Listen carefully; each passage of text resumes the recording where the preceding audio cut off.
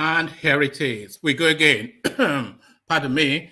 Roll up, ladies and gentlemen. One man went to mow. Here it is. We go again. Here I am again. Are you there with me this time around? The session has commenced and your company is required. That thing that we do exactly at this time is being done promptly on time. So are you available and prompt on time? The session is going to take whichever form it takes. It's something that we just open up and then it takes on a life of its own. This is the unique selling point of this platform. We just present you talking points. The hyperlink in the comment section that says StreamYard. That's an open microphone session. That's an open microphone, rather. So if you clicked on that hyperlink that says StreamYard, it brings you into a studio space. And as soon as I've finished reading out the talking points, I'll let you onto the screen and then we'll discuss what your opinion is on the talking point. So that is how it takes on a life of its own. Never a dull moment. One man went to mow. The eagle has landed. Another Savior, holy, holy, holy, holy, another Savior, holy, holy, holy, holy, well, this is Mobien.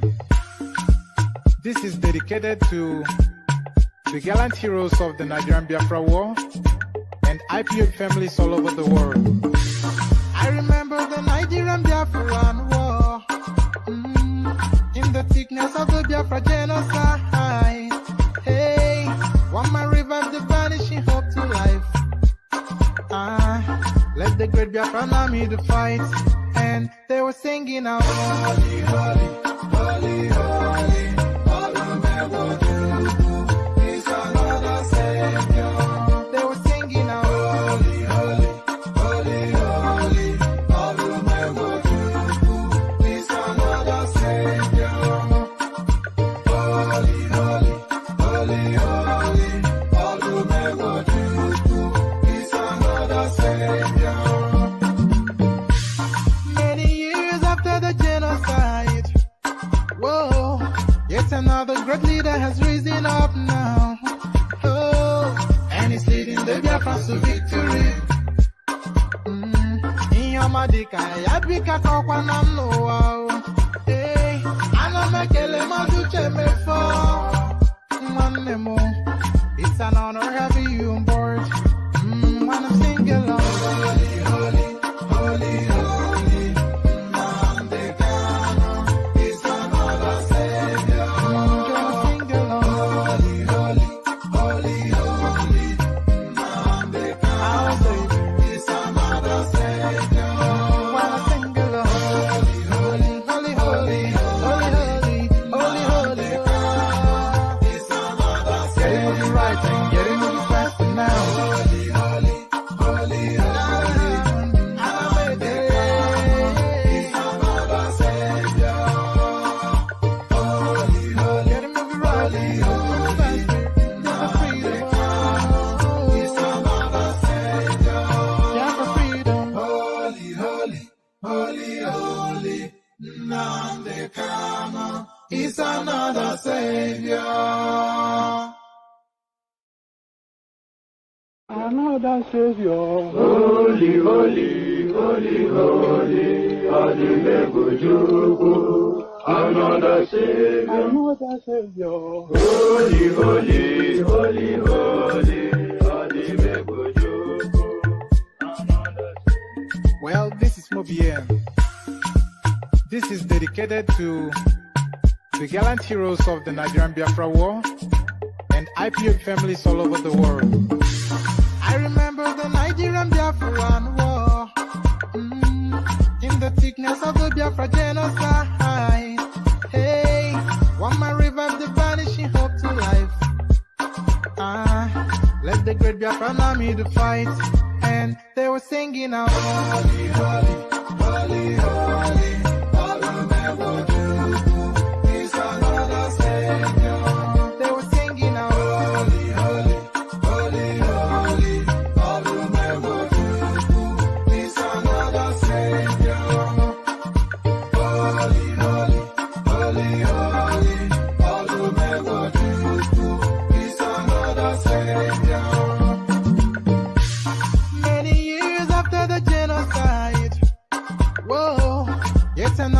leader has risen up now. Oh, and it's leading the Biafrans to victory. Inyamadika, yabika kwa namno wow. Hey, anamekele mazuche mefo. And there it is right there. Holy, holy, holy, holy. Nnamdi Kanu, their other savior. The Ikwo singers from the eastern parts of Nigeria. So holy, holy, holy, holy Nnamdi Kanu is their other savior. As guys, I bring you this. President Buhari orders Amaechi, Malami, Ngige, other ministers with political ambition to resign. So that's a clause, of course, that stifles them within the Nigerian constitution. There's no move that has not been made by Abubakar Malami to rewrite the Nigerian constitution for his own pecuniary advantage. No, not this time, says the Aboki from Daura. President Buhari orders Amaechi, Malami, Ngige, other ministers with political ambition to resign. So what's in play there, we find out shortly. This somewhat repeats somewhat, but we'll see which one of them we will take on board. So this a headline that mirrors that one that I've just read to you. Yeah. Emefiele, Malami, Amaechi, Ngige, Silva, others eyeing elective seats. President Buhari asked to resign. So that's the headline, somewhat badly worded, but that is what they've written. Emefiele, Malami, Amaechi, Ngige, Silva, others eyeing elective seats. President Buhari asked to resign. So it should be President Buhari asked to resign and then the list of names to follow suit. You know, I'm quite pedantic when it comes to language, as some of you may have picked up. So from that to this, Christians in Zamfara benefited from Sharia law when I was governor. It's AHMED, Yerima. It needs no introduction to you. This is a man that has done a lot of harm to the Nigerian space. And the next headline, I was going to make a comment, but the comment I want to make is captured in the next headline, still about Yerima. But his first headline, Christians in Zamfara benefited from Sharia law when I was governor. So Christian, that is AHMED Yerima. So Christians, of course, they prefer to be ruled by Sharia. He's vying to be president of Nigeria. So if he has already tested it in his own home state and he has found that the preference of the Christians is to have their hands chopped up and beheaded in the square. So when he then becomes the president of Nigeria, of course, he's already perfected his template. Christians in Zamfara benefited from Sharia law when I was governor. So there he is, still with Yerima. Nothing wrong with marrying 13-year-old, says APC presidential aspirant. No guessing who is saying it. It's still Yerima. We all know, of course, when he went and bought that little Egyptian girl back in those days and made her his bride. Nothing wrong marrying 13-year-old, says APC presidential aspirant Yerima. So everything is wrong with that, of course, because no 13-year-old is of her own free will bethrowing herself to some 60-something-year-old man. So every single thing on this planet, everything that is wrong in this world is what is wrong with that thing. That is all that is wrong with this world. Not it's just but we'll get there soon enough. This is the and by the way, this person saying this is from the same country that you and I come from. This is where the difficulty is. Somebody that has no problems, that sees nothing wrong with taking a 13-year-old girl as a bride, comes from the same country that you and I come from. So that is really where the problem is. Our minds are completely different people, as we all know. So what nonsense we are doing, of course, we don't even know. We're not one country. We're not one people. We're certainly not one mindset. I am certainly not of. I think anybody that does that should be shot. You know, that is my view. And I'll go all the way to say that. I think anybody that does, because they're stealing that girl's life and abuse. Anyway, we'll see. That's just somewhat maddening. I didn't want to start off with a tantrum. I'm even just reading the headlines still. But let me move swiftly on before I get too vexed by that. exclusive, how Jonathan gave JIGAWA Governor Badaru over 200 million naira to purchase APC nomination forms. So how Goodluck Jonathan gave JIGAWA Governor Badaru over 200 million naira, sent him to buy APC presidential nomination form. So I'm not sure if we'll land on that. We may or may not land on that. That's somewhat repetitive. We discussed Goodluck Jonathan ad infinitum. So do we still want to? We already know what he is, but we may or may not get to that. But almost certainly we will get to this. I am kept in Kuje prison private cell, forced to pay DSTV bills for my fellow inmates. The crooked cop, of course, Abba Kyari. So that is Abba Kyari's headline. So that somewhat is the menu. That's what we'll be digesting for today. So lean back, kick back, take it easy, relax into it, and surrender yourself to the session. As I said, the usual protocols. If you haven't already clicked on there was a headline that I saw. I'm not quite sure. I'll look for it again. Oh yes, here it is. So I must bring you this one as well. Let me bring you this one as well. I am ready to forego my ambition for APC. So I'm not going to tell you who said that. So you have to wait in anticipation. That's one of the leading candidates that has said that. But who is it? You wait in anticipation to find out. So plenty to discuss, plenty to go through. So relax, kick back, settle into it, surrender yourself. Whatever your picadillo, wine, hot chocolate, coffee, just set yourself and know that you're spending however long this session lasts with us. Just the usual requirements. Click on like, click on subscribe. Then at your discretion, if you want to come on the screen to discuss the talking points, click on the hyperlink that says StreamYard as well. So let me repost that hyperlink that says StreamYard. And if you are especially new to the space, not to the platform, but to the screen, if you're a new voice that wants to come and speak to the conversations that we have, you'll be welcomed and given priority. All voices welcome, old and new. One man went to mow. The eagle has landed.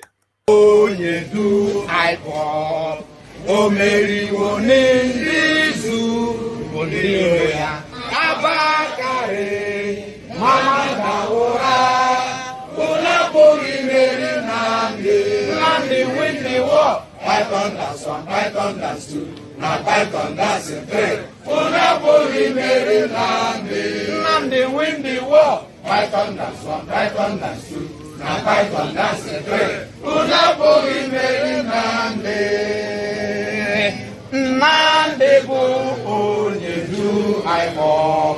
O meri wone nizu ngiro ya Abba Kyari. Mamanda ora, una buri meri Nandi win the war. Python that's one, Python that's two, now Python that's a three. Una buri meri Nandi win the war. Python that's one, Python that's two, now Python that's a three. Una buri meri Nandi win the war. Python that's one, Python that's two, now Python that's a three. Una buri meri Nandi win the war. Python that's one, Python that's two, now Python that's a three.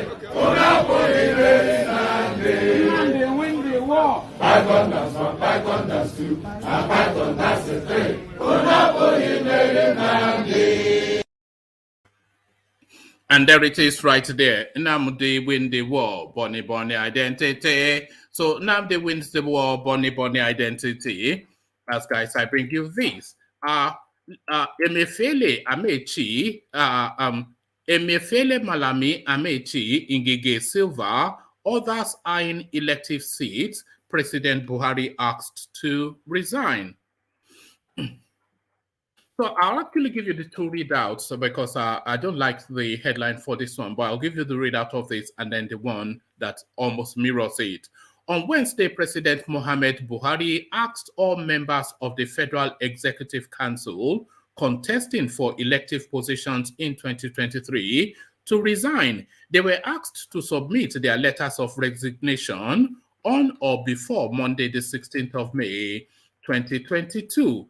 According to the Minister of Information and Culture, Lai Mohammed, the order excludes Vice President Yemi Osinbajo because he is an elected member of the cabinet.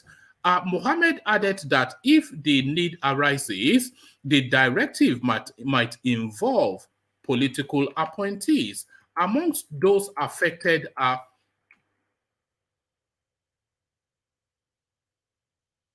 pardon me. Let me just start that all over again. On Wednesday, President Muhammad Buhari asked all members of the Federal Executive Council contesting for elective positions in 2023 to resign. They were asked to submit their letters of resignation on or before Monday, the 16th of May, 2022. According to the Minister of Information and Culture, Lai Mohammed, the order excludes the Vice President, Professor Yemi Osinbajo, because he is an elected member of the cabinet. Mohammed added that if the need arises, the directive might involve political appointees. Amongst those affected are Minister of Transportation, Amaechi, State for Education, Nwajuibe, Labor and Productivity, Chris Ngige, Niger Delta Affairs, Godswill Akpabio, Science and Technology, Obunaya Onu, and State for Petroleum, Timipre Silva, who have all joined the presidential race on the platform of the All Progressive Congress APC.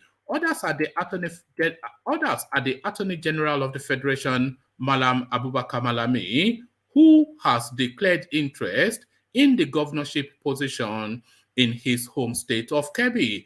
Running for the governorship position in Abia State is the Minister of State for Mines and Steel, Uche Ogar, whilst the Minister of Women Affairs, Pauline Talon, has declared her ambition to contest for the senatorial seat in Plateau State. Minister of Communication and Digital Economy, Issa Pantami, is also rumored to be interested in running for the governor of Gombe State and to have picked up the APC governorship forms. His counterpart in the youth and sports development, Sunday Dare, has also purchased the 50 million Naira APC nomination form to succeed Oyo State Governor Seyi Makinde of the People's Democratic Party PDP in the 2023 governorship polls. Though not a cabinet member, correspondents gathered that Godswin Emefiele, governor of the Central Bank of Nigeria, may also be affected by the presidential order. So there it is right there. And there it is right there. But let me give you the second readout of that, because I was going to abandon it, but let's just see if this adds anything, because this is quite a seminal moment in the electioneering process. So a seminal moment in the electioneering process. President Buhari orders Amaechi, Malami, Ngige, and other ministers with political ambitions to resign. President Buhari has ordered all members of the Federal Executive Council running for elective offices to submit their letters of resignation on or before Monday, the 16th of May, 2022. The directive excludes the Vice President Yemi Osinbajo because he's an elected member of cabinet. The order comes hours after the Court of Appeal set aside the judgment of the Federal High Court in Umuahia that voided a section of the Electoral Act that barred political appointees from contesting in an election. Those affected are Minister of Justice and Attorney General of the Federation, Abubakar Malami, Transportation, Amaechi, Niger Delta Development Commission, Godswill Akpabio, Labor and Employment, Chris Ngige, Science and Technology Innovation, Obunaya Onu, Minister of State for Education, Emeka Nwajuiba, who have all joined the presidential race on the platform of the All Progressive Congress APC. Others are the Minister of State for Mines and Steel, Uche Ogar, who is running for the governorship position of Abia State, and the Minister of Women Affairs, Pauline Talon, who declared her ambition to contest for a senatorial seat in Plateau State. So there it is right there. So how that plays out then we find out, because they were trying to hide under the cover of their office, to use their offices to propel their political ambition, especially Abubakar Malami. He wants to use the weight of the Minister of Justice and the Attorney General to bullhorn his way into Kebbi State House. And also some of the deals that is cutting as the Minister of Justice and the Attorney General, some of those deals have not matured yet, especially the $500 million that he wants to steal via the Paris Club thing and Nedumoko. He has not yet perfected that as well. So still a lot of his looting has not been concluded, and he also needs to cover the weight of his office to propel his political ambition. So quite how that plays out, we find out shortly. The 16th of May, which is next week Monday, that is when the resignations should come in by. So from that to this, Christians in Zamfara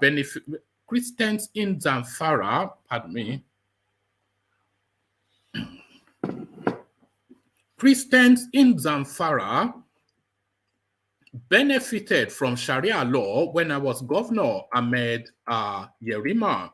Former governor of Zamfara State, AHMED Yerima, has claimed that Christians benefited from the Sharia he instituted whilst in power.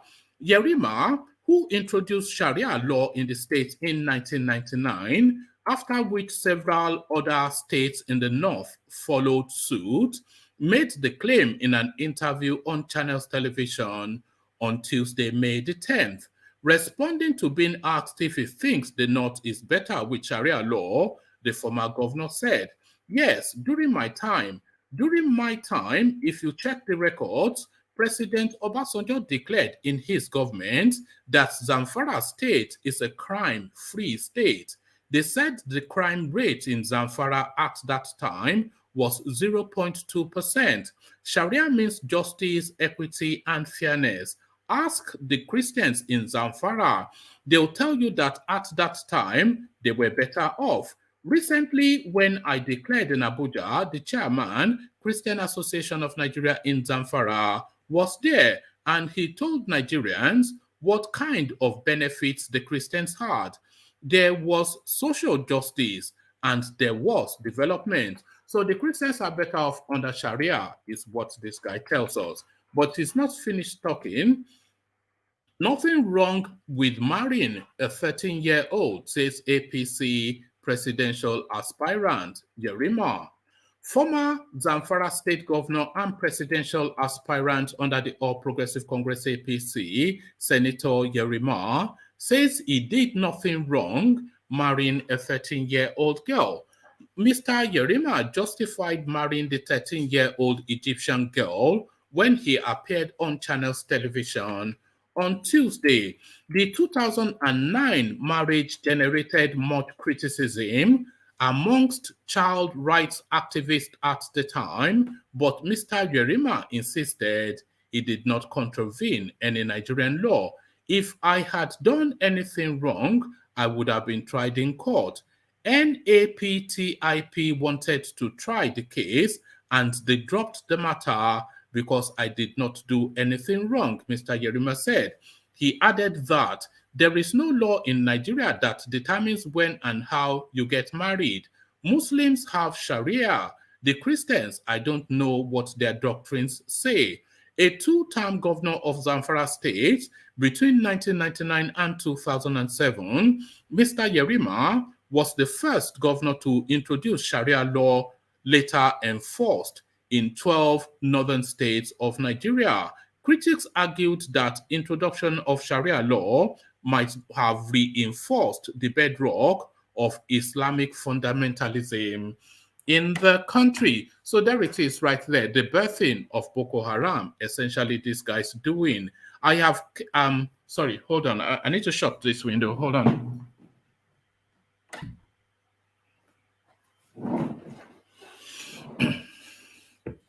I am kept in Kuje prison private cell, forced to pay DSTV bills for my fellow inmates. Abba Kyari still speaking.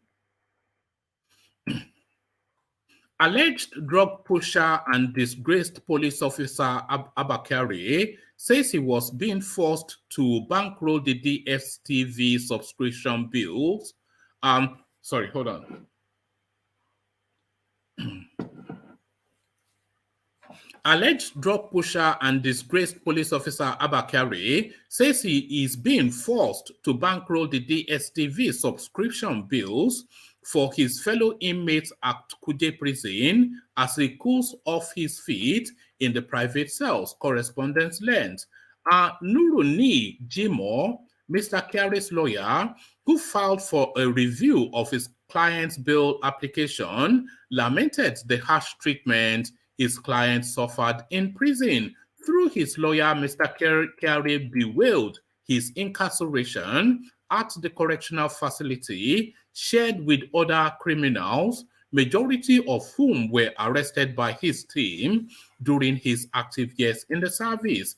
According to the document seen by correspondents, the suspended officer had resorted to doling out cash gifts to inmates and paying cable television bills to avoid being attacked and killed by the vicious criminals he helped to put behind bars. In a bid to mitigate the threat to kill the defendant/applicant, the chief warder advised DSP Abba Kyari and other defendants to advance some goodwills to the inmates by funding renewal of DSTV subscription in all the cells for 2 months and make some cash donations to all the inmate group leaders, as well as the church and mosque. The defendants/applicants complied on the 29th of the 3rd, 2022.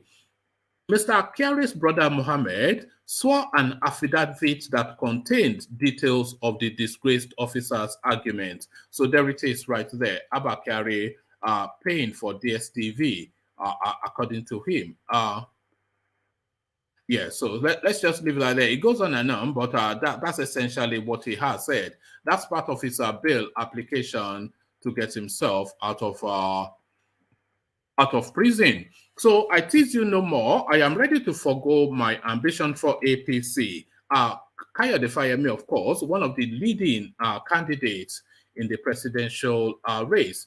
Ekiti State Governor Kayode Fayemi says he is not desperate about clinching the All Progressive Congress APC ticket for the 2023 presidential election.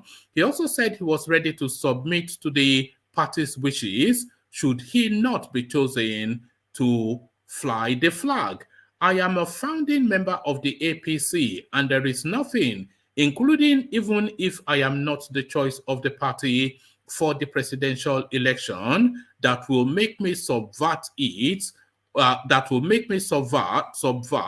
its overall interest, the Ekiti governor said. Mr. Fayemi stated this in an interview with reporters in Gombe after a consultative meeting with party delegates in the state ahead of the APC primaries. He said the party's interest in the forthcoming primaries was paramount to him and that he would not work against such interest even if his ambition was not realized. Mr. Fayemi said his belief about the primaries was for party members to choose a leader that will succeed President Buhari, build on his gains, and address the gaps that Nigerians had identified. He said that APC's search for the presidential candidate that would succeed Buhari was about good governance and the overall interest of Nigerians. Mr. Fayemi stated that the presidential primary was not a competition, but Mr. Fayemi stated that the presidential primary was not a competition, but about competing visions, and I hope my vision will be the successful one that our party members will rally round, as it is not do or die. He said the primaries were about the progress and development of the people, fundamental response to the challenges of Nigerians, and consolidating on the gains of the party. The presidential aspirant said he was in the state to engage with party members, adding, they have expressed what Gombe needs as a state. He expressed optimism that he would receive special favor from Gombe delegates, having presented his credentials to them. I am in the state to justify my candidacy. The contest is about competing visions. We are to present our visions to the people. The vision will be scrutinized, and then a conclusion will be reached by members of the party, he said. The APC has slated the 30th of May and the 1st of June to conduct primaries for presidential aspirants. No fewer than 28 aspirants are jostling for the party's sole ticket. So there it is right there. But this one now is a headline that I did not give you, but I saw it in between the intro space. Chinese government making money from rail should rescue Kaduna train kidnap victims. But who is saying this? Listen again.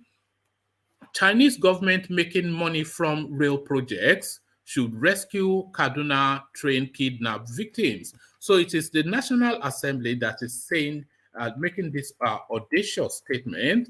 The Joint Committee of the National Assembly on Land Transport has called on Chinese government to help rescue passengers abducted on the 28th of March by suspected terrorists. Chairman of the Senate Committee on Land Transportation, Abdul Fatai Buhari, who made this call at a visit to Obafemi Awolowo train station in Ibadan, said that it wasn't out of place to ask the Chinese government for help if they were making money from rail projects handled by the China Civil Engineering Construction Company.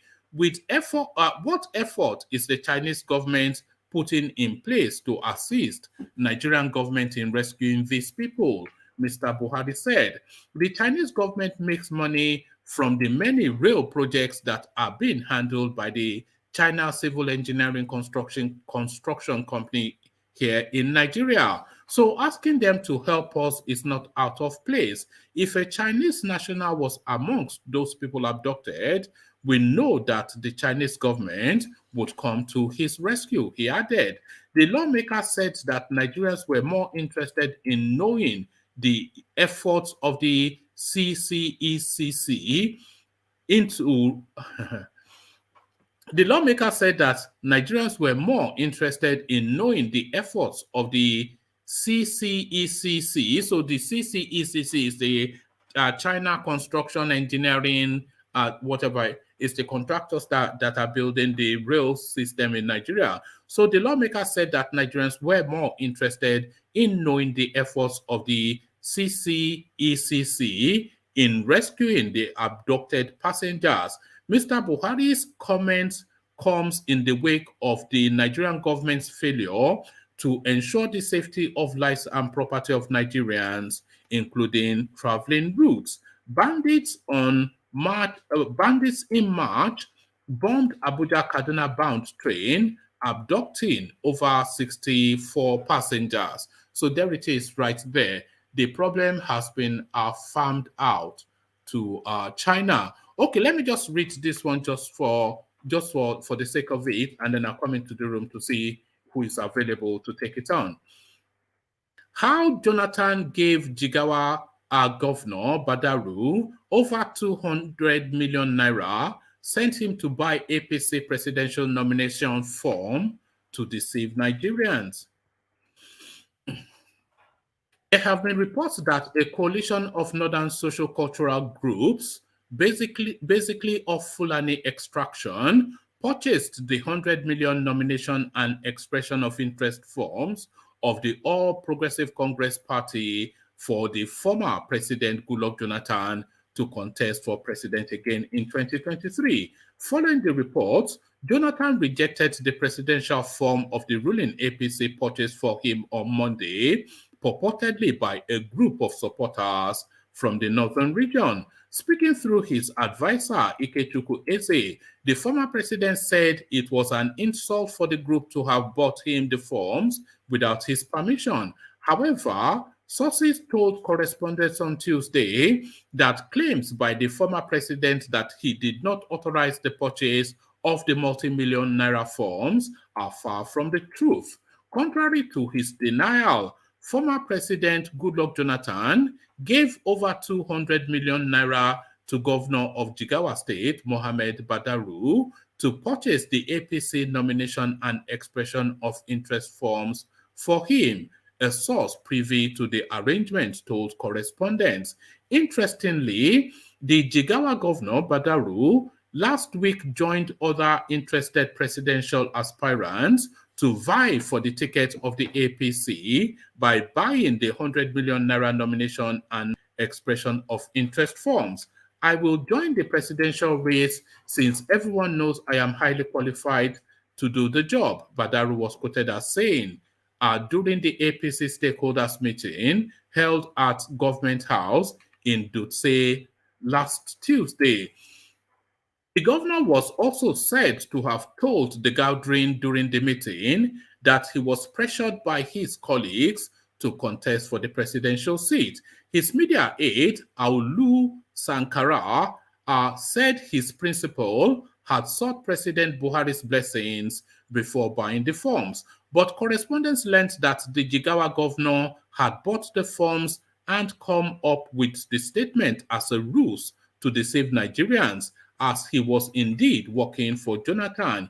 It was further learned that Jonathan backed out of the plan and swiftly came up with the denial after the APC national chairman, Abdullahi Adamu, had refused to guarantee that the former president would be the consensus candidate of the ruling party.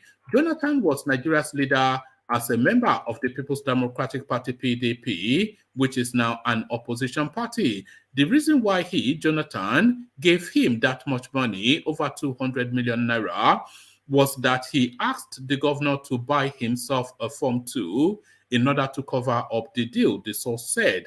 And upon purchasing the form, Jonathan alerted Buhari. Buhari told him to meet with the APC national chairman, Abdullahi Adamu, but Adamu said he can't guarantee him as a consensus candidate. At that point, GEJ, Goodluck Jonathan, started denying that he purchased the form, another source said.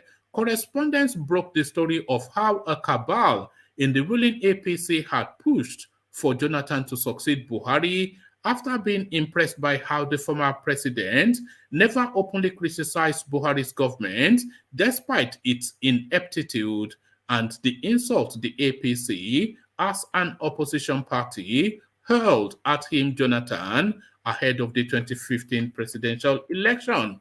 The fact that Jonathan cannot spend more than one term in office, if they can manage to get him there, is also not lost on the cabal. However, correspondents has also reported how Jonathan was later called a betrayer by the cabal after he failed to fulfill some of the conditions given to him, including convincing some PDP governors to defect to the APC. So that is Jonathan as ever, a confused man. So a confused man, completely debilitated now somewhat in his allure to the Nigerian space. So that is the diet, and this is the panel. Ete, we see you. The mighty Ajen Lekoko, we see you. And relaxed on his couch, the mighty Baba Akure, we see you. Ibadan, look at that. When I grow up, I want to be like you, Baba Akure. Look at this life of millionaire that you are living.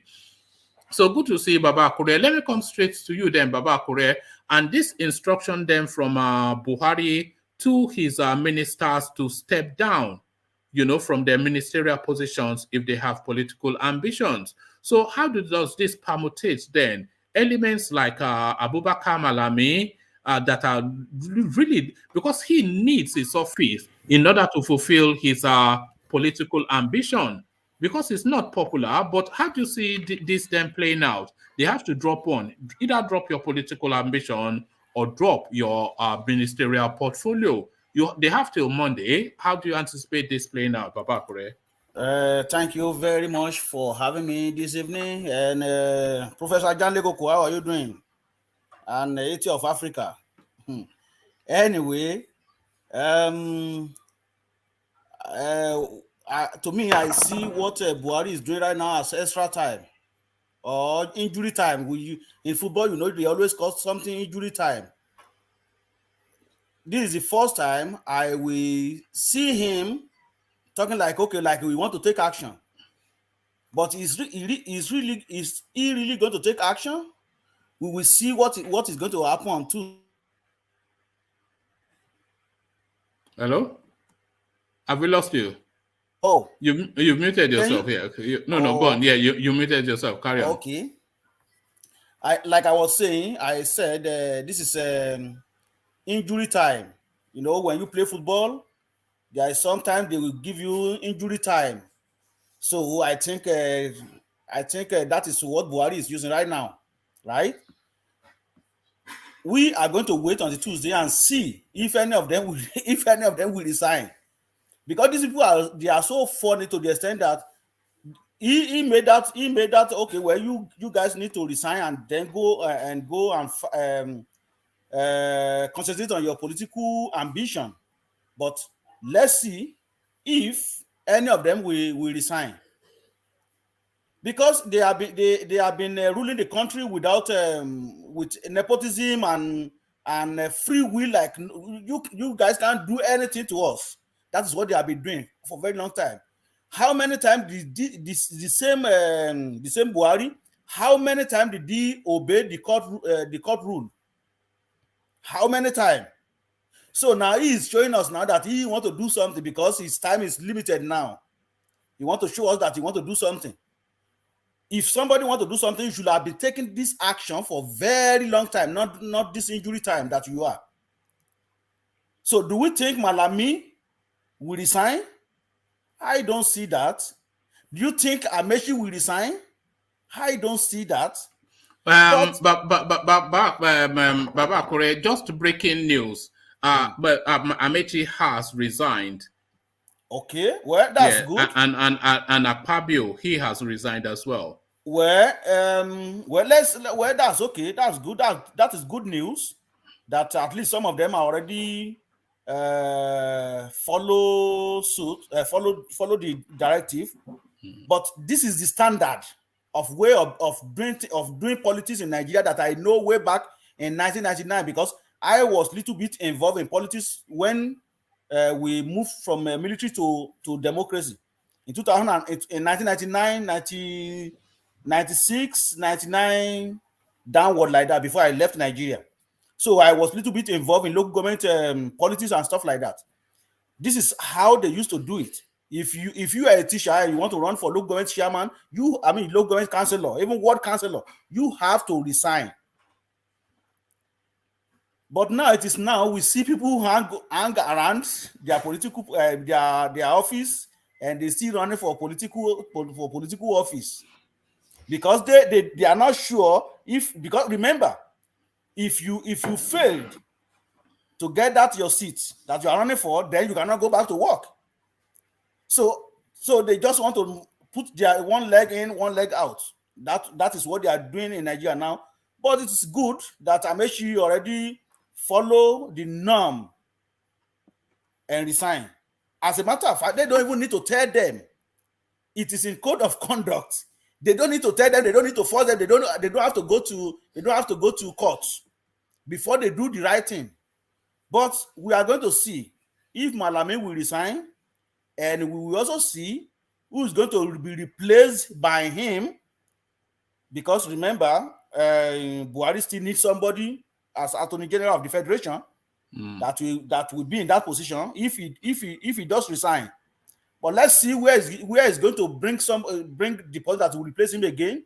Maybe it's going to be from Fulani. Where do you think? Do you think it's going to be from Ekiti? Well, I know what I'm talking about. I know what I'm saying. But I just want to let's see where is going to bring another person that will replace Attorney General of the Federation. But those who resign of their position, if truly that is the truth, well, good luck for them. That is the way of doing things. That is my take on that. All right, brilliant, Babakure. So now let's go on to Senator Yerima. He's now telling us that the Christians in Zamfara state that they are grateful to be vested upon by Sharia, and that is their preferred mode of governance. That the Christians, they prefer to be governed by Sharia. This is what Yerima is, and is and by the way, he has bought the nomination form to be president. I think the man is just a complete liar. Complete liar. Well, like you rightly said, he's already designed the template that he's going to use to rule Nigeria if eventually he becomes a Nigeria president. So the whole Nigeria will be involved in Sharia law. So then whoever they want to amputate his hand, they will have to. Whoever want to cut off his head, he will have to at that time. But he is going nowhere. Those are the people. It's just one of those who that want to one bench. Just donate to the party, just like this Pastor Bakari. Tunde Bakari said that he just donate the money for interest purpose, because you know when you bank your money somewhere you will get interest. So that is what he's doing. So it's just it is just nonsense. That man is just talking nonsense in his mouth. Which Christian will prefer Sharia law to the law that we have in Nigeria? Which Christian? It's just talking nonsense. You don't know what he's talking about. All right. That is a real danger, though, because we cannot discount that this guy could possibly be the Nigerian president. Because if they want to play the Fulani agenda to the end and the Islamization, is the perfect candidate for the Islamization and Fulanization agenda. So if they want to double down on that, then he's the person they'll go to. One man, I'm not afraid of all that. It is just nonsense. They can say anything they want. They cannot change Nigeria to a Muslim country. Who will vote him? Where will he see votes? Don't worry about that. They will find the vote. He told us that he has 10-15 million votes already, and he has their photographs and their addresses. So you know that Buhari narrative that he had 10 million votes, which are just phantom votes. So he's playing to that storyline as well, that he has 10-15 million votes already in the bank. It is just nonsense. I'm not afraid of that because I know he's going nowhere. Nobody can change Nigeria to one religious state. So it is circular state where you have Christian, you have Muslim, you have a traditional believer, you have those who doesn't even believe in anything. So we have them in Nigeria. So nobody can change Nigeria to one religion state. So he can say anything he wants from now to tomorrow. He is going nowhere. All right, thank you, Baba Kure. And still staying with Yerima. So I'm not sure if you recall that about 2009, when the whole country was outraged that this guy who was in his 60s then went to Egypt to take a bride, which is fair enough, but then that bride was a 13-year-old girl, which is not at all fair enough. So he's now on, because he's vying for presidency, so he has to come out into the media space. And of course, the storyline was about all of these sort of things. So they are interrogating him about that, and he's telling us that there's nothing wrong with a 62-year-old man, 63-year-old man marrying a 13-year-old girl.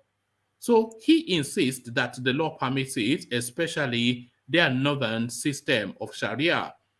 So what are you then making of this guy doubling down on what essentially, there's a word that qualifies it, but I don't want to use it because it triggers you to, but what are you making of that? Well, I think, according to them, they said their religion accept that and the Sharia law and all kind of nonsense. But that is very barbaric because 13 years old, what does such girl know about life? What does she know about the relationship between men and women? And you can see that is why some of these young girls, they kill their husband. We've read. We're seeing it a lot in the north. Exactly, we've seen a lot of cases where the young girls stab the husband when they want to have sex with them and all kind of things like that. So for him to say that, okay, now we are going to ask him a question. Can he allow his own daughter to be married at the age of 30? No, no, his daughter is in Oxford getting a proper education. Exactly. But you can marry off 13 years old girl. You see how these people think backward, right? Anyway, it is very barbaric. It is very barbaric. But consider it for a moment. This is a guy that has bought the APC nomination form. There are 28 of them. So out of that 28, there's a good chance that the Nigerian president is going to come from there, because we can assume that they rig themselves back. So it stands a chance, a 1 in 28 chance of being Nigeria's president. And this is a guy that says the Christians are better off under Sharia, and there is nothing wrong with marrying a 13-year-old girl. 13 years, he is going nowhere. He can say whatever he wants. He is not going to go anywhere. So if he becomes a Nigerian president, so it means he's going to legalize of marrying a 13 years old. So it means that is what they are going to do.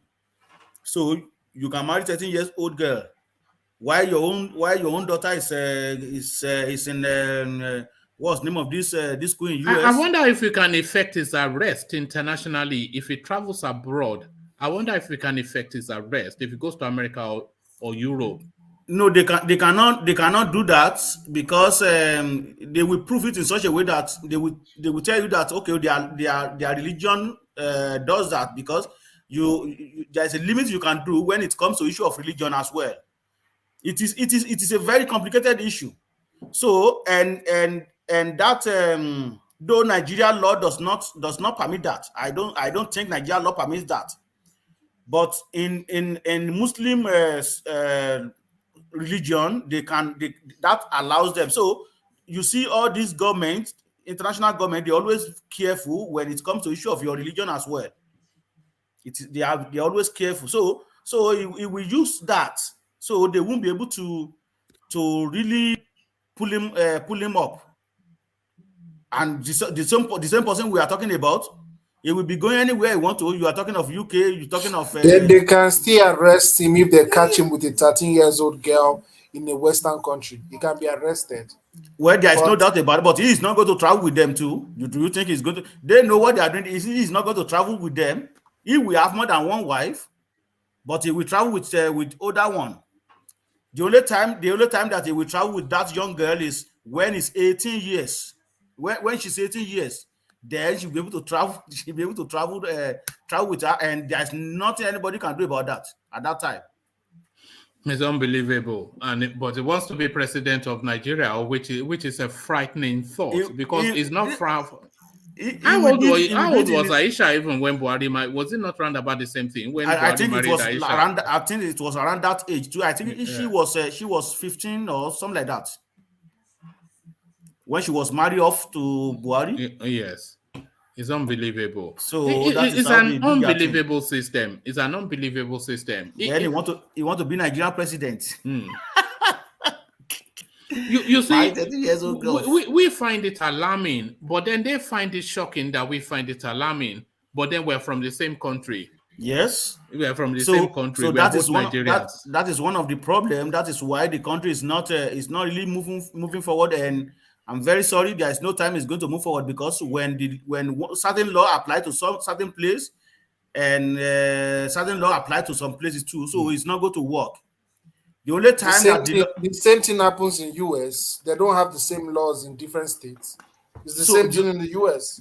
The only thing that can happen is that, but the disparity is so extreme. No, they don't have different laws in the US, by the way. They have laws that are peculiar to their locality.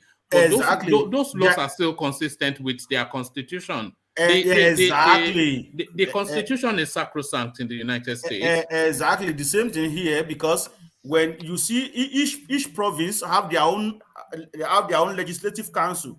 Even your community have their own legislative council.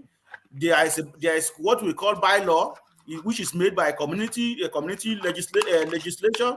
Then you have what is provincial. Then from them you will have federal.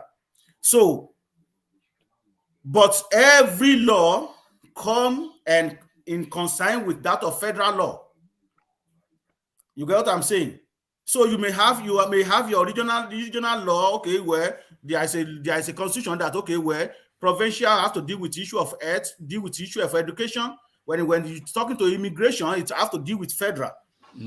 So these are the things that they do.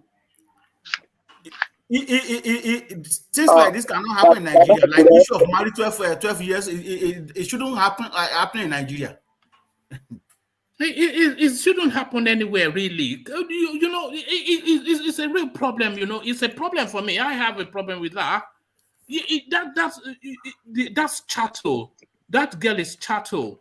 A 13-year-old girl does not have decision to betroth herself to anybody. So the decision is being made on her behalf, and they are submitting her life and her body to somebody else. To somebody else. On what basis? Because of money. What is she a human being or is she property? What is this now? Well, you just mentioned it. They see them as property, and don't be surprised when you see that young girl. If she said, okay, she's living that man's house, his family will kick her back. They will kick her back to the house.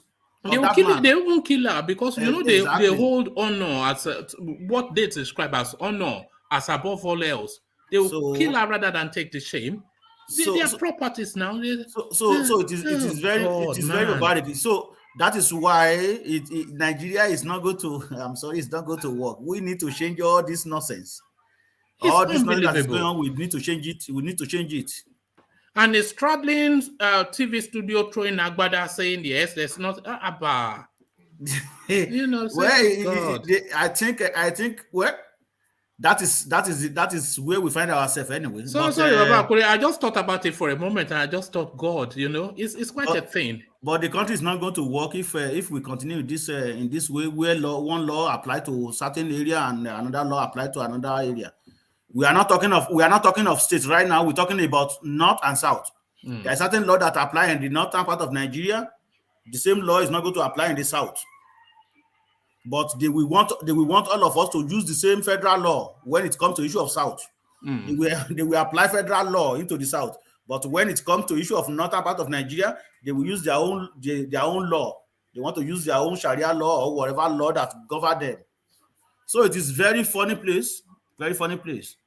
You know, the more I think about it, the more I'm not sure how long that our country can continue as one. Because people are working to just the unfairness of it, the unworkability of it. You find it unworkable. I find it unworkable. You find it unacceptable. We all find it unacceptable.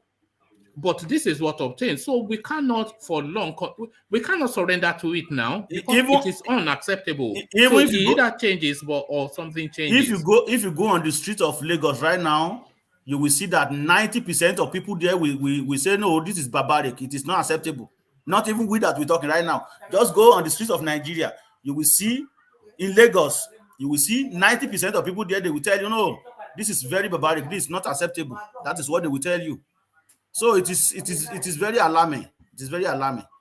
Baba, can I ask the question, please? One man. Yeah, okay, go on. What do you mean by oh God? Move on. Let's move on. Let's move on. If you don't want me to ask, no problem. I ask the question now. What your reaction? You don't want. It's as if you don't want me to ask. You said, "Oh God." No. Ask you. You are not in my head to know my thoughts. Just ask your question. Let's move on. We're too early in the session for you to be. But Thomas, one man was saying, "Oh God," because of the shock. Exactly. You don't even know what's going on in my head, and you are telling me.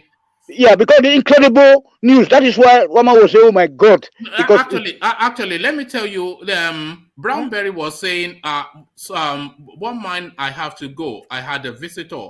So I was saying, okay, bro, hopefully you can make it back.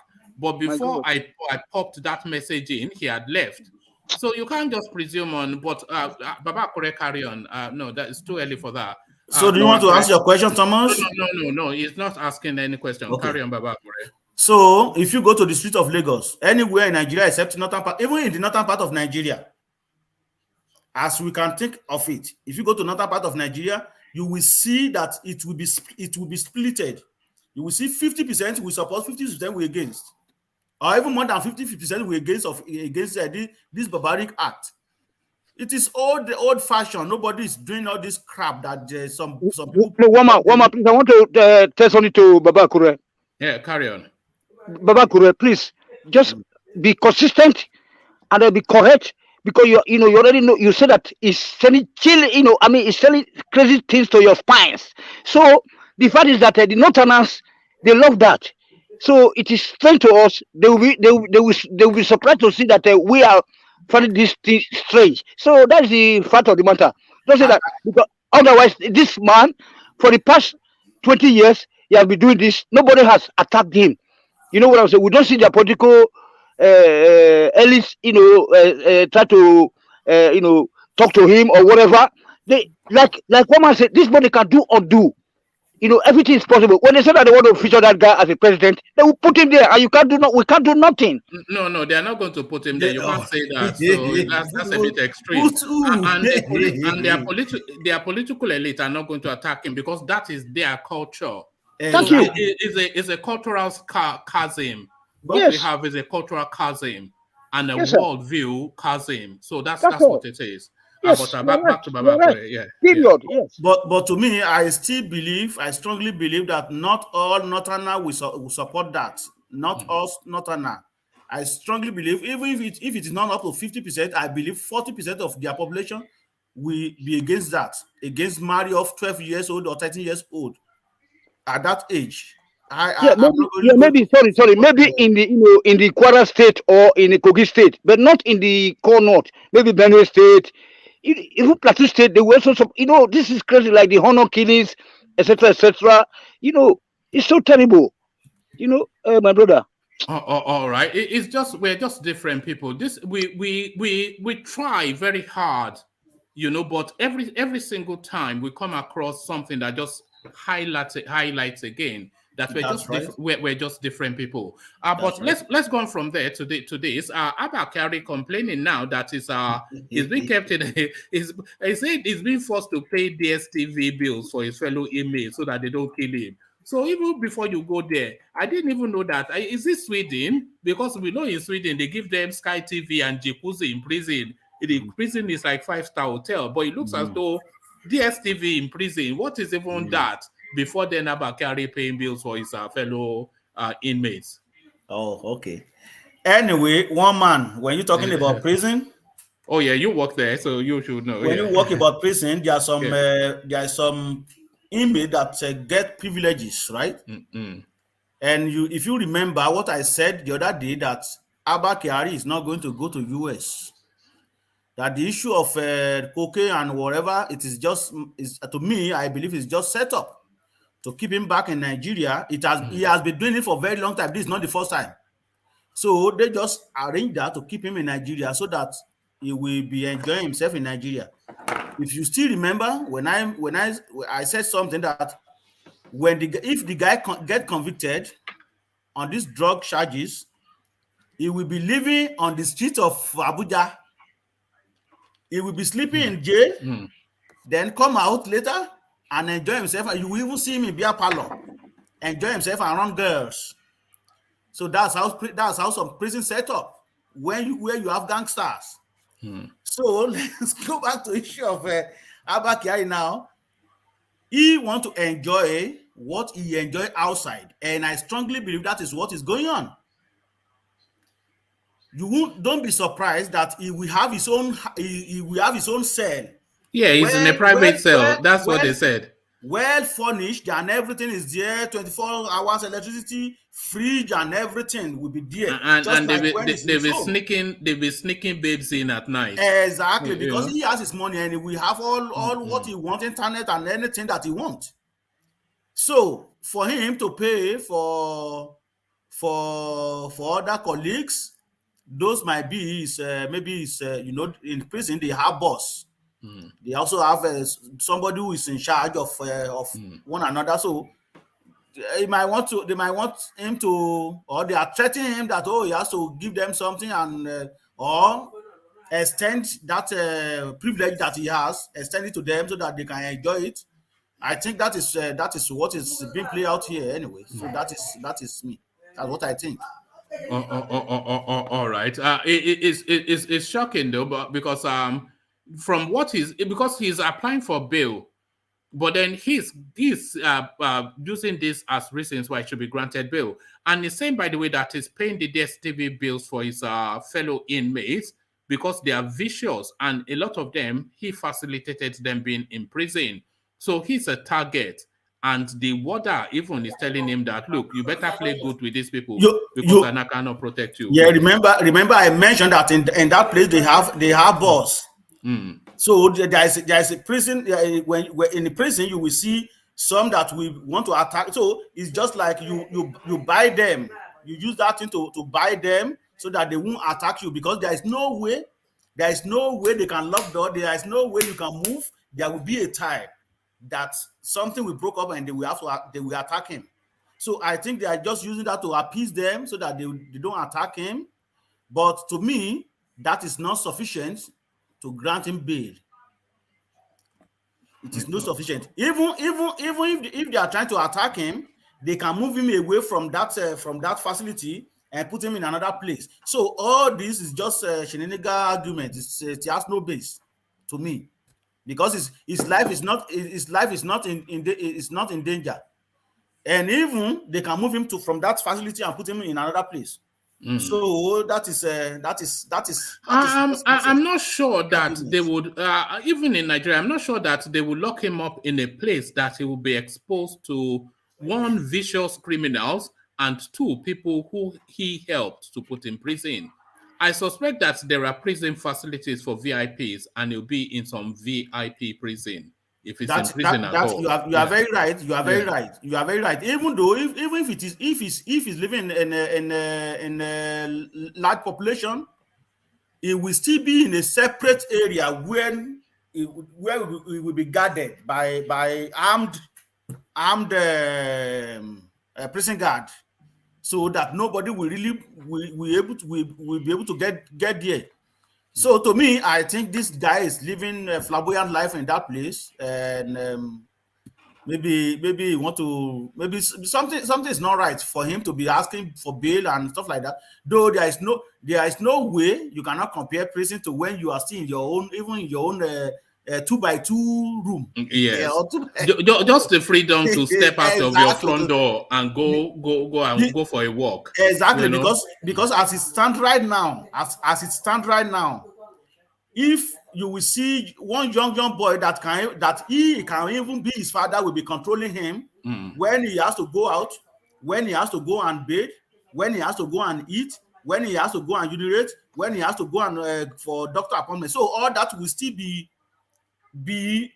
dictated to him. But at the same time, he may have freedom of going out anytime he wants, but there is still limit to what he can do. Even if officers take him out, they will still tell him where he can go and where he cannot go. But you know, when you're a free man, you can go anything. Nobody's going to control you. You can go anywhere you want. So that is it. All right, thank you. So, Baba Kyari, the invitation by the Nigerian House of Assembly for the Chinese to come and rescue the people that were kidnapped on the Abuja Kaduna train because they built the train.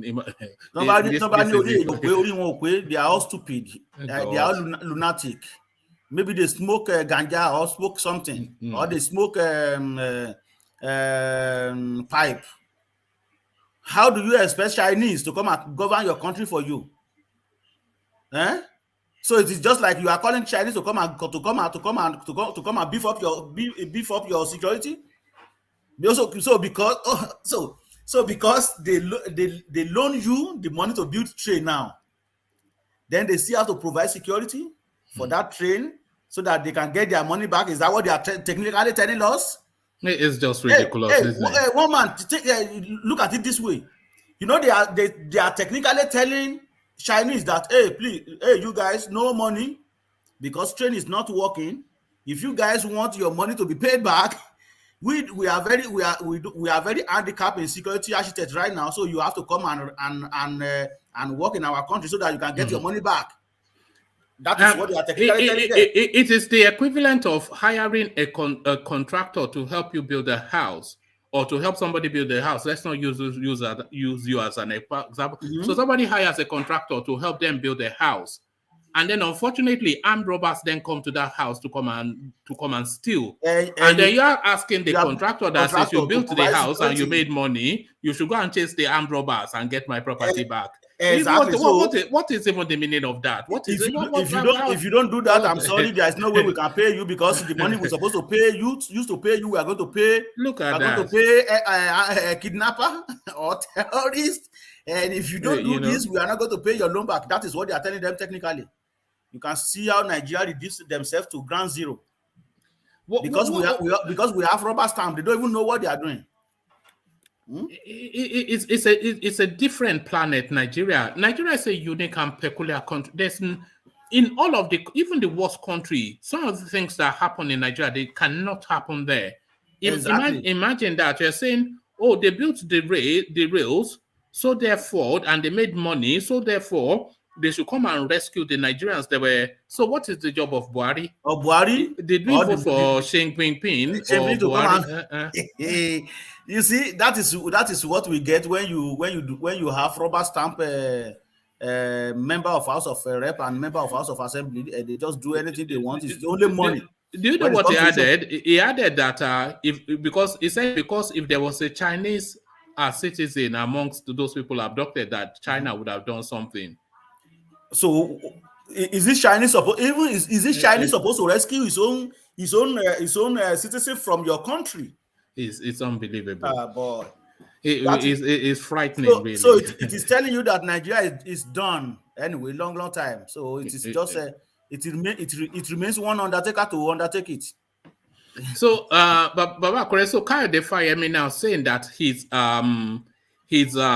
ambition is not sacrosanct, it's not set in stone, that he is willing to step down his presidential ambition for the greater good of the party. So is this narrative then of people just buying these forms without any real thrust? Because he only just declared a week or so ago, already he's saying that his ambition is not as on a firm footing, and he's willing to jettison it.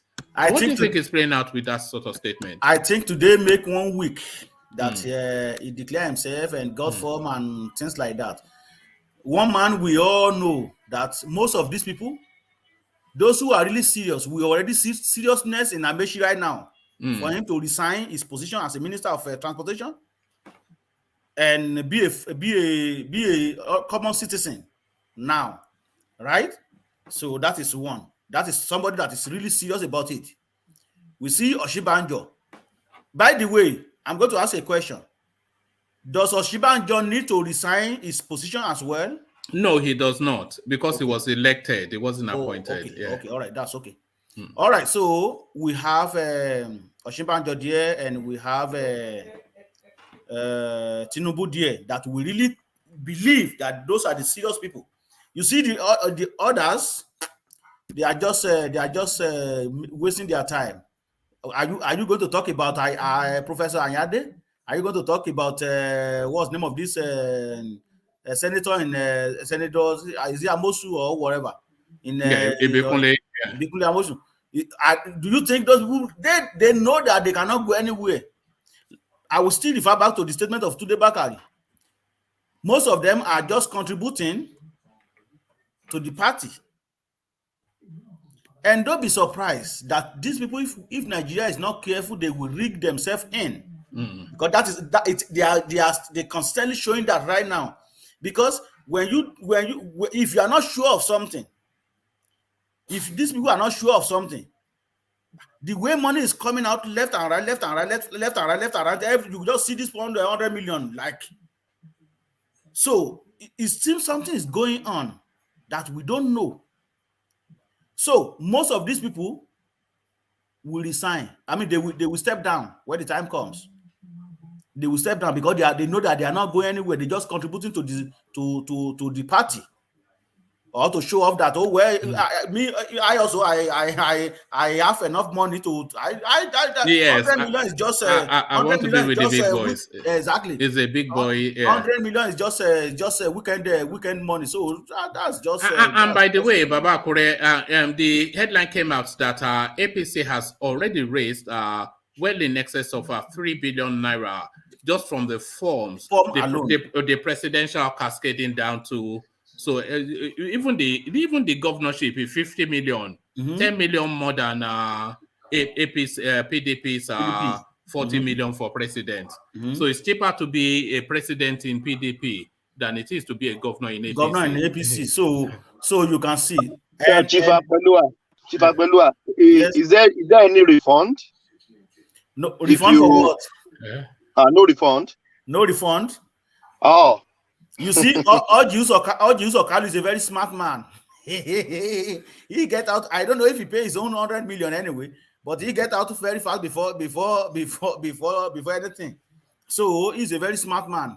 So he's not wasting money. He's counting out one or two, how to make one or two naira on that 100 million. So he's not going to waste his money. So these people, they are just contributing and see what will happen. Maybe they can get political appointment. If APC win the election, and you can imagine, it is already showing you what is going to happen if eventually APC win the election, because you cannot have about how many of themselves, about 30 or 40 people now pay 100 million. So you are expecting to give them ambassadorial position, or you give them a ministry. So you can imagine that they are going to have a very big government. So it's going to be even corrupt or bigger than this present dispensation. They are going to be more corrupt than this, because they will be just stealing money left and right. It doesn't matter. PDP has accused them of money laundering, that they're essentially stealing money from the state and laundering it through this party form system to clean it up back into, it's money laundering. This is what they've been accused of. You can imagine how Nigeria politics, how they are playing politics in Nigeria. Dirty one. So somebody will tell me that, oh, well, they don't have 100 million. Then one organization will just come out and just say, oh, we are getting funds for this person. Where are these organizations in all this while? So technically, we want to believe that it was government giving them. It is APC government giving them that money. Oh, go and get fund for this person. Go and get fund for this person. So technically, it is more than 100 million. If that's the case, because somebody want to steal money now, we need a little cut out of that money. If you ask somebody to go and do something for you, at least you expect that person to have a little cut out of the money. So it might be, okay, we will give you 1 or 10 million. So just keep 10 million and use the 100 million to get funds for so person. Because where this money is coming from, you cannot imagine. And most of them, none of them came out and said, okay, I got the form by myself. Except Tunumbu, who's there again? Tunde Bakari. And who's there? I think Fayemi bought it from... Even Tunumbu said somebody bought it from one Alaji. Is it not from... yes. What are you talking about? Baba Kure, Tunumbu did not buy his own too. So you can imagine. So one organization just come up and just buy form. But let's just agree that this organization bought form for them. Don't you think this organization are the people that will be controlling them? Because I already do so. So we have to amend law, do certain things that we have to support this organization. So they are all lobbyists. So they are lobbying their position to come in and then they have to make law that we support them. So it is very funny. All right. Thank you, Baba Kure. Let's go on from Baba Kure. Let's go to Ajanle Koko. But before I come to you, Ajanle Koko, let me bring you just headlines that are relevant to the topics, but have come through just whilst Baba Kure has been talking. So I'll bring you just three very short readouts, but the third one quite interesting. Akpabio resigns as Malami's aide keeps mum. So the directive by Buhari that everybody should resign by Monday. Minister of Niger Delta Affairs, Godswill Akpabio, has resigned from the cabinet of the President Muhammad Buhari administration. This was disclosed in a statement released by his aide, Jackson Udom, last Wednesday. This is as media aide to the Minister of Justice and Attorney General of the Federation, Jubrilu Gwandu, kept mum on the resignation plans of his principal, Abubakar Malami SAN, who has picked up the governorship form for Kebbi State under the ruling All Progressive Congress APC. Correspondents had reported that President Buhari directed that all members of his cabinet and appointees vying for electoral offices resign on or before Monday the 16th. So that's the first one. The second one, breaking. Amaechi reportedly resigned as Minister of Transportation. A presidential aspirant under the All Progressive Congress APC, Rotimi Amaechi, has resigned as Minister of Transportation. Amaechi took the decision hours after President Buhari on Wednesday directed that his ministers with political ambitions to tender their resignation letters. Buhari gave this directive during the weekly Federal Executive Council meeting. The president directed them to submit their resignation letter on or before Monday, the 16th of May, 2022. Amaechi hopes to take over from President Buhari at the end of its tenure in May 2023. The resignation of the former governor of Rivers State was confirmed in a tweet by APC Twitter UK handle. It wrote, Nigeria's Minister of Art Transportation, HM Chibuike R. Amaechi, has resigned from the Federal Executive Council to focus on its presidential ambition. Amaechi has joined the likes of the Minister of State for Education, Emeka Nwajuibe, Minister of Delta Affairs, Godswill Akpabio, and Minister of Science and Technology, Ogbonnaya Onu, who have tendered their resignation letters to focus on the 2023 race. So this one is the interesting one. I want Buhari to explain resignation to me before I decide my next move. Chris Ngige, a doctor, but he doesn't know the meaning of resignation. Chris Ngige, Minister of Labour, has said that he did not understand the presidential directive that ordered ministers and political appointees to resign before May the 16th. The directive was issued at the Federal Executive Council meeting on Wednesday morning by President Buhari, according to Information Minister Lai Mohammed. At least 3 ministers have reportedly resigned following the directive on Wednesday, with State Education Minister Emeka Nwajuabu being the first to announce his departure from the federal cabinet. Other ministers, including Abubakar Malami and Rotimi Amaechi, are expected to resign in the coming days.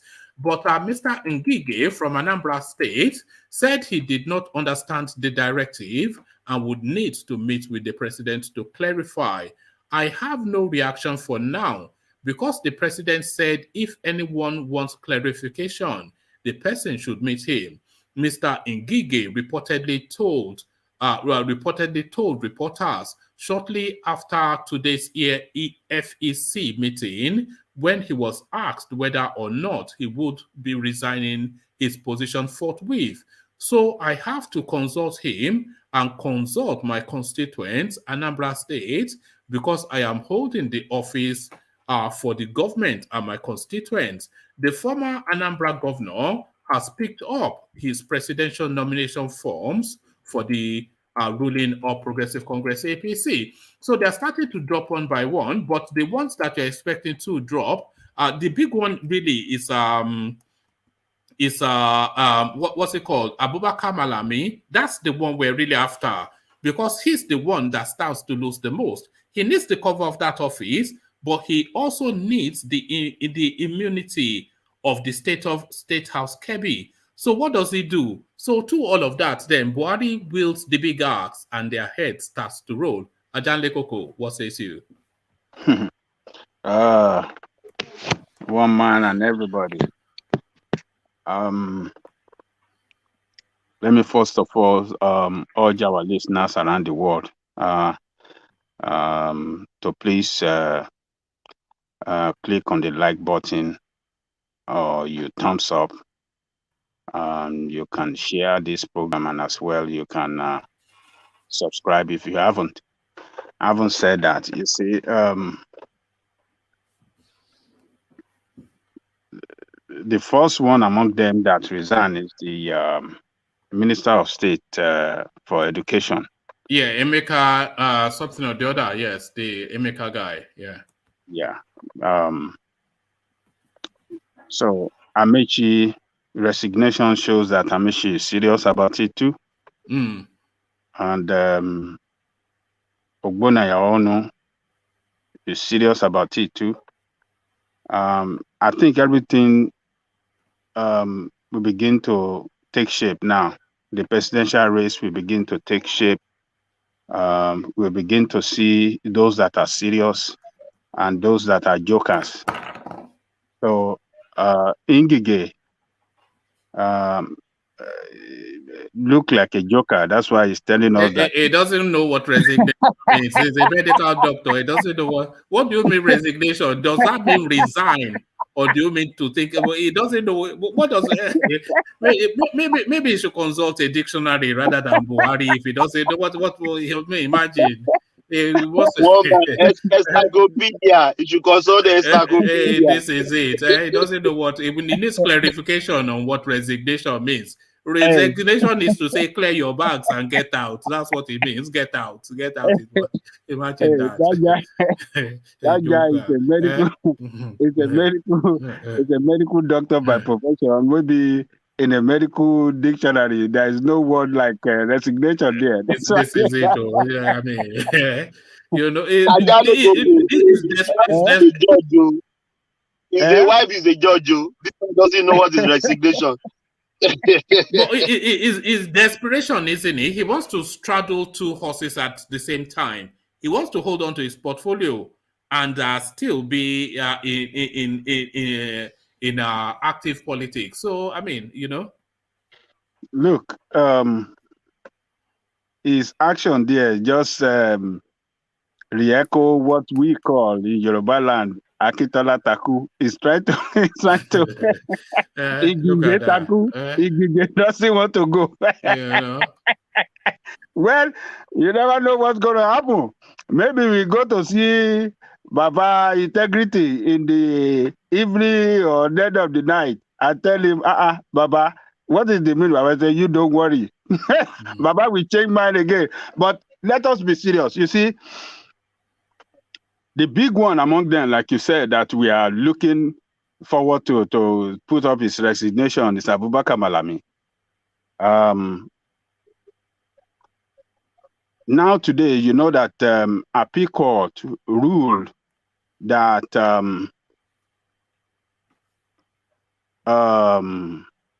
they set aside the Umahia judgment that he wants to hide. That Article 8412 of the Electoral Act. Yes, they set it aside, but at the same time, that court gave a leeway for whoever that is affected by that law to come up and challenge it. The God gave a leeway by saying that it is unconstitutional to bar them while as a nominee in government to contest for elective position. So it was because the person that challenged that law does not have the local standing to challenge the law. That is why it was not ruled in the favor. If we are to be one of those appointees that challenge the law at the law court, it will have been ruled in the favor of the appointee, because that is what but Ajale Koko, is it not somewhat a race against time? Because the party primaries close by the end of this month, and INEC wants submission of names, I think, by the 4th of June. So, but this case is now in court. The court have now reverted back to the act as it was signed. So that's subsist. Yes. So if they win later, it may well be too late, you know. So it's a matter of, do you want to hold your nerves? But then the party has also directed now that you step down. So what do they do? Yeah, you don't know. Tomorrow, one of them might go to the court and now ask for court, pray for court to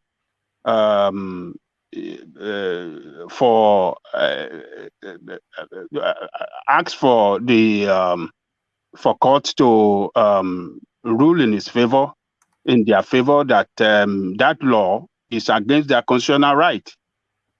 So they can still go to court. Anyone like Ngige or somebody that feel that, the new electoral law is unconstitutional, they can still challenge it at court. And I won't be surprised if Abubakar Malami will come up tomorrow and challenge it at the court, because this dilly-dally game that he has been playing, the backdoor game that he played to have a ruling in his favor, that section of the new law should be deleted. Maybe this time around he will come up openly and challenge it at the court, and I believe he's going to win, because I believe that clause will be set aside. But the question is, will it be too late for this round of electioneering? It won't be too late, because ordinarily the law says that they can, by the Constitution, what the Constitution really says is that they have to resign 60 days prior to the election day. That is what the Constitution says. No, I think the Constitution said 30 days. But 30 days. 30 days to the election. But this new clause now, I think it's extended it to about 3 months or thereabout, or even longer, you know. So longer, yes. No, what the new law is saying is that the moment they are showing, expressing their interest and showing interest to contest, they don't have to keep the office. Yeah, I think that's what the new law. Yeah, if I get it right. Yeah. So, but the court I've given them a leeway that is unconstitutional today. So any one of them that feel their constitutional rights have been trampled upon by the new electoral law, I think the court has opened up for them. Come and you will get your right. So I won't be surprised if Abubakar Malami or one of them will go to the court, head to the court tomorrow, and ask for their constitutional rights. And I believe that it will be given a speedy trial. I mean, a speedy hearing, and they will rule in their favor. But let's wait and see. We are waiting for what Abubakar Malami is going to do. He's the manager of the Constitution. He's the one that I believe that he has to do something. He has to stand up, either to against it or be in favor of the law. Which one does he want to do? We want to know his stand. Ajale Koko, when they got the judgment, the first one that they were the one in Umahia, they got it ex parte, which is to say that the competing sides of that argument, they were not presented an opportunity to argue. And this was one of the things that the National Assembly fought bitterly against, that you cannot amend the Constitution without inviting us to come and defend that clause. So they were somewhat against that. So it cannot then go and get an ex parte judgment again. So if they want to challenge it, they have to challenge it, inviting the National Assembly to defend it. And that is a process. That's a process. That's not a snapshot judgment. So that's why I'm saying that this thing, it could tip over past the deadlines and not apply, but because they can then sue retrospectively, and it will then be one of those things that is just forever in court, somebody chasing shadows. Yeah, I agree with you. Yeah, that's the time is the problem there now. But let's see. I believe that Abubakar Malami will stand up and do something, because you remember when they get that backdoor judgment from Humalia, he quickly swung into action. He actually wanted to delete it. He said he wanted to gazette it. He was trying to carry out a fast action in order to expunge that from the Constitution and gazette it, accordingly. But then the National Assembly stood up against him, and down the line where we are, we got this judgment today. So let's wait for his reaction, because he's the one in charge of the Constitution. He has, he set out to comply to what the court ruling today, or he come out against the ruling. He has to do something. We are waiting for him. I'm quite keen that Abubakar Malami is not able to hide in that Kebbi State House, because if he's not able to hide there, he will run. He will go in exile. He's just done too much. He's committed too many atrocities. He will run. Yes, he will run now. Imagine the illegal renditioning of Nnamdi Kanu, because he orchestrated that. The endless looting of the economy, selling off everything. They've even reverted some of the things that is sold. It sold in some headlines that he was seizing assets and selling it. He was just ruling like some lord. He's just committed, and he's made too many enemies. So if he doesn't have immunity, he will run. Even in the state of Kebbi, some people might be waiting for him to drop out from that ministerial appointment, and then make it impossible for him to secure the ticket in the Kebbi state. So he has stepped on so many toes, and in the state, I believe some people are waiting for him to step down from being an attorney general, and they can come out, frontally and strongly against him in opposition for him to get that ticket. So he is just trying to do everything, to protect himself via to securing the ticket, and then he can go for election, get elected, and secure that immunity to stay in office for as a governor for 8 years. That is what he's trying to do. But let's wait and see the action is going to take in response to this court ruling of today. All right. So let's move on from there to Zamfara State. So he holds no ministerial position, so he doesn't have to step back from anything. He has bought his forms. So look forward then to President AHMED Yerima. He tells us that when he was the first person, by the way, to introduce Sharia into the Nigerian governance space. So he introduced Sharia then under the Obasanjo administration, 2009 to 2007, he governed Zamfara. He introduced Sharia, and he said that the Christians in Zamfara state, that they preferred to be ruled by Sharia. So he said that is the preferred system of the Christians in Zamfara state, to the point that when he came to pick up his nomination forms with APC, that the Christian Association chairman in Zamfara state came with him because he did so well introducing Sharia. So then he's perfected the template in Zamfara state. He wants to be president of Nigeria. So the Islamic Republic then of Northern Nigeria and the Southern Protectorate. This is what you have to look forward to, Ajanle Koko. Yeah, to abide. Abba Kyari, are you ready to abide by Sharia law? This is it.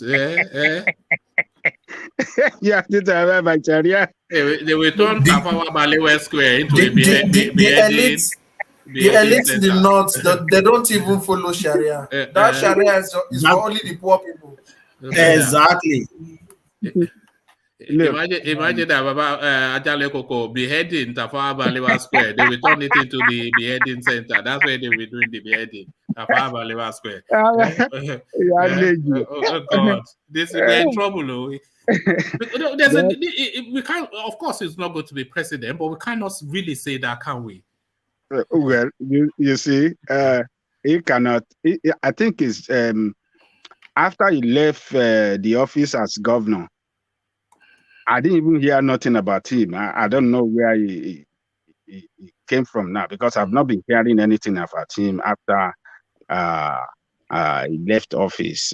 It was in 1999 when he introduced that Sharia that spread like a wildfire across the northern Nigeria. Then that it was popular, but I might be wrong. I've not been hearing anything about him until now. Okay, Ajani Koko, he has been very popular because he's one of the leaders of the northern leaders. Of the northern group that have been speaking against the south. That they have got the power to rule or whatever. He has been. He's a leader of one of the. He's a spokesperson for one of the something, sir.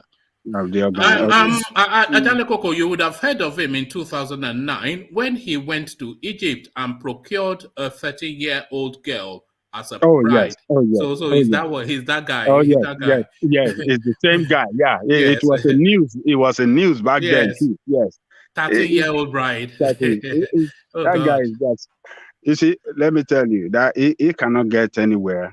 He's just trying to bring up his name to limelight again. His name has been dead for a while, so he want to bring it to limelight, and that is why he bought it from. Now we are talking about him again. So, but the statement he made that the what do you call it?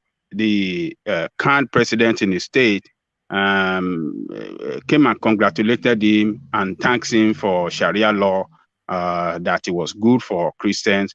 I hope that current president is still alive.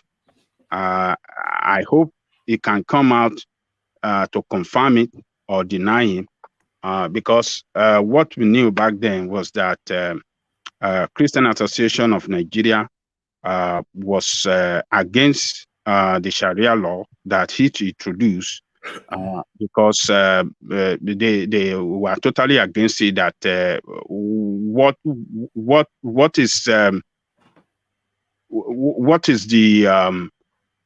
the fate of the Christian in judicial matter in the state?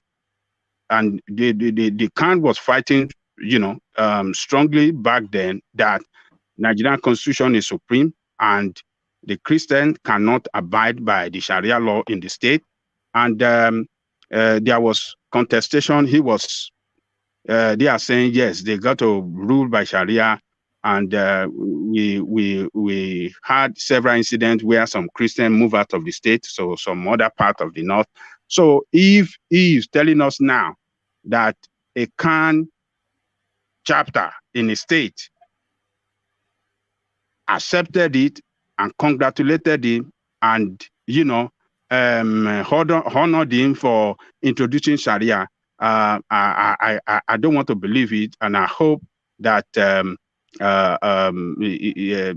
Khan president that was there the president of Khan in the state back then is still alive, and he can come out and confirm what he said or deny it. That would be very. Ajale Koko, just to be exact about what he said, this is what he said. He said, recently when I declared in Abuja, the chairperson, Christian Association of Nigeria, heavy feedback there. Recently when I declared in Abuja, the chairperson, Christian Association of Nigeria in Zamfara, was there, and he told Nigerians what kind of benefits the Christians had. There was social justice and there was development. So not only did the Christian Association of Nigeria Zamfara branch endorsed him. He was also there. The chairperson was there when he went to pick up his tickets in APC Secretariat Abuja, and that one was eulogizing then that the Christians were better off under Sharia in Zamfara state. So this is obviously we can make the leap to assume that that person was bought, but then nevertheless, this is not only bought, threatened. I'm sure his family too was threatened. I don't know about threatened, but certainly bought. Yeah, you can't say he's threatened now. How can he threaten to follow him to where he bought it? I mean, they might be friends, and maybe he was saying the truth. We don't know. So, but if the current president in the state was with him when he picked up the form, and that one eulogizes him and say good thing about him, let's just take it like that. That maybe the way he implemented the Sharia in the state, maybe it wasn't as horrible as we thought, you know. So we just leave it there. But his aspiration for this position, I know it cannot get him anywhere. It's just you know,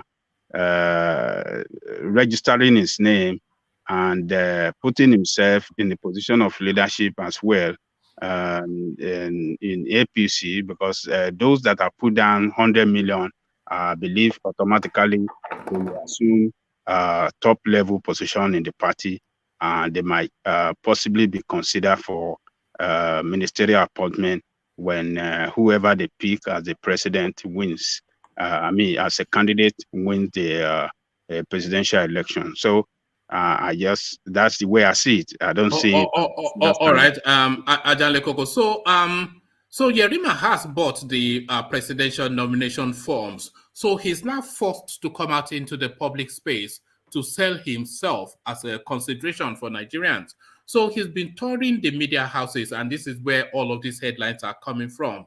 So as he tours the media houses, all of the controversial topics around him are being revisited to ask him to defend positions. So he introduced Sharia as the first governor to do that, and 12 states have subsequently followed through. But that wasn't the only controversy around this guy's name. So in that interview, he was also presented, and this is what he says. He says, nothing wrong with marrying a 13-year-old, says APC presidential aspirant Yerima. Former Zamfara governor and presidential aspirant under the All Progressive Congress Party, Senator Yerima, says he did nothing wrong marrying a 13-year-old girl.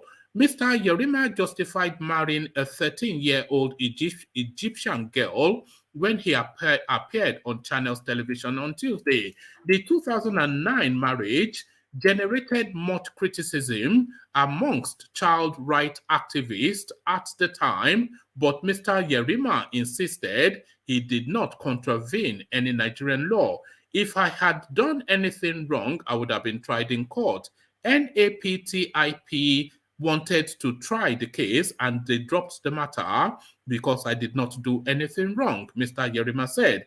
He added, there is no law in Nigeria that determines when and how you get married. Muslims have Sharia.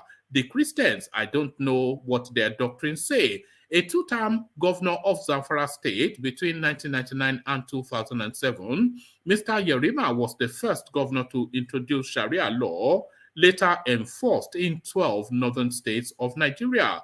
Critics argued that the introduction of Sharia law might have reinforced the bedrock of Islamic fundamentalism in the country. So nothing wrong with a 60-something-year-old man marrying a 13-year-old girl. This is what the want to be future president of Nigeria would have you have be the case. Ajan Lekoko, do you accept that? Okay, one man, I don't accept anything he said concerning the 13-year-old. It is for an adult like him, somebody of maybe around 60s or over 60 years to marry 13-year-old is should be condemned. and totally unacceptable. What he did, I don't believe he can give out his own daughter at the age of 13 to go and marry an adult like him. I don't know why these people are so shameful. I don't know how he want to enjoy 13 years old. 13 years old is just a minor completely. But how did it happen in the first place? He went to Egypt to marry that girl. What is wrong with our African people? Are they crazy? I think marry might be the wrong adjective. I think he may well have bought her rather than married her. That was a he went and bought her. Oh my goodness me! But there it is. Well, we have to call it marriage because he said according to Sharia, Sharia's allow it. So Egyptian, majority of them are Muslim too. So maybe some part of Egypt where Islamic control area maybe is accepted as well. Is so they marry him and let him go, but it's just it's unacceptable. We should condemn it. It's totally barbaric. We're in the modern world. It's for somebody that is educated. Koko, you are in the modern world, not them. But let me know. Well, you think so? I know so. You think so? I know so. No, Koko, Thomas, hold on. You didn't even know what the guy did. After 2 years, he sacked that girl and go and marry another one again. I follow this case. Even divorced that girl later. It's divorced her. Has it divorced her? He divorced her 2 years later and go and marry a new one. He said, people can fast me and when to count. That means hold me, grip me. I don't know about that. That's unverified. I followed it in total, sir. On what ground did he divorce her? He divorced this girl because normally they use these girls. That's how they treat their women. So after 2 years, they will go and take another one. Maybe the other girl has to come back. No. No. I'm not. This guy Muslim particularly. That's why we say that they don't. No, Tony, that's unverified. So that was Tony's view. That's not the view of the platform. I don't know that he divorced the woman, but carry on. Yeah. What we know about them in the north is that when they marry, they can marry many wives, but divorce, I don't really know divorce about them. So what you are saying that he divorced her, he married another one, we cannot verify that, and we are just hearing from you. But what I know is that the parents sent her back again. They sent her back again. There was a lot of controversy there. There was a bit. I follow the news all the time, sir. Okay, you might be right. So let's take it like as you said it, but it is totally. I think that country, if that country is a serious country like ours, we should make it a law to. We should make it illegal by our law for anyone to marry a minor. It is illegal. Let me just check the legal marriage because by my understanding, it's actually as high as 18. But I don't know. It's a two-tier system that we run in Nigeria. And that is where it's a two-tier system now. We have a set of laws for the northern space, and then we have a set of laws for the Nigerian space. But then, which one has the upper hand? Which one has supremacy? So, if their law permits it for them to marry according to some religion, something, but the Nigerian law sets a bar for the legal marrying age, which one then should supersede? We know which one supersedes, of course, but it's a real thing. Yeah, I think where the law of the state and the constitution, run into conflict constitution always prevail. So Yes. if we have a law in Nigeria that make it illegal to marry a minor, then this man has violated the law, and he should have been picked up and jailed or punished in accordance to the law. So, but except you want to check, but I believe that the law of Nigeria allows, because we have seen some senator that came to the National Assembly boasting of number of wives, boasted right there in the National Assembly chamber of the youngest one that she married that was a minor as well. So it is barbaric. Ajande Koko, let me share this screen for you because I just had to go do a quick check. Let me share this screen with you for a moment. This is just a Google search. So legal marriage age, Nigeria was just tapped in, 18 years of age. The Nigerian Child Rights Act of 2003 sets the minimum age of marriage at 18, but as of March, as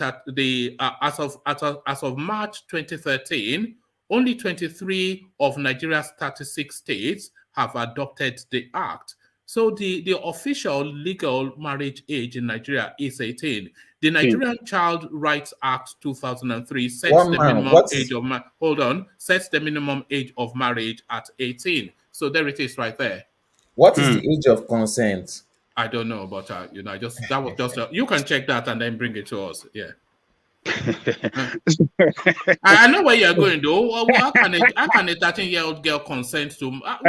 She doesn't even know what she's having for lunch. Mommy tells her what she's having for lunch, and then about Ajade Koko, it's but this is a guy that wants to be president. It's the real alarm. Yeah, this is barbaric. It's very shameful of us that as a country that people like this guy, someone like him can be parading himself around to be the leader of the country. It just shows that that country is a joke. It's a country for just any people of questionable character can just come up at any time and want to lead the country. It's just unfortunate that we are in a country like this. We shouldn't be.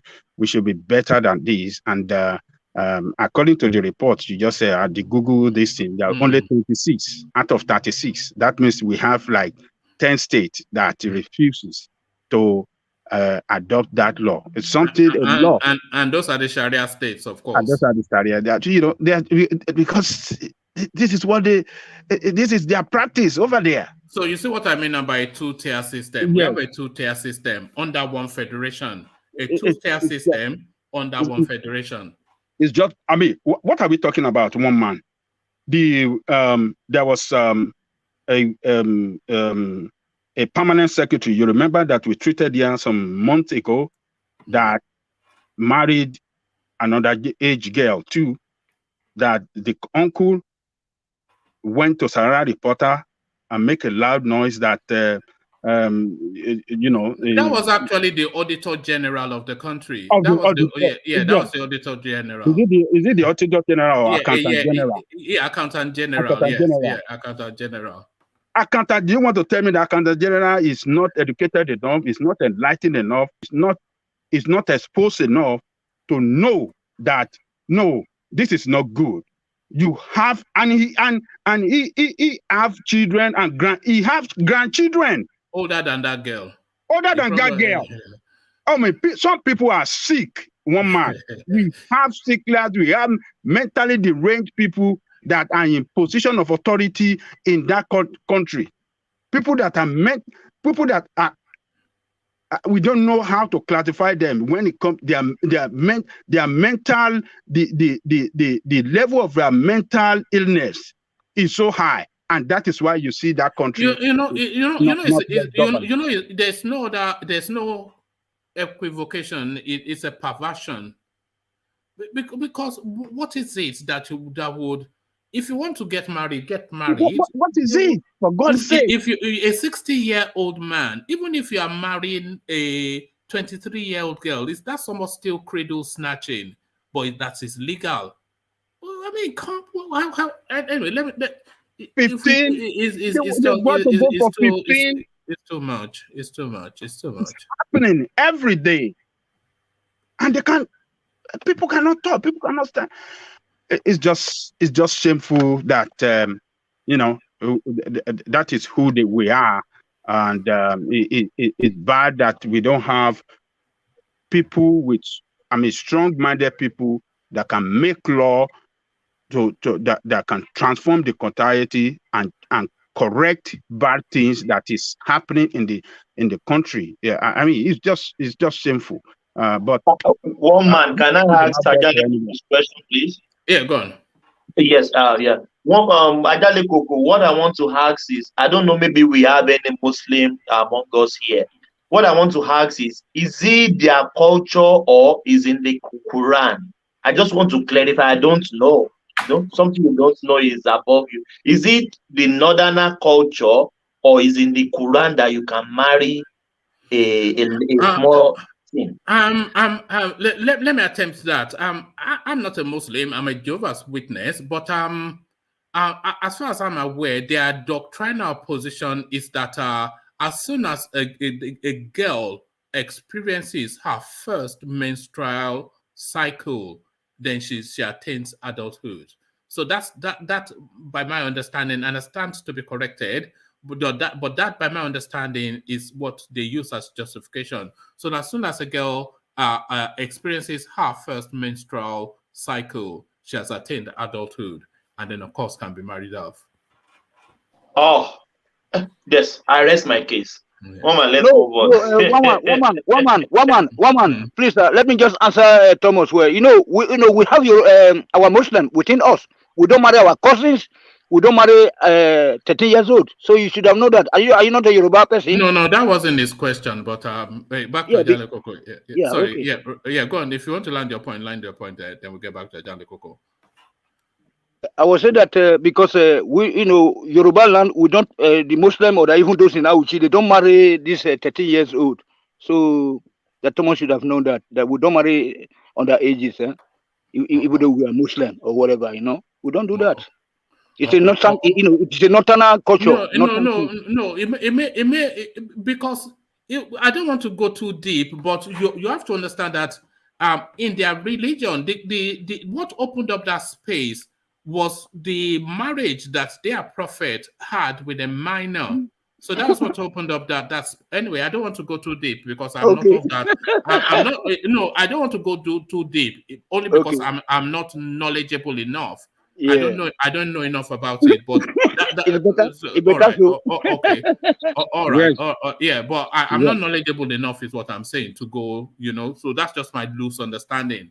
Because their prophet married a minor, then that opened up that space for them to then come up with that menstrual cycle justification. But Ajale Koko. I wish we have Jafar around that can come and tell us better that marriage of minor. But we it's just wickedness of human being against others, because when you see all these people at the top level in the north that are doing all these things against the minor or against children of others. They cannot do it. They can't allow their children to be married away at that minor age. They want their children, they like their children to be well educated, but they will do it for children of others. It's just wickedness. It's just wickedness of human to human. And it's barbaric. And until when we have legislators that will represent the interests of people that can make a strong law. We're losing you somewhat, Ajale Koko. Okay. No, that's better. That's better. Yeah. Okay, now you're gone completely. Can you hear me? Yeah, we can. You dip in and out somewhat. No. Okay. So until when we have legislators that we really know what is good for the people and make law, with respect to that, that is when we will have a functioning country that will work for everybody. It's bad as at now in that respect, and we should condemn it. I condemn it in totality. All right, thank you, John Lekoko. So lock up your daughters, President Yerima coming to a country near you. So let's move on from there to a different space. Address this headline, John Lekoko. I am ready to forgo my ambition for APC. Kayode Fayemi, so he's been touring the country trying to sell himself to delegates, but he's saying that his ambition is not sacrosanct. It's not something that is as fervently held as others seem to hold theirs, and he's saying that there are circumstances within which he will step down his ambition. So is this a clever move or a sign, or is this a chink in his armor, or a clever politics that is playing? What are you reading then of that headline, Ajane Koko? I think it's just talking, just like every other politician that can say it in the public. Oh, when I lose the election, we abide with the result. But in reality, when they are defeated on the field, they will go to court. So, but he's not making that move. He's not making move to get out of the race. He's still in the race. I would just like us to take that statement as a political statement that is, a politician make when to package their public relation, and to show that yes, they can be a team player, to show that they are committed to supremacy of the party. I think it's just speaking in that direction. So it's just a talk, a regular talk by politicians, but it's just talk. When it comes to acting or doing things in a normal way, they don't do it. So it's just a talk. Let's just keep on watching that space. All right. So it's political talk. So thank you, Ajande Koko. Ajande Koko, let's go on to Ete and Sampoli's opinion on a totally different talking point. Ete, are you there? Yes, I am. Oh, brilliant. So Ete, now, it looks as though it's not only contracts that is being given to the Chinese. It looks as though the whole Nigerian state has now been handed over to the Chinese. Chinese government making money from real projects should rescue Kaduna trained kidnapped victims. But who is saying this, Ete? The National Assembly. They're the ones now saying that it's the responsibility of the Chinese, then, these people that were abducted on the Kaduna Abuja rail space. Chinese government making money from real projects should rescue Kaduna trained kidnapped victims. National Assembly then asking the Chinese to take responsibility. So what are you then making of that? This subbing off of the Nigerian security to people as fiery? I'm not surprised because they did that. Is it in another African country when they took over airports? Yeah, that was in Zambia. So I think when they give loans, it's part of part of their requirement for giving loans. They tell you, if you can't pay, we take over that facility till we get our money back. And I don't see any problem with it. If our leaders doesn't want to have sense, it doesn't concern them. They want to make their money back. You understand? So it's left for the leaders to have sense. And for the National Assembly to come out to be saying that Chinese to go and rescue those girls in the forest. They are very stupid. I think everybody should call all their senators and reps back to their constituents and send them home, because they are just there to eat money. How can you say that Chinese to go and rescue victims? Are they harmed in Nigeria? Are those Chinese here? Do they have their own special armies and special police? Imagine if that was said under Goodluck Jonathan's regime administration. Imagine if it was Goodluck Jonathan that was saying this. They will stone him in public. But are you minding them? These people that you forgot that at Ojota they came with coffin. Is it coffin? I remember now. They came with is it coffin? Nigeria is dying. Blah blah blah. Look at them now. They are killing. They are butchering the so-called Nigeria. So it's funny. It's funny. It's like you're telling the Chinese contractors to go and rescue. What do contractors know about security? What do they know? They don't know anything about these things. They're just there to run the train business. They can't rescue anybody. It's the responsibility of the government to rescue its citizens. Are we Chinese now? We should start changing our name to Jet Li so that we know that we're part of the China Republic. All right. Let me just bring you the last few paragraphs of this because it's quite interesting. Curiously, the name of the lawmaker making this headline is called Buhari, not Muhammad Buhari, of course, but he's an assembly member speaking to that space. It says, what effort is the Chinese government putting in place to assist Nigerian government in rescuing these people? Mr. Buhari said. The Chinese government makes money from many rail projects that are being handled by China Civil Engineering Construction Company here in Nigeria. So asking them to help us is not out of place. If a Chinese national was amongst those people abducted, we know that the Chinese government would have come to his rescue, he added. The lawmaker said that Nigerians were more interested in knowing the efforts by the CCECC into rescuing the abducted passengers. So the CCECC, of course, is the China engineering, they are the contractors. So the lawmaker, the National Assembly member is telling us that Nigerians are more interested in knowing the efforts that the contractors that built the train are making in rescuing the people that were abducted. So is that where your interest is? Are you interested in what the contractors I'm not interested in what any contractor.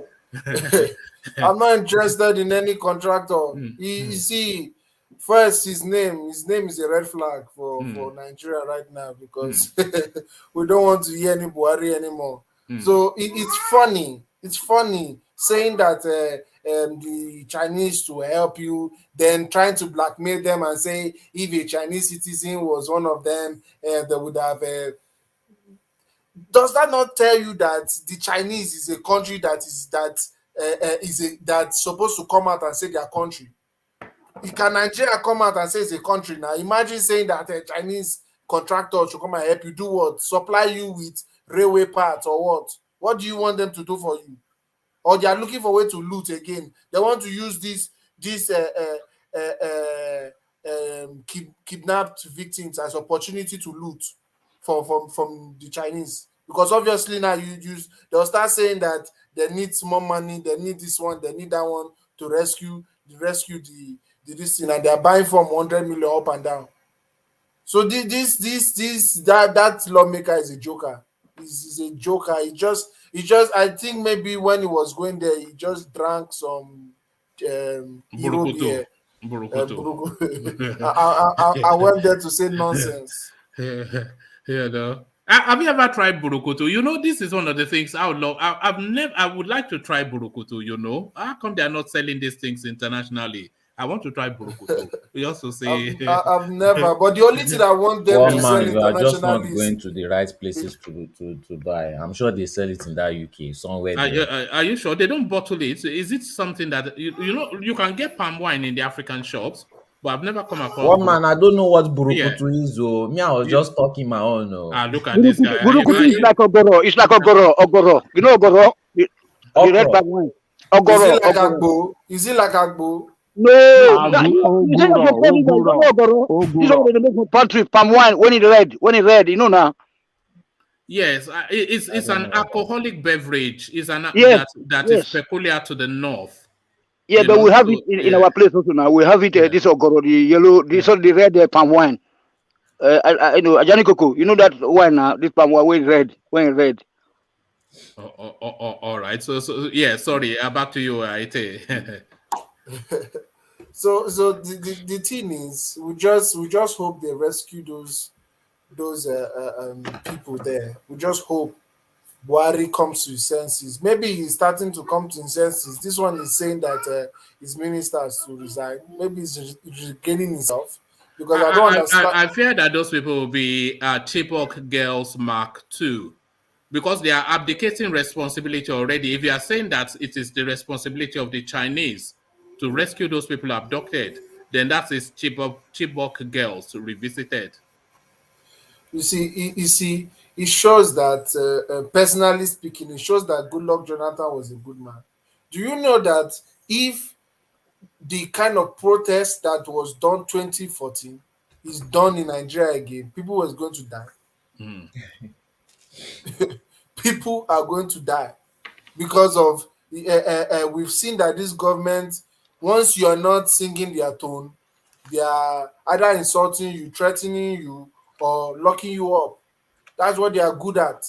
They are running a democratic system as a military system.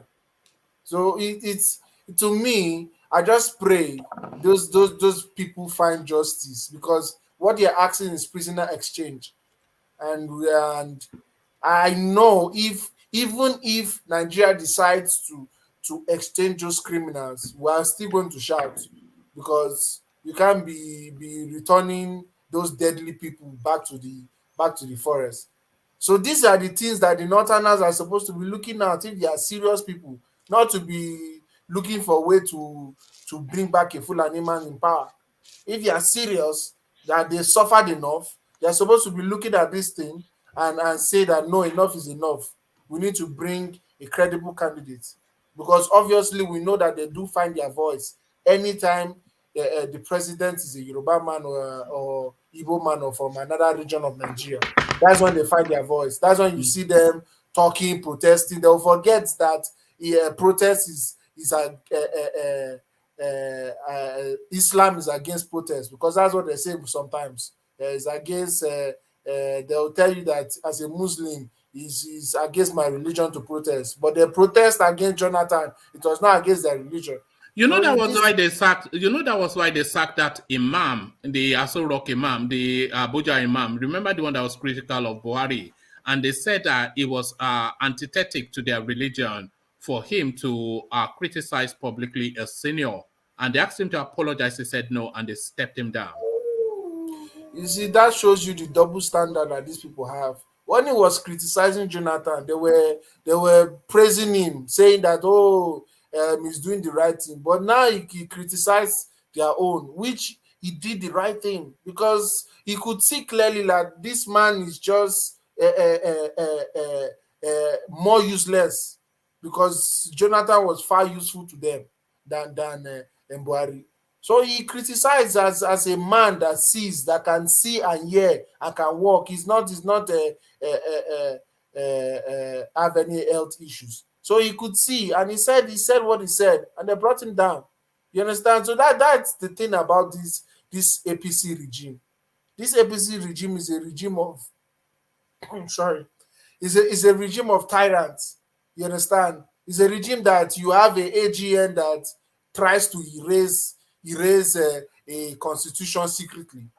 If the media didn't shout with the Senate, no, they won't know. They won't know that they've cancelled the law.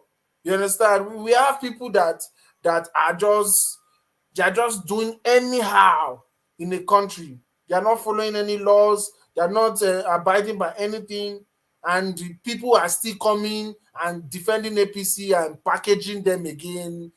All these selfish things is annoying.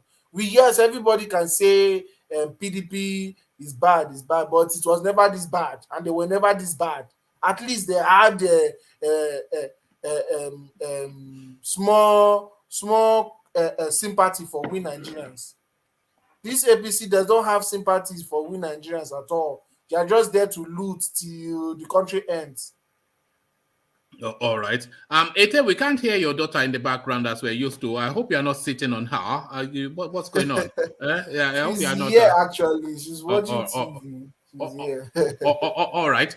You touched on it earlier, but Buhari, the night of the long knives, Buhari has willed the big axe and heads are rolling. So the directive now for any appointee that has any political ambitions to hand in their resignation no later than Monday. A lot of people already following suit. Ngige falls, Amaechi falls, Nwajuibi falls, a lot of them fall. So what are you making then of this Buhari directive? It comes off the back of the Court of Appeal, setting aside the Umahia judgment that Abubakar Malami procured to delete a clause in the Electoral Act that forbids him for holding a ministerial position and at the same time contesting for an elective post. So what are you making of Buhari's directive?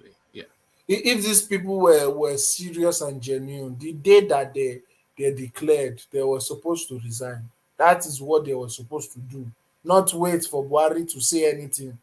Didn't they know that it was a law? Were they waiting? So Buhari had to remind them of the law before they followed the law. They just did their last looting. I'm sure they do the last massive looting in that place, and they've gotten the money that they need for their campaign. They've gotten the money that they need for their campaign, so they can comfortably step down. But people like Malami might not want to step down because he knows that his problem is not only money. You understand? His problem is way more than money. People are looking for his head because he has so much enemy in that country right now. That's just the truth. The man has created a very, very, very bad environment for himself. And the only way he can be saved is if APC retains power. That's the only way. Because I don't see somebody like Obasanjo going after, Osibanjo going after him. I think Oshibanjo will, because he really embarrassed Oshibanjo. There was a time that the cabal were really after Oshibanjo, and he was very much the arrowhead. They took a lot of Oshibanjo's portfolio and they gave it to Sadiya Farouk, the humanitarian. They created a humanitarian portfolio, and they took a lot of portfolios that Oshibanjo superintended, and they gave it to Sadiya Farouk, who they gave that ministerial position to, and then they started to cut his staff. And then there was even a time they said that he cannot make any decision without it being signed off by Buhari, and all of this was orchestrated by Abubakar Malami. So what you say, a lot of people are looking for his head. Oshibanjo amongst them, I would suggest. It depends. It depends on if Osibanjo grows wings when he becomes the president. If he's still having this rhetoric of continue where my boss stop, this I want to continue where Buhari stops kind of talk, you might not go after him because probably Buhari might tell him not to, and he might obey Buhari because Malami is a close person to Buhari. You understand? So it depends on how he wants to run his government when he gets there. But I know for a fact, if PDP gets there, Malami is going to jail for sure. For sure, Malami do not pass go straight to jail, monopoly. But no, it's just interesting. But the one name that a lot of people are looking out for is his name, but he's kept very quiet. Ngige is saying he doesn't understand what resign means. What do you make of that? He's saying he's going to go to Buhari to clarify what he means by resignation. I think Buhari will just give him a dictionary and say, go and read this. And he says he's a doctor. He doesn't know what resign means. He should give up his doctorate, or what do they call it, medical license, because for him to say that kind of thing, how did he pass his medical exams? Because a secondary school person knows the meaning of resign. Somebody in the secondary school knows. So what is he saying? He's just trying to be funny. I'm sure he's going to go and meet Buhari, and he's looking for he wants to ask Buhari politically. He wants to know if he loses, whether he can come back.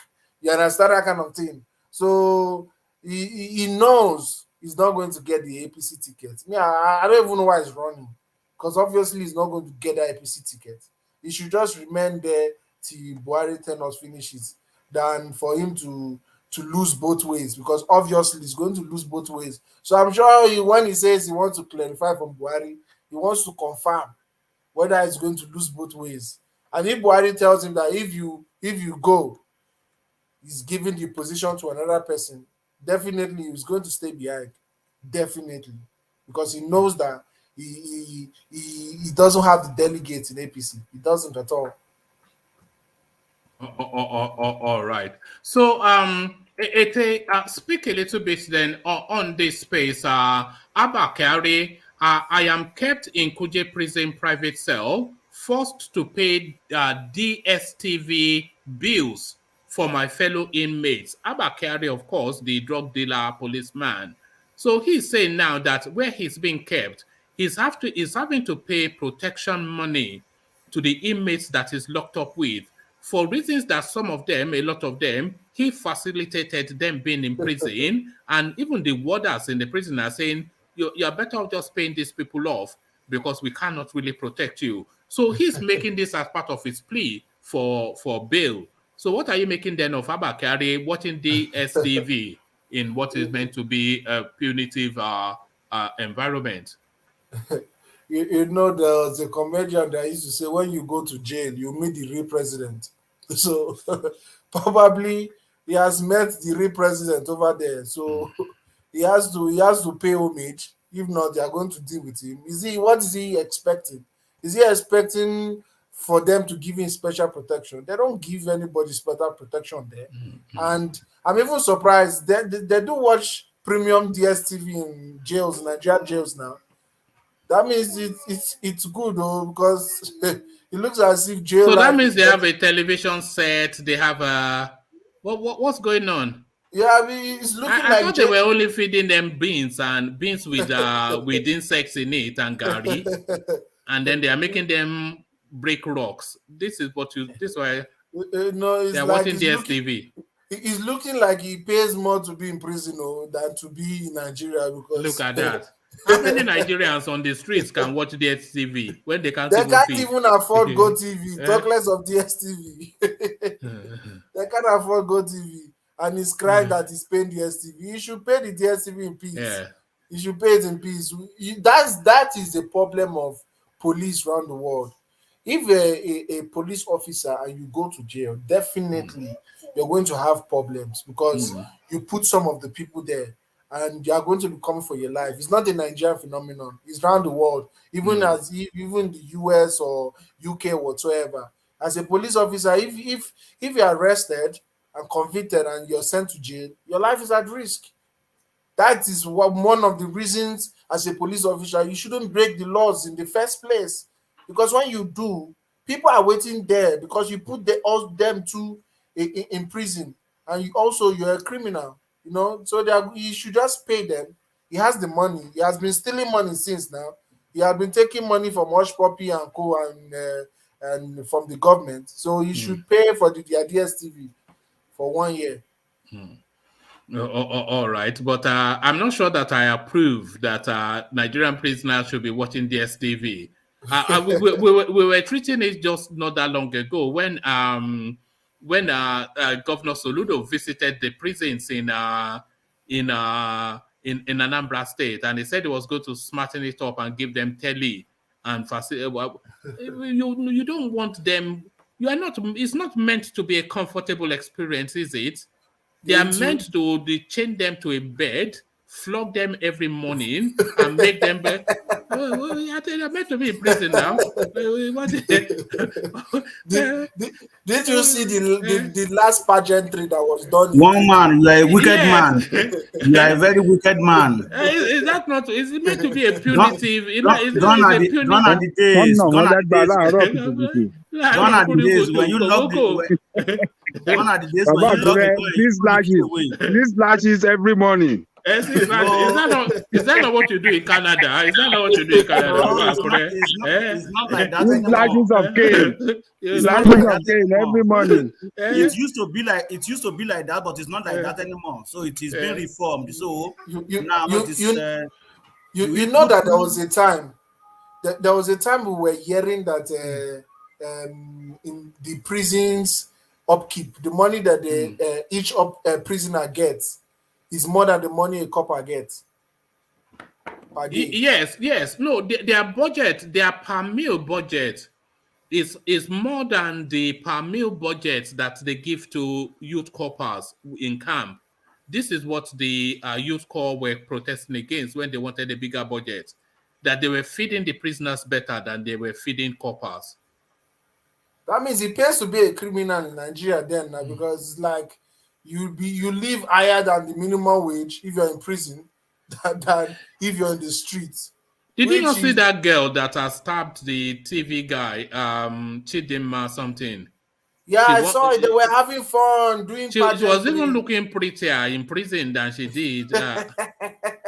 Winning prizes in prisons. Yeah, you know they are trying to bring the Western way style of prison. No, it's not like that in Nigerian prison. It's a tough thing, except you have your family wealthy and they can bring you food, bring you stuff for you to keep up better there. It's suffering there. Don't look at all. I know what I even wanted to add to a tale is this. One thing is budget. One thing is spending that budget, is looting it, and one thing is spending it. If you budget that such a thing for cost NYC guys, and if you don't spend it, they are going to blow alarm. But the prisoners, for example, if they don't give them chance to blow alarm, who are they going to talk to? That's the difference. They can budget 3 trillion and just spend like 100 million. Who is going to talk? Yeah, but that's a different matter because that's corruption. But the actual budget itself for the prison, and we're not talking about the size of the money because of course there are more prisoners, I imagine, than there are youth corpers. But pro rata is higher. I think it was about 200, sort of like 200 sort of to per prisoner to about 103 to youth corpers per head. So that was the chasm there that the youth corps space were protesting. Yeah, I got what you are saying. Yeah, so the corruption is different, but the actual budget itself is That means they might be eating meat in the prison now. Are they eating meat now? No, and like Ola said, they will just steal the money, but and feed them gari, with red oil. If they are stealing the money, quite all right. But this one I'm hearing they're having DSTVs and they are watching Big Brother Nigeria and they are enjoying their lives, So they are getting some things because Abba Kyari will not be talking about paying DSTV bills if they don't have facilities there. They have the facilities there, So definitely there are some. If you even look at the Krikri prison, look at the environment, you will see that the environment is different from the way we used to think about prisons. We used to get scared of prisons. When you hear that I'm going to prison, you're crying. I'm like, please. But seeing that, can I say something that you don't mind? Did you see the pageantry? You mean for the Chidinma girl?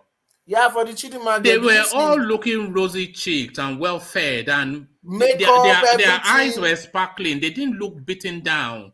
They didn't look even traumatized. Eyelashes. So they had eyelashes. They had the foundation. Do you know how much it is to do that makeup in out of the prison? Well, I don't do makeup. Do you do makeup? How do you know these things? What are you? My wife collects money for all these things now, so I know. Okay. I'm suspecting you because you are going into Bobrisky territory. I'll rescue him quickly before he commits himself. I was even going to tell it that even they are watching the STV, it doesn't matter because even restricting them there. It's just a matter of time. The person that they put in prison for like several years, how long will he watch that DSTV that we enjoy it? See, even you and I that we have our freedom, for example, sometimes we are even tired of those Nollywood and Hollywood content. You know, as much as I like football, there are some times in the mid-season that I will just be tired of everything, even when I have my freedom. So what do? I diverse. I go to camp. I go for, I go to camp during the weekend. Maybe I go for boat cruising and some other things just to balance things. Well, look at those people now restricted within that world. How many Nigerians go to camp, go to boat cruising? Are you saying prisoners should not be restricted? You see, I don't see them watching Nollywood or whatever. I don't really see that as a serious thing because they are still restricted within where they are. And that's the maximum they cannot get. It can never, the fact that they are in prison, that they cannot move, they cannot decide what to do, that alone will live for them forever, even whenever they come out. Can the poor man in the streets decide what to do? No, see, forget a poor man still have better freedom than someone in the prison. Which freedom does he have when he doesn't have where to sleep? Look, he doesn't have where to sleep. He's sleeping under the bridge. The bottom line is that you have your freedom. Have you gone to under bridge or Legba? Have you seen how many people fight for sports? You are on the extreme of it. Let's say a poor man on average poor man on the street that can even go and scout with his friends, that can even still manage to shop about with his friend and do some other things. See, the poor man you are talking about in Nigeria that stayed 3 days without eating. All right. Let's make those round robin questions that we do. Let's make it a round robin question. So it's just a snapshot answer, so not too extended. So the question is: Should prisoners in Nigeria be allowed, either through their paying or the state paying, should they be allowed to watch DSTV? Ajanle Koko, would you approve of that? Okay, we don't have Ajanle Koko. Oh yeah, we do have Ajanle Koko. One man. Yes. Even though they are serving their time in prison, they should not be humiliated. Prison should be a place to reform and rehabilitate them. So we don't have to keep them in the dark. We have to keep them alive because they are still alive, and we feed them. We should let them have while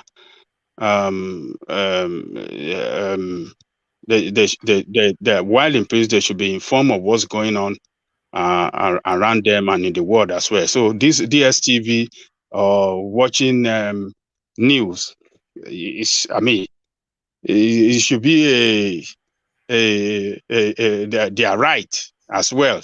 They should provide it for them, and they should let them know what is going on in their world, because they are part of us in this world.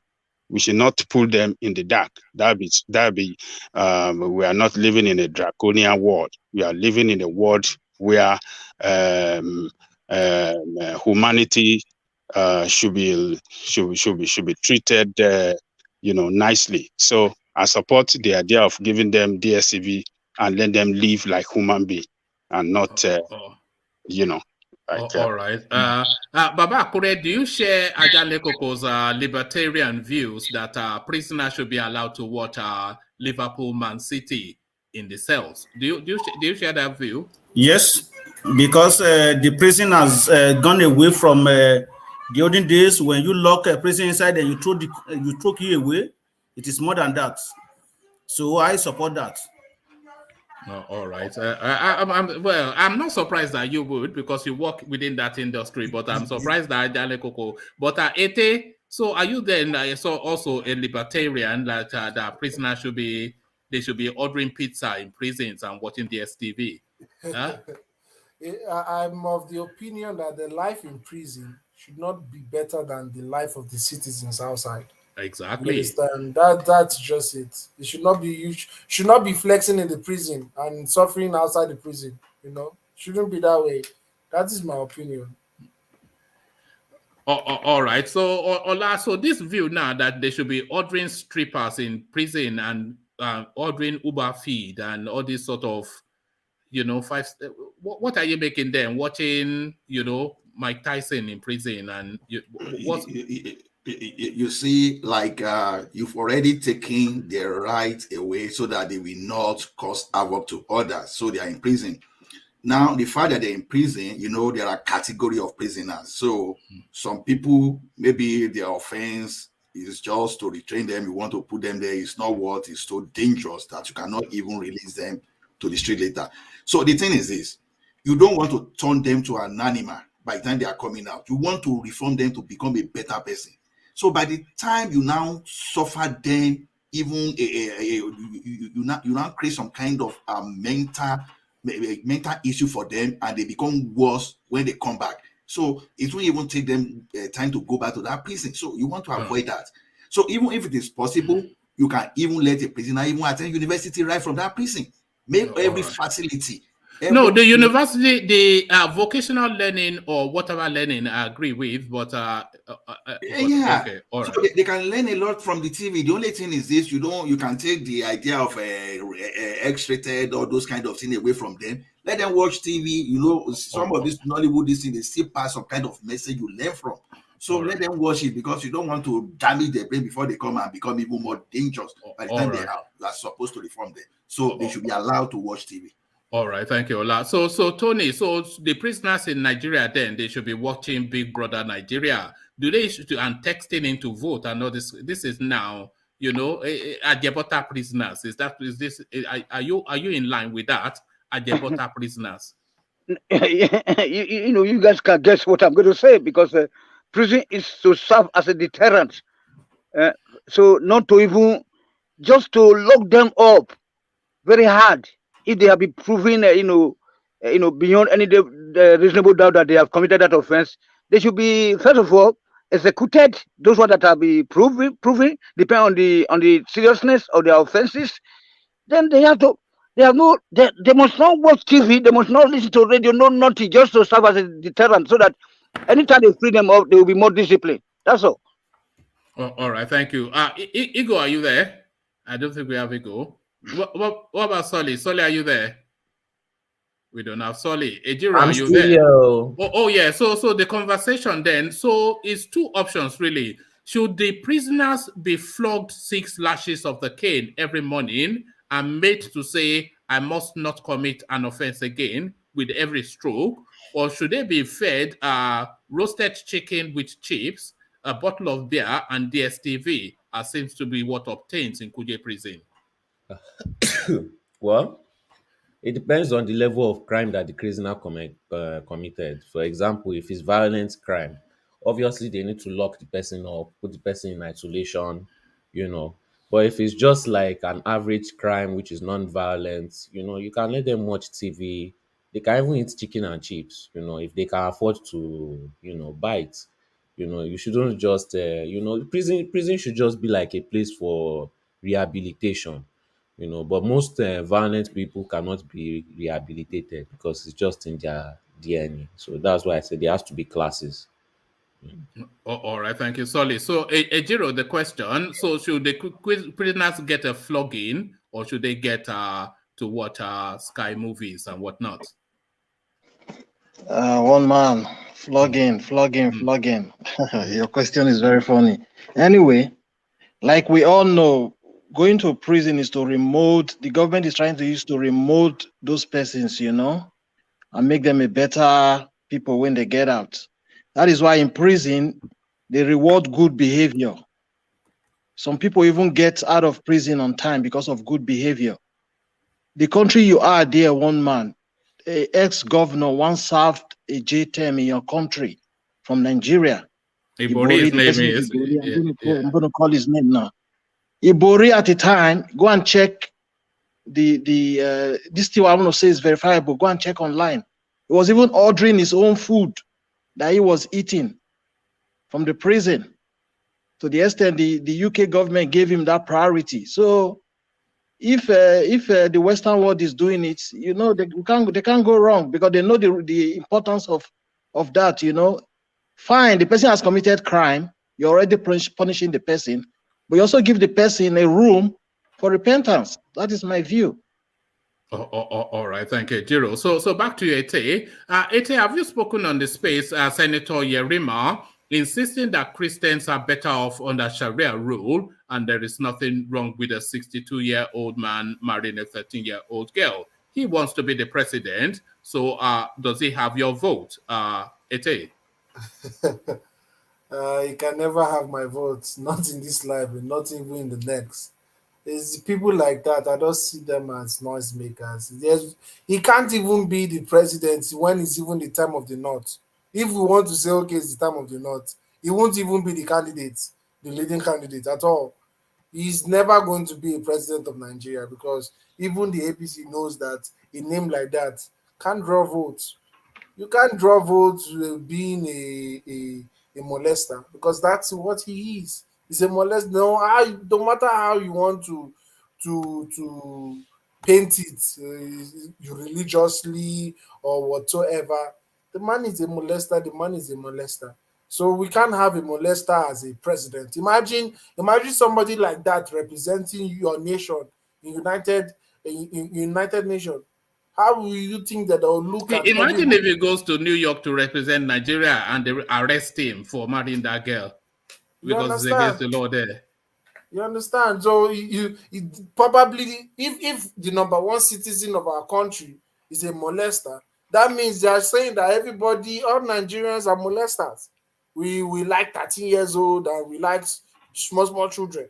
Be It's careful with not that word, by the way. You could trigger YouTube, but carry on. Yeah. okay. So Yeah. it's nonsense to me. Somebody like that should not be vying for any political position apart from his domain, which is the North, which if they support it in those 10 states or whatever, how many states they are supporting it, that is the only place it's supposed to be even having any political relevance. Somebody like that is even boasting he has 15 votes. I'm sure the 15 votes are from Niger. They are 50 not million. Nigeria. 50 million votes. I'm sure they are from Niger. I'm sure they are not from Nigeria because I don't see where it's going to see 50 million votes in Nigeria. I don't see where it's going to see it. So he's just wasting his 100 million. That's what he's doing. Although he has money, so he can decide to spend it how he wants to spend it. And Governor Fayemi said that he's willing to forego his presidential ambition for the greater good of the APC party. Does that statement show a lack of ambition on his part? He didn't even have. He was not a front runner. He's not a front runner. A lot of people say he is, so they say he's governor, is a chairman governors forum, and is this, that, and the other. You know, It's not. There's no way Fayemi will come and pass Tinubu and Osibanjo. There's no way in this life. He's not even up to even Amaechi. He will not even pass somebody like Amaechi. Talk less to have that ticket. So me, Ete, I'm not. Do you know that Fayemi was one of Buhari's first supporters, even when people were thinking Buhari was a joke? He can be Buhari first supporter all he wants now, but he doesn't have that political popularity in the party. He doesn't. He's not that popular like that in the party. Right now, the popular people in the party is Tinubu, number one, Osibanjo, number two, and Amaechi, number three. Those are the popular people that we expect. If Fayemi won't win the presidential election, let's just say the truth. If Fayemi won't win it, there's no how you want to even package itself. If Fayemi will win it, so even if you want to rig it, it's not going to be possible. So it's going to go to either Tinubu, which I'm hearing that he's saying that if he loses the primary, he he's will going to go. return home. He will return home. But what does Yeah. that mean? What are you reading into that? Because that statement somewhat ambiguous, subject to so many interpretations. But how are you interpreting that statement that if he loses the primaries, he will go back home? It's two things. If he loses it, it's either he goes back to Oduduwa. He will start pushing Oduduwa narrative, or if he loses it, he leaves APC. He goes back home to Lagos and continue godfatherism in Lagos State. He removes his hand from national politics and stays home. That's just what it means. Is there an undertone to suggest that he would leave the APC as a party? Maybe not physically, but spiritually, he will not be active in it anymore, and he will just abandon it and let them do as they will. Do you read that into that statement? Because I do somewhat. Yes, obviously. If he doesn't come the president now, what else? What else is there to offer him? There's nothing there to offer him anymore. So he's just going to say, oh, probably I'm not going to be the president. Take your party and go. You understand? He's not going to involve himself in the party again. You hardly see him come out to endorse any candidate anymore. You hardly see him involve himself in party meetings. You understand? So he's just telling them that if he doesn't get a ticket and he returns home as he says, and probably somebody like Osinbajo gets a ticket, if PDP gives it to a Southerner, the APC is doomed. That's just the truth. The only hope is for PDP to give it to a Northerner, because once they give it to a Northerner, that's when everybody will remember that Osinbajo is a pastor and he's a redeemer and he healed the sick and raised the dead. People will start cooking up stories to defend him, and he will be the next president.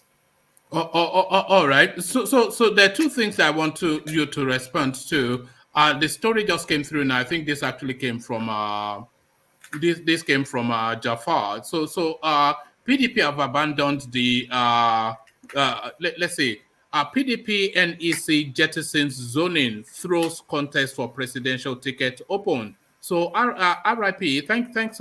That's a thanks for coming. For what's his name? Peter Obi. So they let me just share it with you, and then two things I want to. Okay, let me share this one with you first. But there's one other story that I wanted to share with you. That theme of police brutality that we were speaking of yesterday. But let me share this with you first. Breaking PDP NEC jettisons zoning, throws contest for presidential tickets open. The National Executive Council of the People's Democratic Party on Wednesday ignored the calls to zone its presidential ticket to a particular region of the country. Rather, the party has decided to throw the contest for the presidential candidate open. So that's the headline. So that essentially the end of that Peter Obi narrative, would you say? No, that's not the end of the narrative. He had a meeting with all the leaders of PDP in the 36 states just today. Is it yesterday? He had a meeting with them. So he's making his move, and there's a 1 million man march going to happen in Abuja. The 1 million man march happening in Abuja in support of Peter Obi. 1 million man march. We're going to make it clear to them that you have to give us Peter Obi or nothing. You don't have our votes if you don't give us Peter. So, but why Abuja? Why not in the East? No, you can't do it in the East. He's not ethnic. He's not coming to be the president of the East. He's coming to be the president of Nigeria, and Abuja is the capital. Million man march for Peter Obi. Yes, a million. You know that's a bold statement. You know, if it fails, if that million man march fails, it will set his it will take away from the shame, the luster of his shame. He can't fail. No politician right now in Nigeria can pull that off apart from Peter Obi. Do you know that channels AIT was running a poll on who should PDP give the ticket? Peter Obi was winning 80%. 80%. They had to cancel it. I'm sure Atiku got angry to call them because I'm sure he was like, what were you people thinking? They did the poll, and in the next 3 days, he was leading everybody. The poll was supposed to last for 5 days. They cut it short after 3 days. They tried their best to rig it. They tried to rig it, but it was clear that the people wanted Peter Obi. So they had, what did they do? We even did a poll on this platform, if you recall, and Peter Obi 73%, I think, ahead of who did we weigh him against? Or Shibanjo? Yes, it was, yeah, thereabout, yeah. So you see, the people want Peter Obi. Peter Obi is the only organic. He has organic followers. He doesn't need to pay anybody to come out for him. But is it following to is it to regional? Let me just put it like that. Yeah. No, not at all. Is it a regional following? It's not a regional following. It's a national following. I have friends, Yoruba friends, that are crazy about Peter Obi right now. They have even dedicated their accounts to pushing Peter Obi campaign. Are you sure you didn't force their hand? I didn't force. Now, if you don't support Peter Obi, I won't be your friend again. Is that what you've been? Is that what you've been doing? Do this guy? I didn't force them. They saw a credible candidate, and they felt like this is the last hope for Nigeria. Peter Obi is the last hope for Nigeria.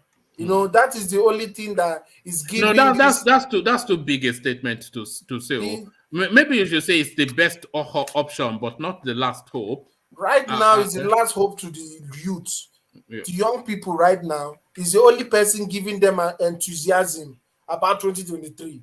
Do you know that if Peter Obi was not in the running, who holds who holds the youth space? Is it Peter Obi or Showore? Because I thought Showore held the youth space. Showore never held the youth space. I don't know what people were talking about Showore holding the youth space. Don't they start? He never held any youth so space. The youths are placing their hope more in Peter Obi than Showore? Yes. Is that what you're suggesting? Yes. Because we saw that the youth rejected Showore in the answers.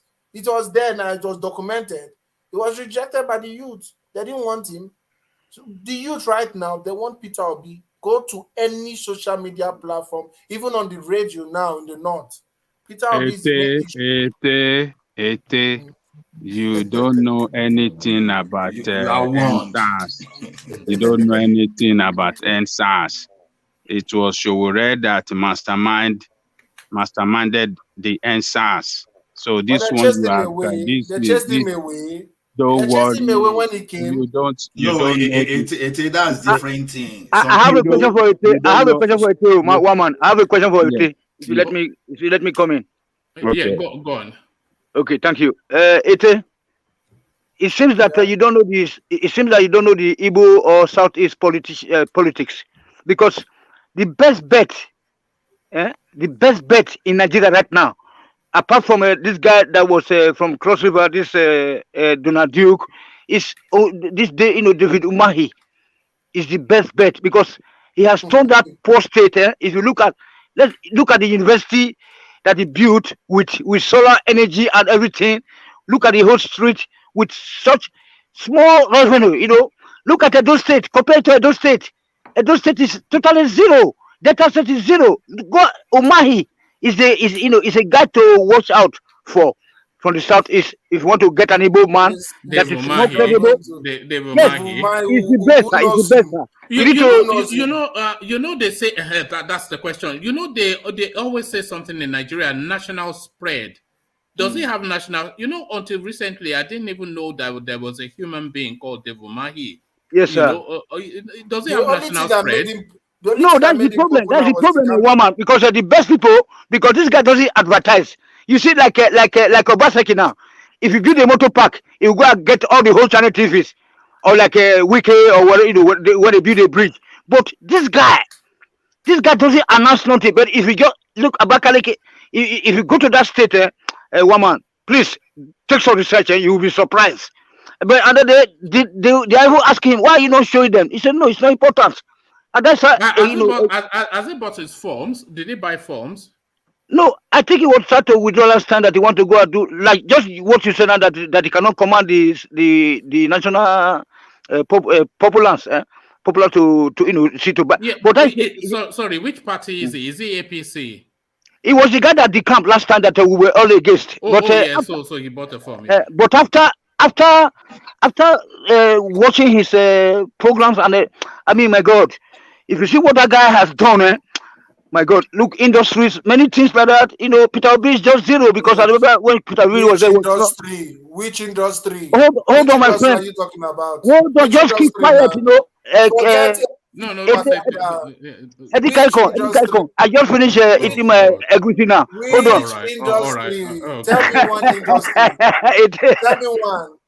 You are coming to just throw blanket statements here. Which No, industry? just Which go one to now? no Google, not be Which Google. Just one? no one So, more time. Tony, did I just hear you say David Mahi? Did I just hear you say David Mahi? Or what Tony am I is the hearing? best man, Ejiro. He's the best man. Oh, Please. forget it. Is it not the same David Mahi from Ebonyi State that inaugurated this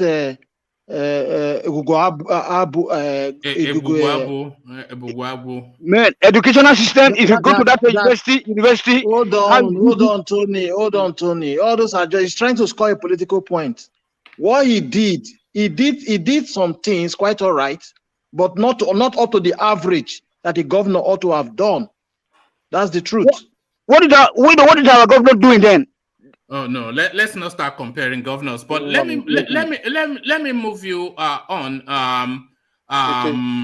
There's a clip that I want to play you because you mentioned the NSAS space, and that NSAS it was just a waste that what happened there because nothing has come off the back of it that is a positive result. They just rebranded the team and they have carried on as they are. We treated just yesterday or the day before police brutality, and Ajanle Koko was narrating experiences of his visits to Nigeria in the hands of the Nigerian police. But nothing has changed, and you'd expect that a space like Lagos would lead to the front in terms of effective policing. So that can be templated and replicated all the way through the Nigerian space. So this long build-up to land you on this. So this is a senior Nigerian actor that narrates his experience in the hands of Nigerian police. Because I just feel like I need to speak up on something that happened to me yesterday night. So I don't know if you guys are aware that the police is beginning to act up again. They are beginning to, of course, it's not like they ever stopped, but they have continued to oppress people and act a fool. Like yesterday night, I don't know if you guys have seen the police guys who stop people on the bridge, on that Ring Road bridge, the bridge that connects to Osborne, Ikoyi from Third Mainland Bridge. They were there. I was in an Uber, and then I was coming to my family at Ikoyi in an Uber. These guys flagged the car down, looked inside, he smiled. The driver, put the windows down. And then before you know what's happening, this guy literally cocks his gun and moves to the front of the car and is pointing his gun at us. And he's like, stop, move to the side, park. At this point, I'm already getting angry because I'm just like, why would you cock your gun at me? Why would you cock your gun at a civilian? Why would you use your gun to stop somebody who has not been, who is not harmful, who isn't armed, and someone who hasn't been confirmed a criminal? Like, why did he have to get there? So at this point, he's like, move. And he's really like using the gun to like, getting his face up, like, angry. So at this point, I'm already angry. I wind down when I get to the point where this driver is moved. I was in a Bolt, sorry, not an Uber. And then, I wound down and I'm like, why are you pointing your gun at me? Why are you cocking your gun? This guy's now pissed. He's like, why am I questioning him? But at this point, I'm like, please, can you stop pointing your gun at us? I'm not a criminal. We're not criminals here. If you want us to pack, we'll pack. He's like, okay, you cannot tell us our job. I'm here to do stop and search. First of all, this guy looks like a hardened criminal. Hardened criminal. He was smelling, by the time I got down the car, he was reeking of alcohol. Black-faced man who looked like a rogue. There's no difference between this guy, how he looks, and the people he's trying to profile and the people he's trying to catch.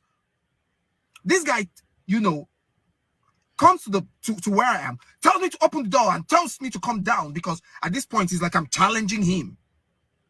All I'm saying is, Oga, please put your gun down. Put it down.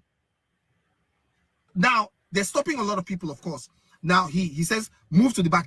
Another guy comes to join him, and he's telling the driver to park. In fact, tells the driver to, open the car so that he can enter the car. Tells me to get into the car and tells the other guy to get into the front where I was sitting, because I always sit at the front. So I move to the back because I'm already outside the car. I get into the car, and I'm like, because if you're going to do stop and search, because we all have heard stories of how police people plant stuff in cars. So I'm like, if you're going to do stop and search, let us be in front here seeing it. So I get into the car, and then, I assume that he tells this guy to move forward, which he does. Moves forward. He parks, and then they say, what are you doing? They tell him that he should continue moving forward. He said, to where you told me to park. The driver's like, you told me to park here. And then, he tells the driver that this is the guy who was holding the gun. I should move forward, and this one on the bridge. We should go against traffic, against where, cars, the wrong direction. But we should go there, and then that part of the bridge is dark. No cars are actually coming that way. Oh my God, at this point, I literally opened and the boat driver is about to move. I literally opened the car door, and I'm like, he had actually even started moving. That was when I was like, you people must be silly. I came out of the car, I said, you want to take me to a dark place after all the stories we've heard about you policemen with your gun that you're already cocking at me? So I come out from the guy and say, I'm not moving. The guy's like, okay, you will move. And he comes to hold my trouser. And so I'm like, don't touch me. If you want to search me, search me. Let's establish something first. You want to search. You want to feel like I've done a crime. I've committed a crime. I've done something against the law. Establish that. Don't just come and oppress me. This guy's holding his gun, and then he's holding me by the waist. I told him to remove his hand. Another guy, another police guy. Mind you, there are about 20 of them on this place. No official police car. No official. They came with a freaking silly shuttle. A shuttle is what they were carrying. There is no way we can trace these policemen where they came from. So if anything happens, these guys can miss. And I'm looking at their uniform. It's SWAT. A replacement for SARS. It's SWAT. What are you doing there? Why? What has the driver done? What have I done? Now they tell me, I said, please search me. They're like, you cannot tell us our job. The third guy is like, you will not talk to us like that. They now started looking for a way to pin me down. The guy looks at me and is like, why are you wearing camo shorts? I'm like, I've had this short for 12 years. 12 years though. But I've had this short for a long time. He can't tell me I'm working. Of course, he does say, let's search him. One of the guys like, let's search him. And so in fact, at this point, I pour out all the contents of my bag on the boot of the car. Search. There's nothing inside the bag now. Search. Then this guy brings out my house keys, which is a native drum. Oh, it's my... This guy brings out my house keys and says, this is jazz. Guys, let me look for these keys for you. Because these guys pissed. They were looking for all sorts. This guy says that this is jazz. Mind you, this was some of this key holder is something that was given to me by Google, to celebrate our culture.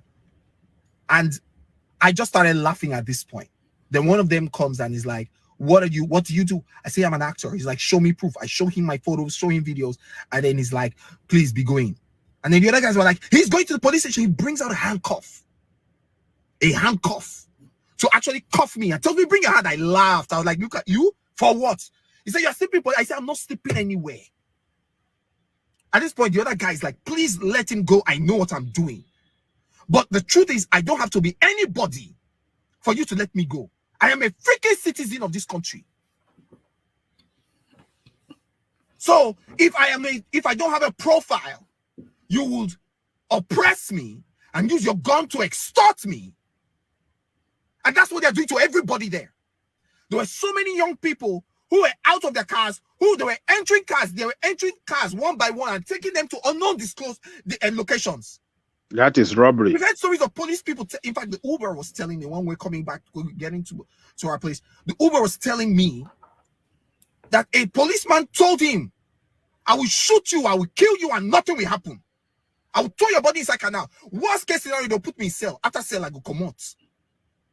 That's what's happening in this country. I'm so pissed off. And somebody has to hear this video and stop the menace that is happening on that bridge. Those police people have to stop. Yo, man, guys, I'm making this video. Oh, okay, so that's the lived experience. You mentioned the NSAS space, and it just reminded me that I saw that clip earlier, and it just jarred my senses somewhat. So you said you were talking about Showore being chased out of the NSAS space, and that just sparked that memory of that. So that's the lived experience of the Nigerian young man still, after so many lives lost at NSAS. You know the problem about this police. I don't know where they get the people that they recruit. I don't know. Like it's surprising. A lot of them looks like criminals. A lot of them acts like criminals. Imagine being on duty. They are criminals. Imagine being on duty and you're drunk. Like you're drunk. That means you're not thinking with your clear mind. You understand? That means the decisions you're even making right now is not the decision a normal human being was going to make. So that's those are the problem. And Nigerians need to come up and force these people to at least, anytime they are going on duty, they should have their cameras and they should have their badge numbers and their names clearly. If they are coming, they should put the stations that are taking people to. Because these people, they might not even take people to stations. They'll just drive you to one dark place and tell you bring everything. If you don't bring, they shoot you. Nothing will happen. Because they are still the same people they are going to go and call to do investigation. What are they going to investigate? And they are the one that killed you. You understand? So these things are alarming. Things like that is very alarming, because if that man was not an actor, I'm sure he would have been in jail somewhere. Mm-hmm. Or it'd be at least 10K poorer, you know. Yeah, at least 10K poorer, depending on the type of SARS. Some will take 50K, some are not 10K. So it's crazy, and it shows. Even they do this kind of things to ladies. I remember back then when I was in Nigeria, I had one of my ex like that called me in the morning, started crying. I was like, what happened? Is it Rebecca, that one? Yeah? Look at this guy. I hope your wife is not there. I will carry on there. One man, if you can do it, you see video like this video, you can post it to Lagos State. Can send it to. No, they'll pick it up because they are very good at picking up all these online videos and addressing it. But as that guy says, what if it wasn't somebody with profile? If either parted with money or his life. Yeah, that's the way it is over there. It's crazy. If you can post it to the Twitter account of Lagos State, that'd be good. You know, but Lagos State cannot act. Lagos State cannot act. Your guy at the top. Tony, don't do that, man. Don't say Lagos State cannot act. Lagos State have acted several times. You know, I'm going to tell you one story. This story happened in 2007. Hold on. Let it land. Yeah, go on, Ete. So the funny thing is that sometimes all these police officers too, this SARS or whatever, even normal police, what they do. I remember when they arrested this my friend, arrested her around 10 o'clock coming back from work. Do you know what these people did? They circled around the area till after 12. Then took her to the station after 12 and said she was doing battering. I don't know what is battering or whatsoever. Is it wandering? Wandering. Wandering. Yeah. She was doing wandering. Somebody you picked 10 o'clock returning home from work. She was doing wandering. Then you also said she was doing wandering, and it's like she doesn't want to tell them their profession. Then she had to pay 10K to be released. So those are the things that are happening to both men and women in Nigeria. They are extorting people from that Lagos space, especially in Lagos. It's high in Lagos. things like this is not high in Abuja.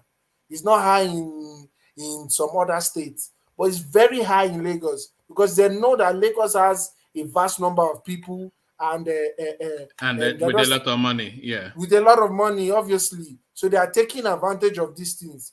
So I think people need to rise up again to warn the government that if they don't want another repeat of the NSAS, it's almost inevitable now. Did you see the anger and the frustration? You heard the anger and frustration in that guy. It was shaking with rage. He was shaking with rage. Yeah, because it's annoying. Imagine cocking a gun at somebody doing nothing. And he was drunk, so the person cocking the gun was drunk. So he's not in full possession of his faculties. God.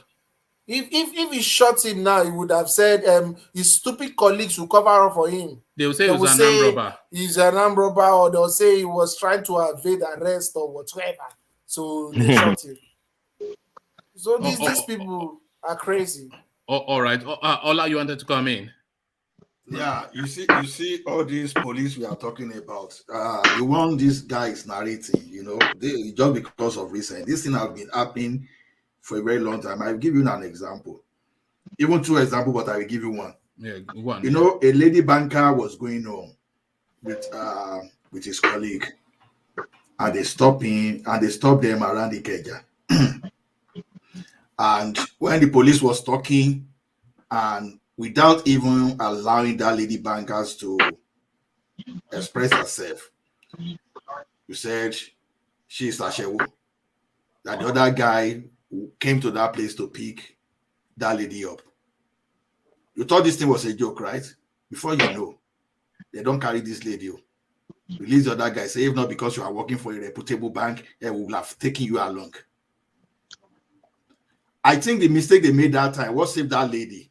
The only thing that saved that lady is that her boss happened to be the wife of the acting commander of zone. Is it zone 2, right? Zone 2, the one that controlled the Lagos and Ogun State as at that particular time. That was a person that guy called. The other guy they free because they didn't even know, that's how stupid all these police can be, right? All these people. That one on call that, okay, auntie, they've taken this thing. They've started molesting that lady already. And with evidence. Although one justice that was served there is that all those guys were, maybe they dismissed them later, but I know they were arrested immediately. Because you see, my frustration is the only result that is gotten is somebody with influence. Exactly. But a lot of Nigerians don't have influence. Exactly. But that doesn't then criminalize them, and that doesn't mean they should then carry the weight of, Exactly. It's a real travesty. You know that it is not that police alone are that faith. It is because it's this guy's reputation as a lawyer, as an actor that saved him. Your friends are colleague with boss with influence that saved her. But what about an innocent that doesn't have all of those? Even the actor was lucky that some other police guy were just within their senses. They could have swear. These people, they were so stupid that they would not even know. They were so stupid that they would not even know. Do you know that these police you are talking about, sometimes they harass the keys of their bosses before they now came to know? Because they can't even, they are so fearless. Now, this is the failure. If I will follow Femi Falana, it's not of the police. It's just, who are those people monitoring this guy? It's the failure of the judiciary. No. Because according to Femi Falana, Ganifa, when he won the case on they won the case regarding this thing that when they were, these people would just go to the street and be catching people that say ruga. And they say, okay, judiciary should set some kind of a committee that will be moving around the detention center and ask for the offenses that these guys committed, so that those people that they don't have this thing freedom, so that will be something to discourage all these kind of barbaric acts. All right. So It really must be addressed. But exactly. it's a real cause of concern, and it's the biggest cause of concern in Nigeria, because the police, the criminals are criminals, so that's their job. But the police are criminals, so that's a double whammy. Exactly. I think I can remember when some police killed one military officer brother that was just coming from America, then that they took his money away. I think it happened in 1998 or 97. It's not because the driver on the way from the airport, Abi.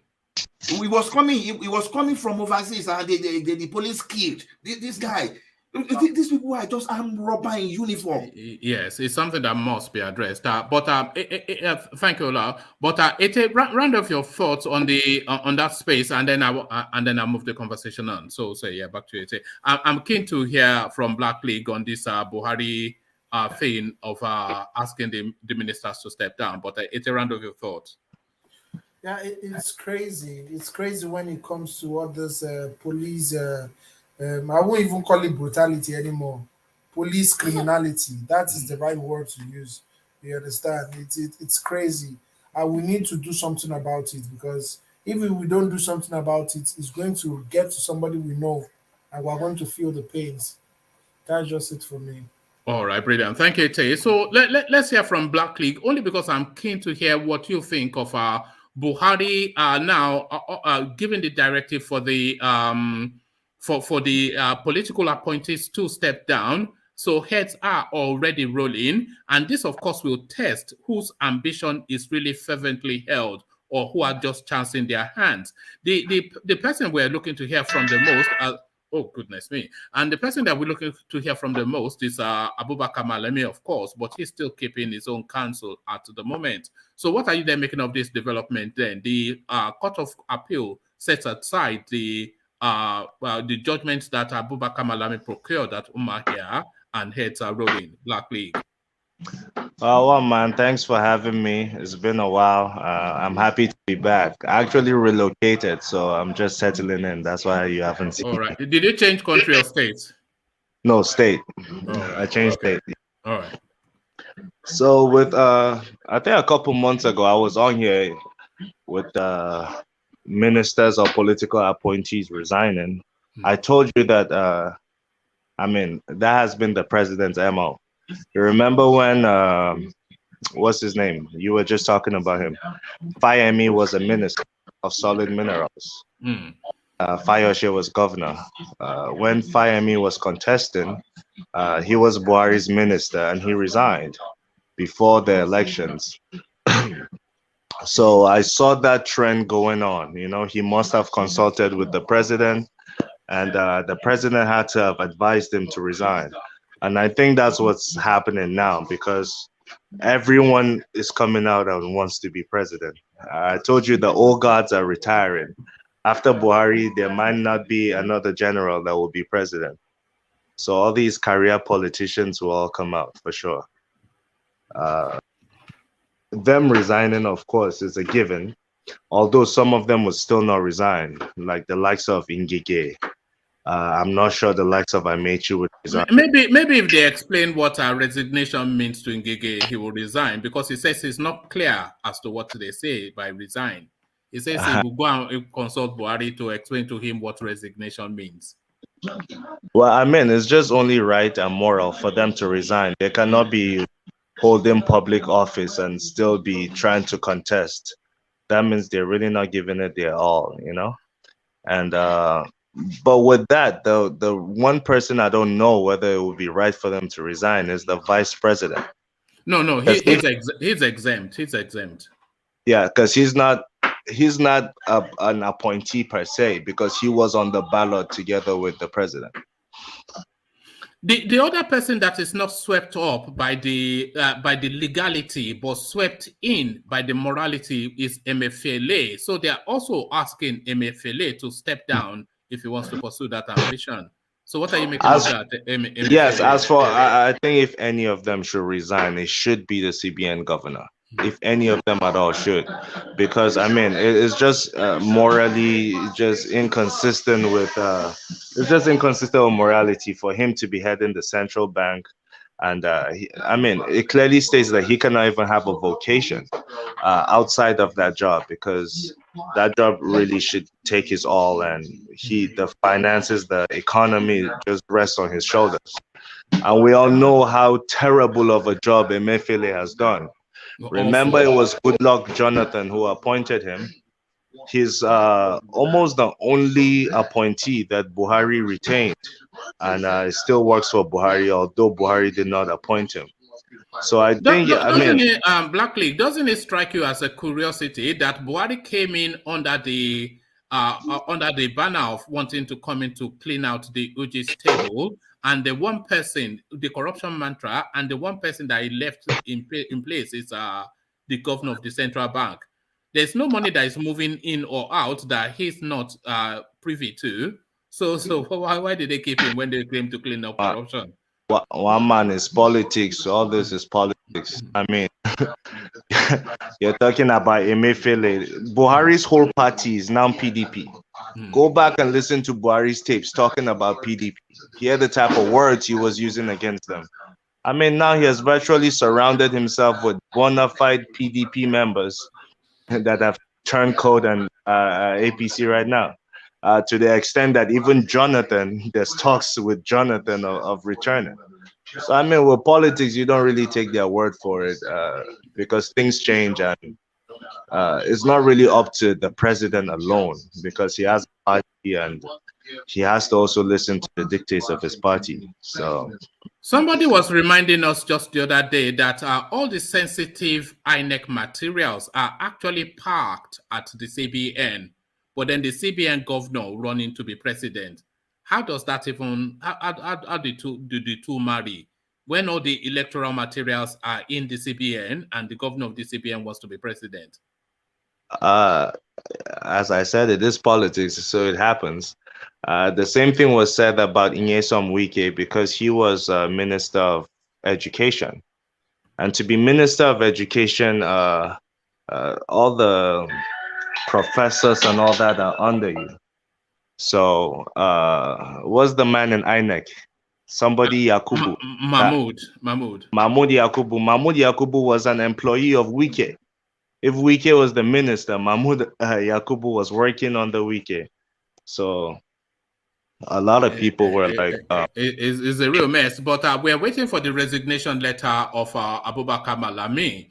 But Ajale Koko added an additional bit that in the pronouncement of the Court of Appeal, they said they were setting it aside, the Umakia judgment, because the person that instituted the suit, he had no locus.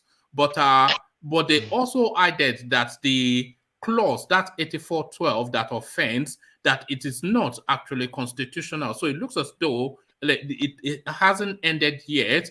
But Malami, of course, he's keeping mum. So he looks as though he's still looking to explore legalities, to straddle both horses, the Kebbi State race, and still retaining his ministerial portfolio.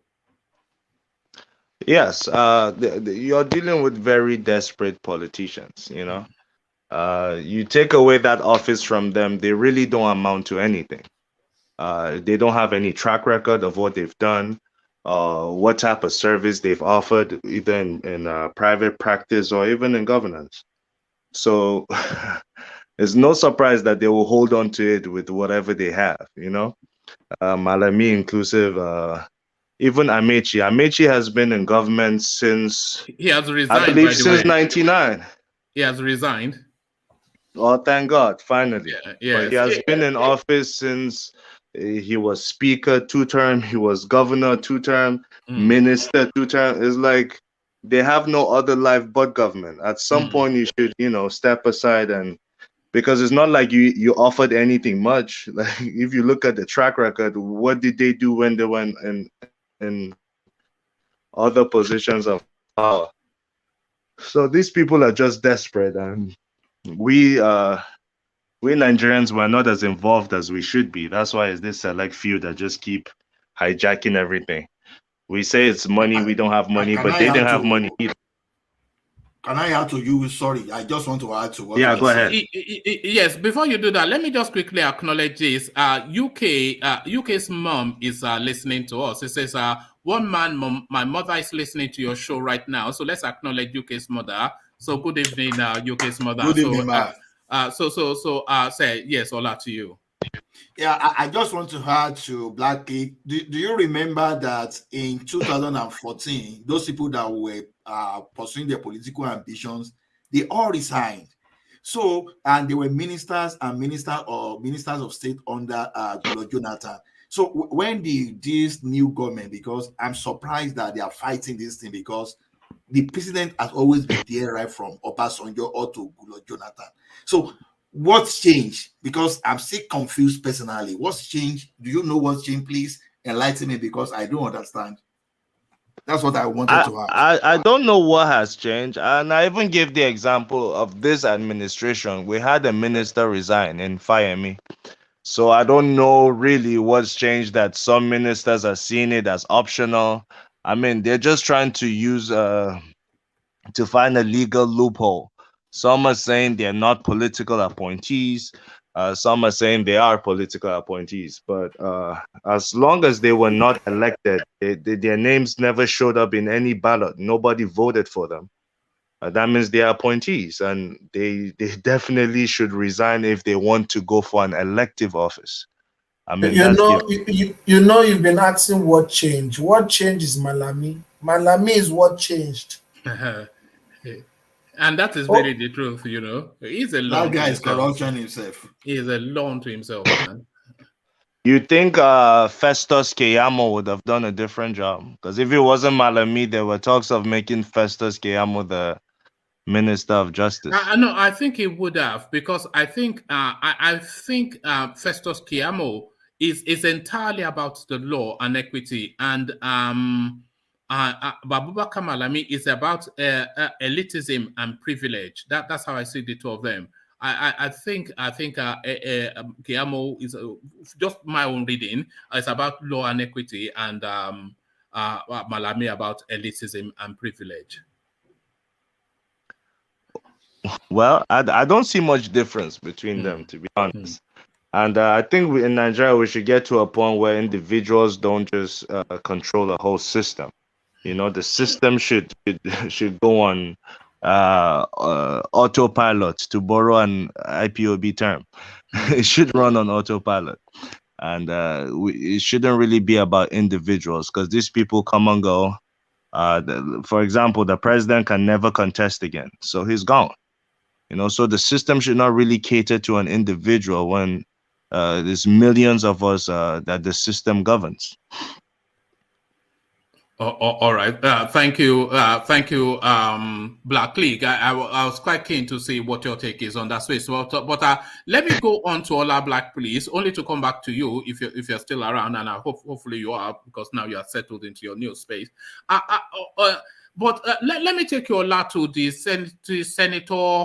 It is a senator, isn't it? Yerima space, who tells us that the Christians in Zamfara state delight in being ruled over with Sharia, and they said that this is the moment that they have been wishing for, and he says that there's absolutely nothing categorically wrong with a 65-year-old man taking a 13-year-old bride. So he puts himself forward to be your president. Does he have your vote?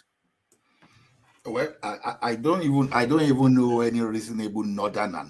I mean, when I say reasonable northerner, people like us, well educated, those people that will want good thing for their get child, or let's say maybe get child for the children that are female. So no reasonable parent we want to vote for someone that will deprive those people that are supposed to be in school. We are marrying them out. You know, is this kind of archaic thinking?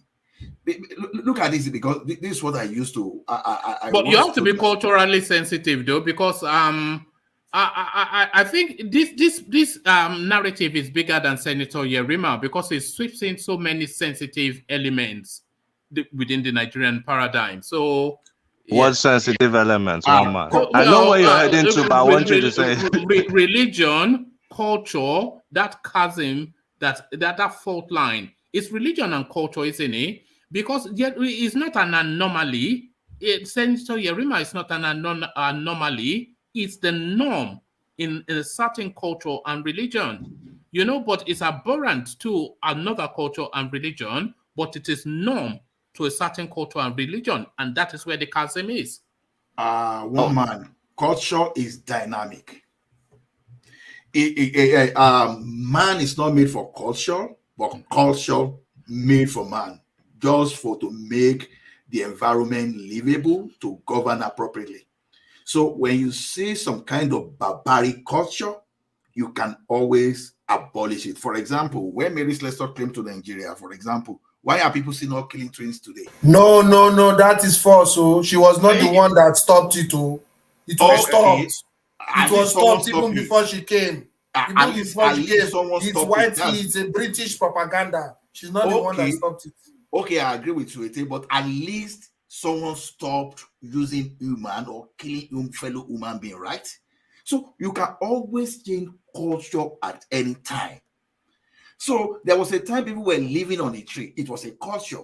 Why? So you can always change all these things. So it doesn't matter whether you get your culture from religion, or maybe you formulate some kind of rules and regulation that guides you and becomes your culture over time. So what are we talking about here? Is it really culture? Are we trying to mask pedophilia? Don't use that word. You tweet at YouTube. You know. Well, you know what I mean now. So are we trying to mask that thing to say it is culture and tradition? You know the norm in YouTube. They say the P word. So the P word. Yeah. Okay. The P word. Yeah. You see, someone that will send his girl to Harvard, Oxford, Cambridge, and we just look at the poor masses on the street. Oh, don't let them be educated. Just marry them.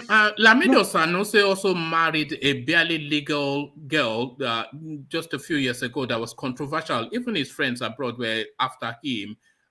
Some princess from some lesser kingdom, and he took her and he said no, he's going to send her to school before whatever. So that's why I'm saying this is wrapped in culture and religion, and peculiarly northern within the Nigerian experience. One man, which culture are you talking about? The northern culture. The northern culture. Oh man, there's no such thing as the northern culture, one man. Well, I keep telling you this. There is there's no such thing. In street language, there is. In street language, in formal language, there's no such thing as southern culture. There's no such thing as northern culture. So if you talk about culture, you really have to go to the people you're talking about and then mention it specifically. If it's Fulani, you say Fulani. Yeah. He wants to say Islamic culture, but the person don't interject too much. Don't interject too much. You don't know nothing about it. Not. I think we should listen to Black League. He's telling us what we don't know here. He said it's not northern culture. We have a lot of tribes in the north, and he's selling us that is Fulani culture, and let us stick to not that. Fulani. I didn't say it was. They do that in Benue. They do. Benue not part. No. They don't do that in Benue. They do that in Taraba. Are they not all the same? No, they are not the same. I read this afternoon that it's Sharia culture. You know what Sharia call is? They say puberty. Once you get to puberty, then you can marry. So you know what age of puberty means for a lady? I think from 12 upward, right? But then is slavery not also Sharia culture? You understand what we are saying now? Now marrying a girl that is not educated to an adult, you see, you are destroying the future of that person. Look at it this way: a man can get married to a lady. What if something happens to that man because you turn this woman to total dependent? You are not giving her education how to even survive in the absence of any man. You know, or like KNF, for example, you can see lady will carry truck, we drive, we do whatever. A lady will do whatever any other man can do, for example. You give these people education and let them be on their own, but you want to ruin these people before they even know what the word is. So why will you take education away from these people? And the elites, that are even propagating this message will never do that to their own personal children. This is wickedness, and their own personal children are supposed to. All right, sorry. You know what I'm saying now is that let Yerima show us an example. Let him take his children, his daughters, and marry them out at the age of 12, at the age of 13, and now put the thing on video and say this is what we are doing. Have we not seen Ganduje when their daughter, for example, was married, that opened her chest, everything, and yet if that thing happens to any common man, this in Sharia, we go and carry that person, and they can even amputate and all those things. All these things are barbaric. So whether it is culture, there are some kind of culture that is already outdated. That there are some culture that they are Stone Age culture that it has nothing to do in this modern day. So to me, we can't call our country a secular state, and we now have a set of laws that are variant. See, this is why Black Day want to say something. Yeah, and I just wanted to add to what you're saying. Yeah, it might be some part of maybe a certain culture that may allow that and say once a girl reaches puberty, and that interpretation is broad, you know, to really determine what age would a girl reach puberty. But also it has something to do with wealth, you know. If Yerima, of course, is a wealthy man, the lady he got married to in Egypt, they're not Nigerians. So, of course, he paid off the family, and the family handed him his bride. You know, if it was people that are not as rich as Yerima, that definitely wouldn't happen. They would now start telling him how the girl is too young and this and that and the other. But, of course, this man is a millionaire or billionaire and goes over there to Egypt. Of course, is no questions asked. So it's it also has to do with morals, you know, family morals and upbringing also. Yeah, but the one thing now is this, see, not until, because all these organizations they call that condescend that they are fighting for human rights, all those things. This is where we are supposed to have some NGO to fight against this thing, because if you can fight against some other kind of crime, this one is even a worse crime, because you are killing childhood. What is supposed to be fundamental right of a child, you are killing this thing just for the selfish interest of some certain individual. Do you know that these guys now, for example, if not because of immunity, the immunity through diplomatic passports, I said that someone raised it the other day that can they be prosecuted overseas? Of course, yes. If you take these people up with the government of Canada or United States of America, you'll be shocked. They will take them up. All you need to do for these people is to take away the but the narrative, though, was it that countered that narrative that the Western space, they recoil when it comes to matters of religion and culture, and you know, let's just, okay, if you want to open up that space, it is permissible in a certain religion. Because they say once a girl experiences her first menstrual cycle, then she becomes a woman. So that varies right from the age of, because some girls, they start early, and then some girls, they start later. But really by the age of 13, 14, you expect them to be experiencing their menstrual cycle. And there's a permissiveness within a certain religion that allows for that. So if they come into the Western space, and then you arrest them off the basis of them marrying a minor, and then they bring out the religious card, it'll be very difficult for you to prosecute them because it then becomes a religious matter. One man, the Western world treats matters based on their own law. Don't worry about that. They don't do that. Come on. No, I will tell you something. Can you fill immigration form today and put polygamy in the air, for example, and you think they will grant you a visa? Have you tried that before? Have you seen someone try that before? Most that is for normal people. That is for normal people. No, even the rich people will not. Don't worry about that. You are not the only one living. We all live in the West now. So look, we know that there's a sensitivity to religious matters, and they recoil from it. If the religion is permissive of it, and they go against it because they want to say that they are civilized and Western, it will open up a religious they recoil from it. I think that's just what a lot of Canada, us know. we call it Woman, you are right. Woman, you are right. Canada. Canada is not in another. No, in Germany here, woman. Hold on. Okay. Okay, go on, Tony. Yes, sorry, Like I don't. sorry. Ola, let Tony land this point. Sorry, Tony. Okay, sir. So, woman, you are right because in Germany here, I know about 10 different Syrian families that are having 2 wives or 3 wives. They are allowed to do it here. Of course, because what do you mean? No, he's telling you that is Germany not a Western country? Get what I'm telling you. But only they are just encouraging them not to marry or underage. They are even begging them. They don't prosecute them because there are some of them that are married with 13, 15 years. But the government will always go there to intervene. But the ones of those of the ripe age, I know about 10 different families, men that are my friends from Syria. They are married, to 2 wives and 3 wives. Tony, get my message clearly. These guys, if they are filling their form, they will never declare that. No. They rent them. They give them a double apartment. They will rent two different apartments because that my business have gotten to do with these people too. So we do supply them washing machines. Sometimes. I'm telling you what I know because I've once worked with white. I don't know what you know because Germany here.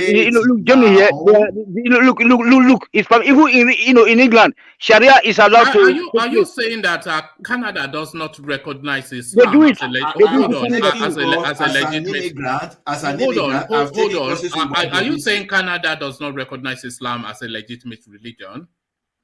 Of course, yes, they recognize Islam as yes, and one of the cornerstones of Islam is multiple wives. Yes, I got your point clearly. So are they going? Are you rewriting the Quran in Canada? I'm telling you that our immigration forms will not allow forget you your to immigration. do Forget your immigration form. Ola.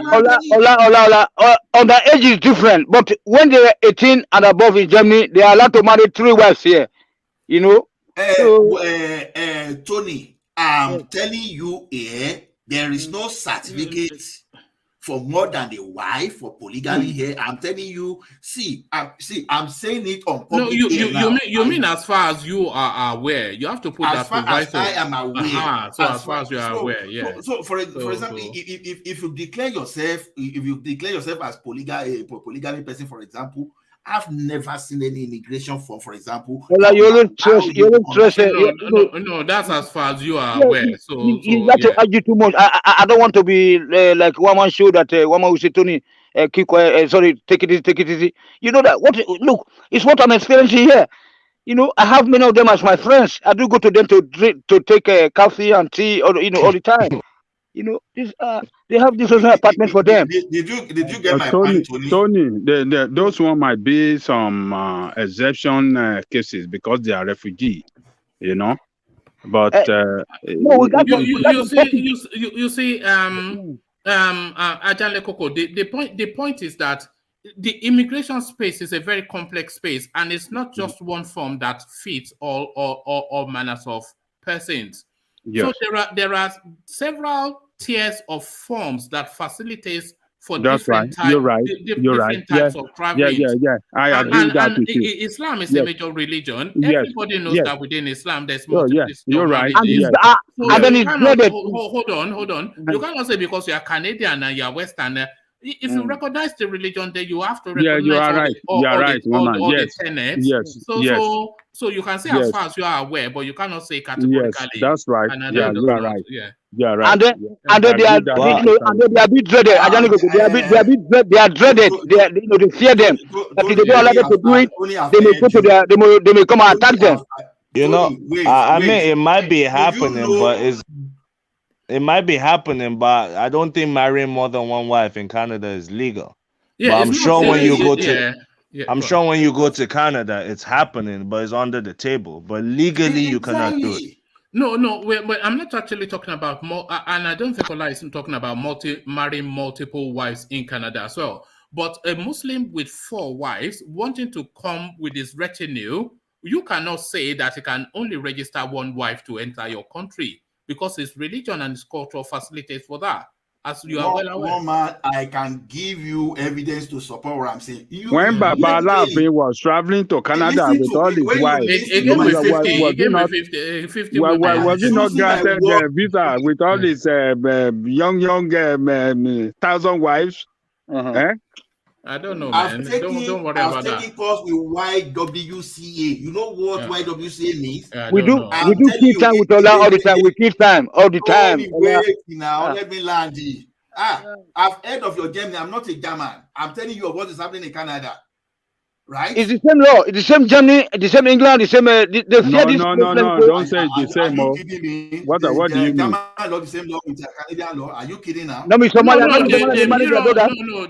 Western laws mirror themselves somewhat. Look at what happened in Canada. Canada recognizes that there are countries whereby polygamy is legal.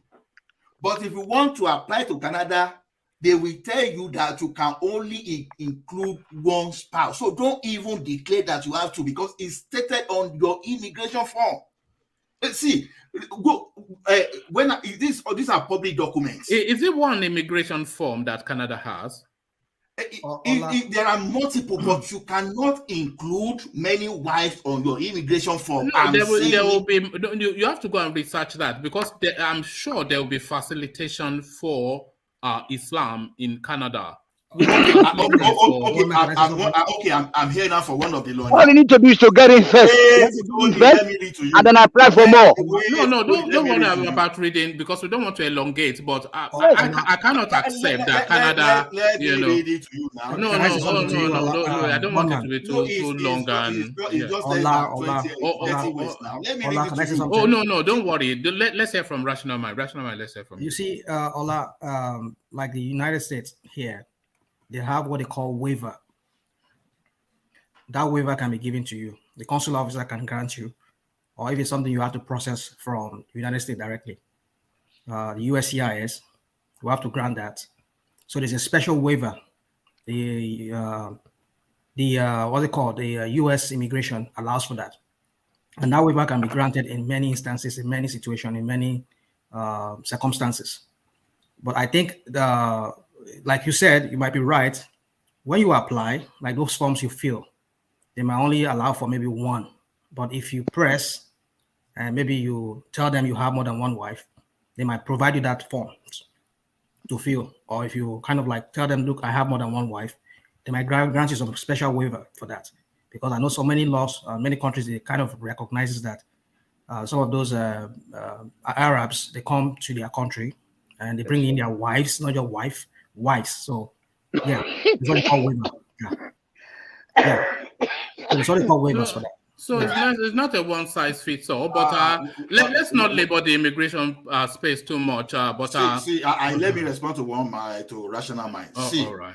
Here, if you have legal document that you use to marry 4 or 3 wives, they will ask you to divorce the remaining 3 and get one document. You can now file others as members of the family. See, this is what I'm saying, that when the others will come in as your sisters or something. No, that can't be right. I don't accept that. You don't accept it? One man, you know I won't tell you what I do not verify. You only know as much as you know, but that cannot be the case. It cannot. Can I say something? It will be the case that you cannot marry 4 wives in Canada. But if you are already married to 4 wives, they cannot say you to divorce. They will tell you to divorce 3 wives. If you have certificate for 4 wives, they will ask you to divorce the remaining 3. All right. Woman. Let me say something. Where I am here now, like Allah said, you're only allowed to marry 1 wife, 1 certificate. But in the situation whereby you have other wives before you now come down to Ireland, what they will do, like what Rational Mind said, that waiver form is available. But you put them under as partners, not your wife. Like a life partner or something. Not your wife, no. Exactly. It's only 1 wife you are entitled to marry to. That's what happens here. I don't know of the UK. You can put as member of family, but not to wife. I don't know about that. But no. When I say I don't know about that, I mean I don't accept that is what I really mean. But how can you tell Sheikh Mukhtar? So can you hold on, please? Sheikh Mumuni. Yeah, how can you tell Sheikh Mukhtar for coming from Kuwait with his 4 wives? You know that because you're Canadian, you cannot. He has to register his wife as his own sister. It's just not. It's not just something that coheres. It doesn't cohere. It is for immigration purpose. Like you are migrating to the United States here or any other country, they might maybe insist that you do that, like you said. But if it's just like you're on tourism, like the what's it called, the Alafin that was said, maybe he went on the tourism. They could allow him that special waiver. But for immigration purpose, that you are moving, relocating to live and work in the country, I think most countries doesn't recognize that. They only recognize just one wife, except a special waiver is given to you for that purpose. You can do your research on that. You see that there is most embassies do have that. All right. So I'll speak on the space then. Still with Senator Yerima.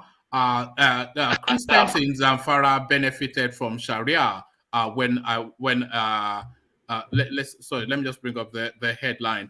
Christians in Zamfara benefited from Sharia when I was governor. AHMED Yerima. So he's still, because he's now touring the media houses trying to drum up support for his presidential ambitions. And they're asking him about all the controversial topics around him. You'll recall that he was the first to introduce Sharia into the Nigerian space that then cascaded the 12 states now that are Sharia states. So he's saying then that the Christians are better off under Sharia. So that then, of course, the template for his presidency, Ola. You see, those are one of those governors that after they've taken their burukutu, they come out to spill everything. So is it the bishop? Is this the bishop of the diocese, or whether for the Anglican or for the Catholic or is he representing Can?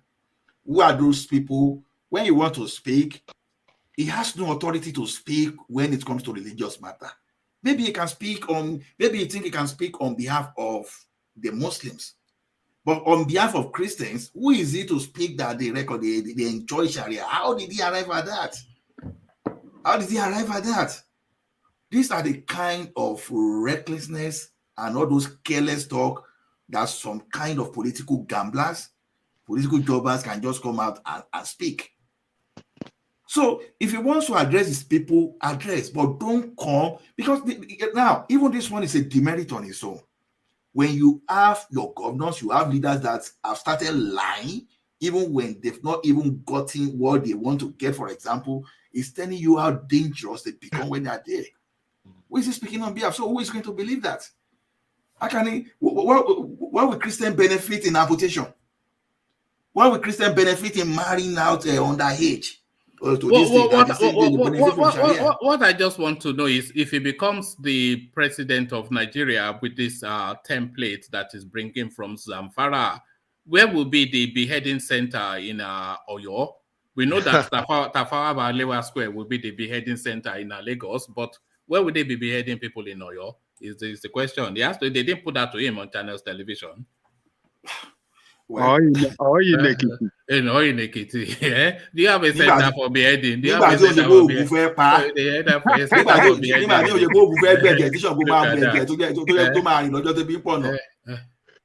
You understand? I'm already causing him indirectly if he try Ekiti for where we don't tolerate nonsense in Ekiti. You know that. All this one that Murik is doing, in Osun State, for example, let him come and do it in Ekiti State if he's not going to smell his own buttock. These are the kind of barbaric things. This is why people are saying Nigeria, we cannot work. One thing, like I keep saying, if you cannot disintegrate Nigeria today, let us just make sure that we do some kind of reform, we regionalize, and let every region decide on how to want to rule. If people within its region want to be marrying even right from birth, when they just give birth to a child, let them go and do that. Let them continue with their criminality. Those of us that we don't want to become criminals, you allow us. You don't force everyone to become a criminal. You will see when you have leaders that all from the content of his art is criminal, that you cannot even, that they don't recognize civilization from what is totally unheard, that you cannot even spew out. So to me, let Yerima speak for himself, and is one of the architects of the modern day banditry we are having in Nigeria because of that Sharia they managed to smuggle into our constitution. Let me give you his quotations just to see how he justifies that statement that Christians are better off under Sharia. So he said, so this is what he said, responding to being asked if he thinks the North is better with Sharia law, the former governor said, yes, during my time, if you check the records, President Obasanjo declared in his government that Zamfara state is a crime-free state. They said the crime rate in Zamfara at that time was 0.2%. Sharia means justice, equity, and fairness. Ask the Christians in Zamfara. They will tell you that at that time, they were better off. Recently, when I declared in Abuja, the chairperson, Christian Association of Nigeria in Zamfara, was there, and he told Nigerians what kind of benefits the Christians had. There was social justice, there was development. So the Christian Association of Nigeria chairperson from Zamfara state escorted him to pick up his nomination form as a way of gratitude, to show gratitude for him vesting upon then the state Zamfara Sharia law, which sweeps up the Christian, and they are better off under Sharia. So there it is right there. So it's perfected the template in Zamfara, and he wants to bring it to the wider Nigerian space. Like I said, it's Burukutu that he drank, that is direct. But you see now, this is where I expect the bishop, the Christian body within Zamfara now to speak up. Even if they cannot speak up, they've already spoken now. When the chairman of the Christian follows him to pick up form, they've spoken. Oh, they spoken. The chairman of the Christians does not represent the Christians. That's just a position. It doesn't represent the Christians. I don't know. I don't know. Go ahead, Black League. Yeah, this Yerima guy, I don't even like talking about him, to be honest. He's just one of those, you know, he's desperate politicians. Of everything. He's the worst example. Yeah, of he's an extremely desperate politician. I followed him since when he was governor until now. If you notice, when you hear Yerima, Zamfara, all you hear of is Sharia. He did nothing else in Zamfara state besides that Sharia. And he did that because he wasn't popular. He was looking for a way to get popular. Of course, when you use religion, that's so close to people's hearts. You can use it to get popular.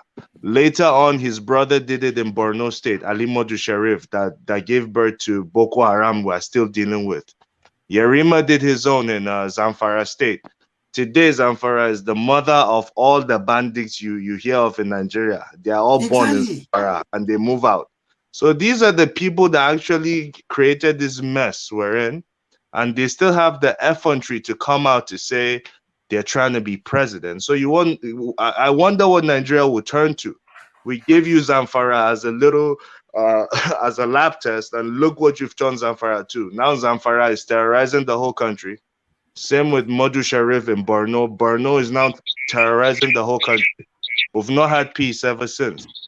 So, I mean, characters like that, we shouldn't even be dignifying them by even calling their names out, I don't think, because they are complete failures. In Zamfara State, when you go there, the people there will tell you Yerima is a failure. And he's just an opportunist who is a very desperate politician. The only way he can get ahead in politics is to use religion and to use it the wrong way. And it just results in bloodshed and other things I can't even mention here, one man. There is an information online that Zamfara State could not register any student for WAEC this year.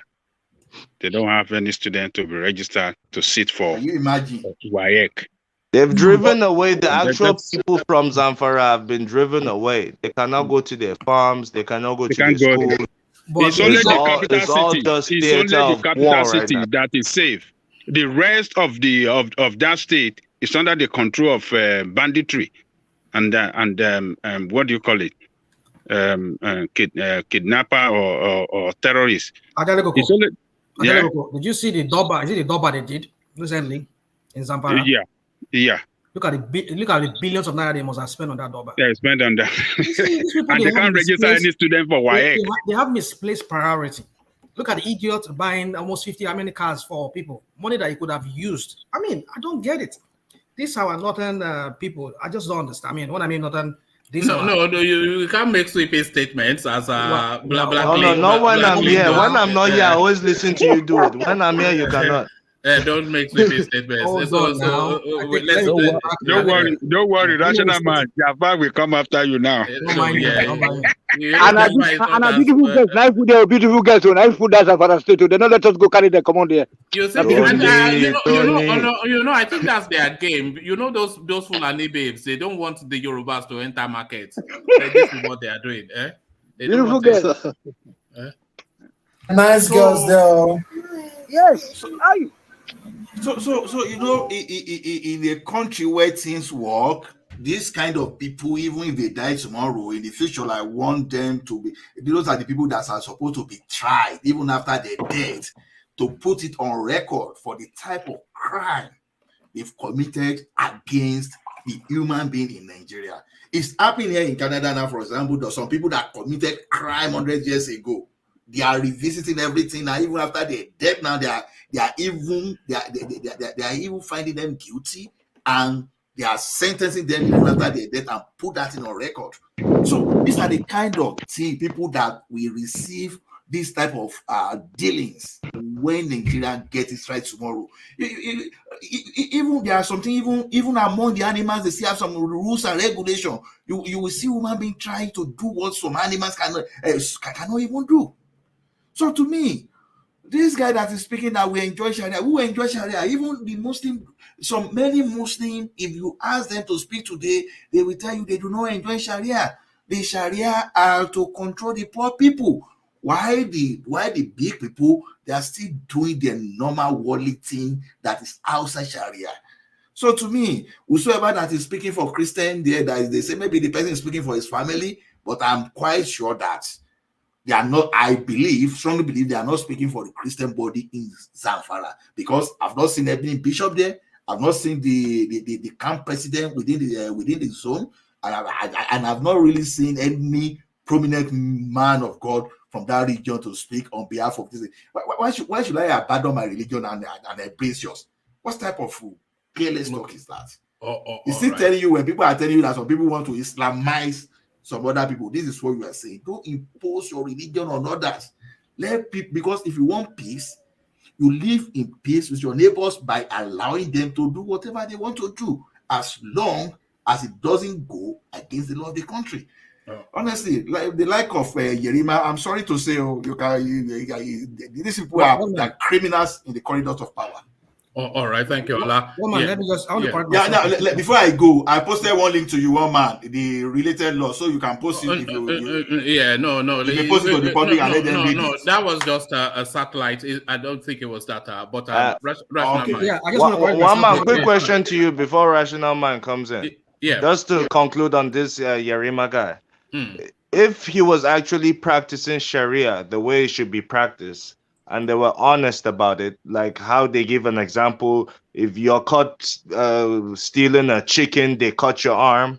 If you're caught stealing whatever, they just amputate you. You think Yerima should be alive today? They will cut him up in bits. Exactly. So this man that is preaching Sharia up and down, let's use the Sharia law on him, on those people preaching Sharia. Let's see which of them will survive. These people are looters. They've looted the whole state. They've looted billions. That's what they're using to marry. But to be fair, it's not peculiar to Yerima. It's George Orwell's Animal Farm, isn't it? Some animals are more equal than the others. If you go to the Middle East, which is the bedrock of the religion, they live under puritanical doctrines, but remove them from the West. Every Instagram, they are ordering Instagram babes like Uber Eats, and they are sniffing cocaine like they're breathing air, and they're drinking champagne all over. They're all over London. If you go there, especially in the summer, they fly in their supercars all these girls barely naked, piled, they just live wild. But then they have this puritanical, religious arc over their space. But then they go out, and so it's just that's hypocrisy now. That's hypocrisy. That's what you find there. But then that's privilege, and so yes, yeah. So yeah, I just want to say something. It's Castina, not Zamfara, that they did it Doba, because I remember the governor of Castina was the one who threw that. I just want to say it's not Zamfara, it's Castina. They did it Doba. Yeah.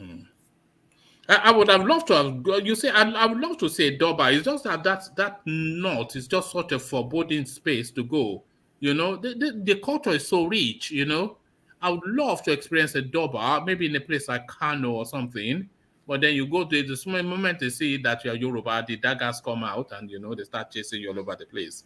It's not actually like that. I have attended Dobas in the past. But you can blend in now. You can blend in. I can't. No, it's not about blending in. There were white people there. How did the white people blend in? I mean, you see people from different places.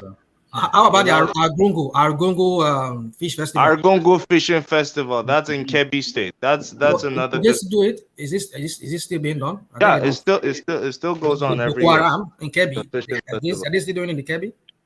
Yes, it still goes on. Okay. It still goes on. It's been a while I heard about it. What about Yankari Games Reserve that they taught us at school that time? That's in Bauchi State, close to Jos, actually. Is this there? Is it functioning?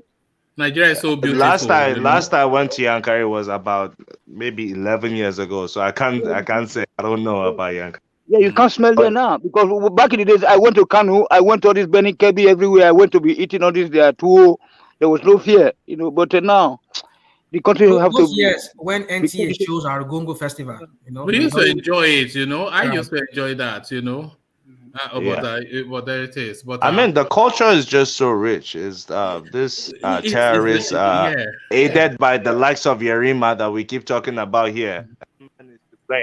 Him, Modu Sharif, those two politicians. I've followed them, and I know the type of atrocities, especially when it comes to this banditry and terrorism. A lot of people attribute the birthing of Boko Haram to Modu Sharif. It's solely the handwork of Modu Sharif. Because Boko Haram has been in existence since God knows when, but they were never a powerful group. Never. But he put them in government single-handedly, gave their leader, he made them commissioner of, I forgot the ministry, but he was a commissioner attending the state executive council meetings. So that's how closer can you get to the government.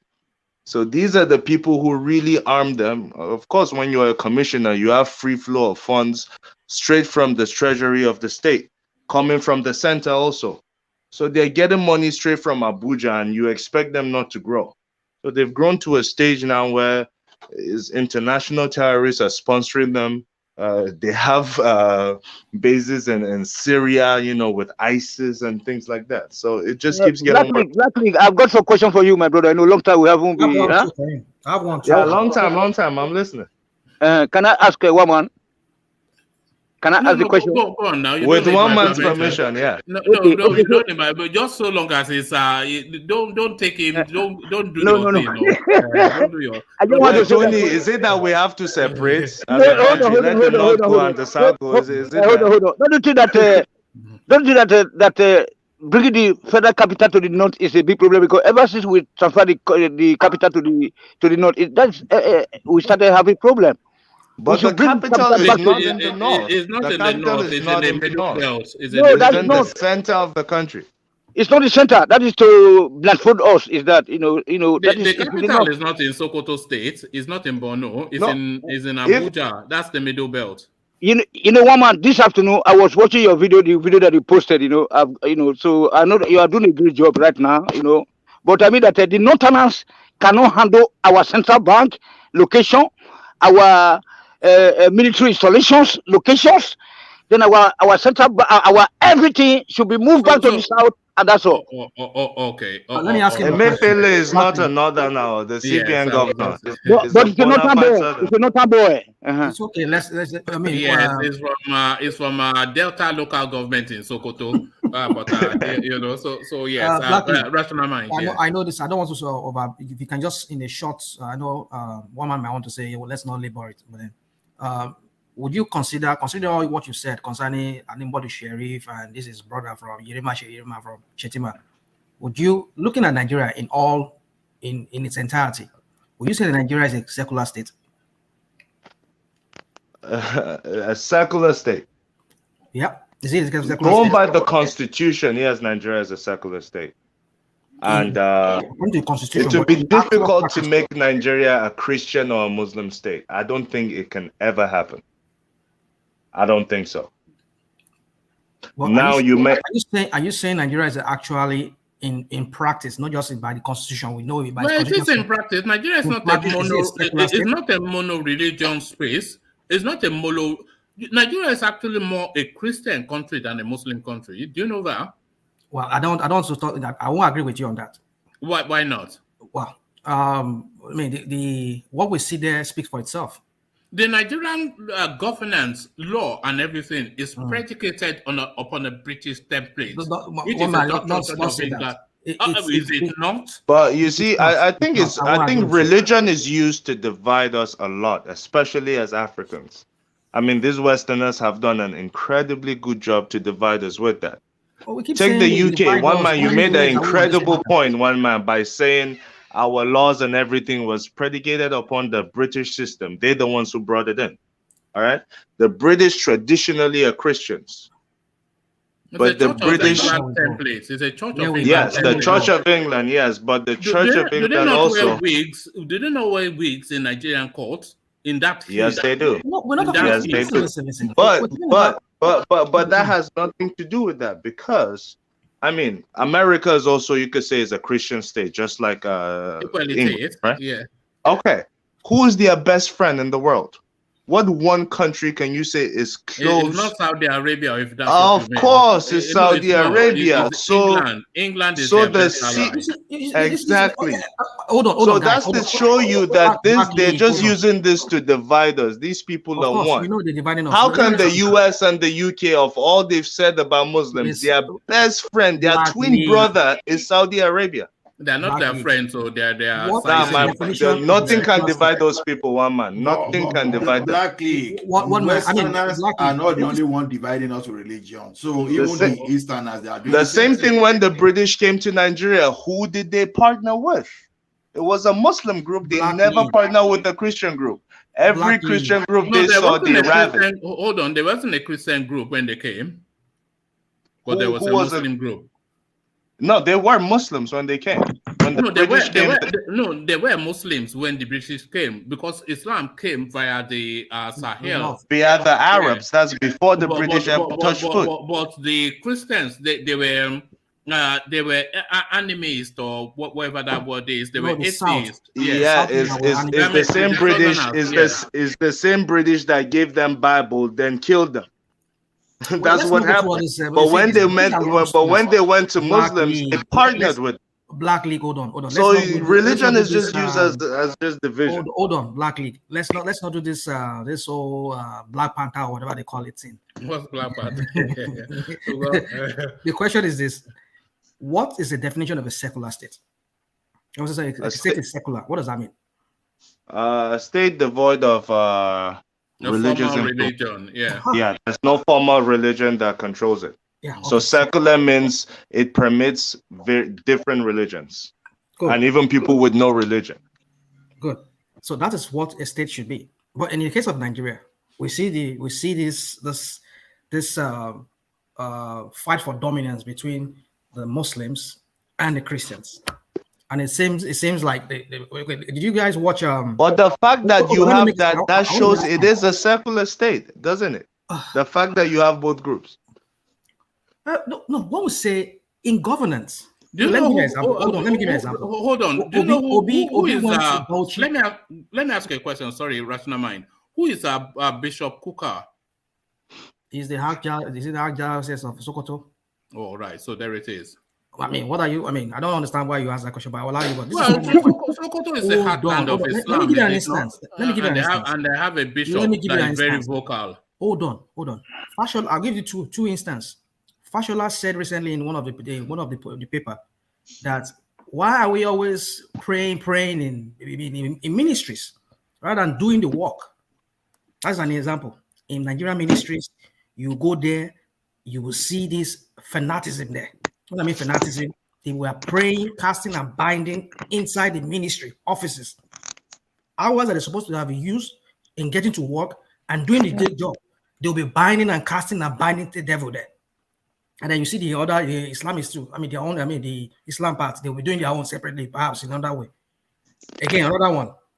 What did he do to correct that in Lagos when he was governor? Did he stop civil servants to go? Now we know. I agree with you. There are a bunch of hypocrites. I know. Okay. Now, Obi went recently to Bauchi to see the grave of Cynthia she already did the other time when he was campaigning back in 2019. He went to see Tafawa Balewa burial ground or where he was buried, and he met with some of the delegates from there. You know what they did? Obi was praying with them in most. I'm not saying it's a bad thing. But you see, when we introduce this kind of things in governance and in politics, what does that example prove? That Obi went to Sokoto and he prayed with his for whichever. Yeah. What are we taking from that? Yeah. So what we take from that is this: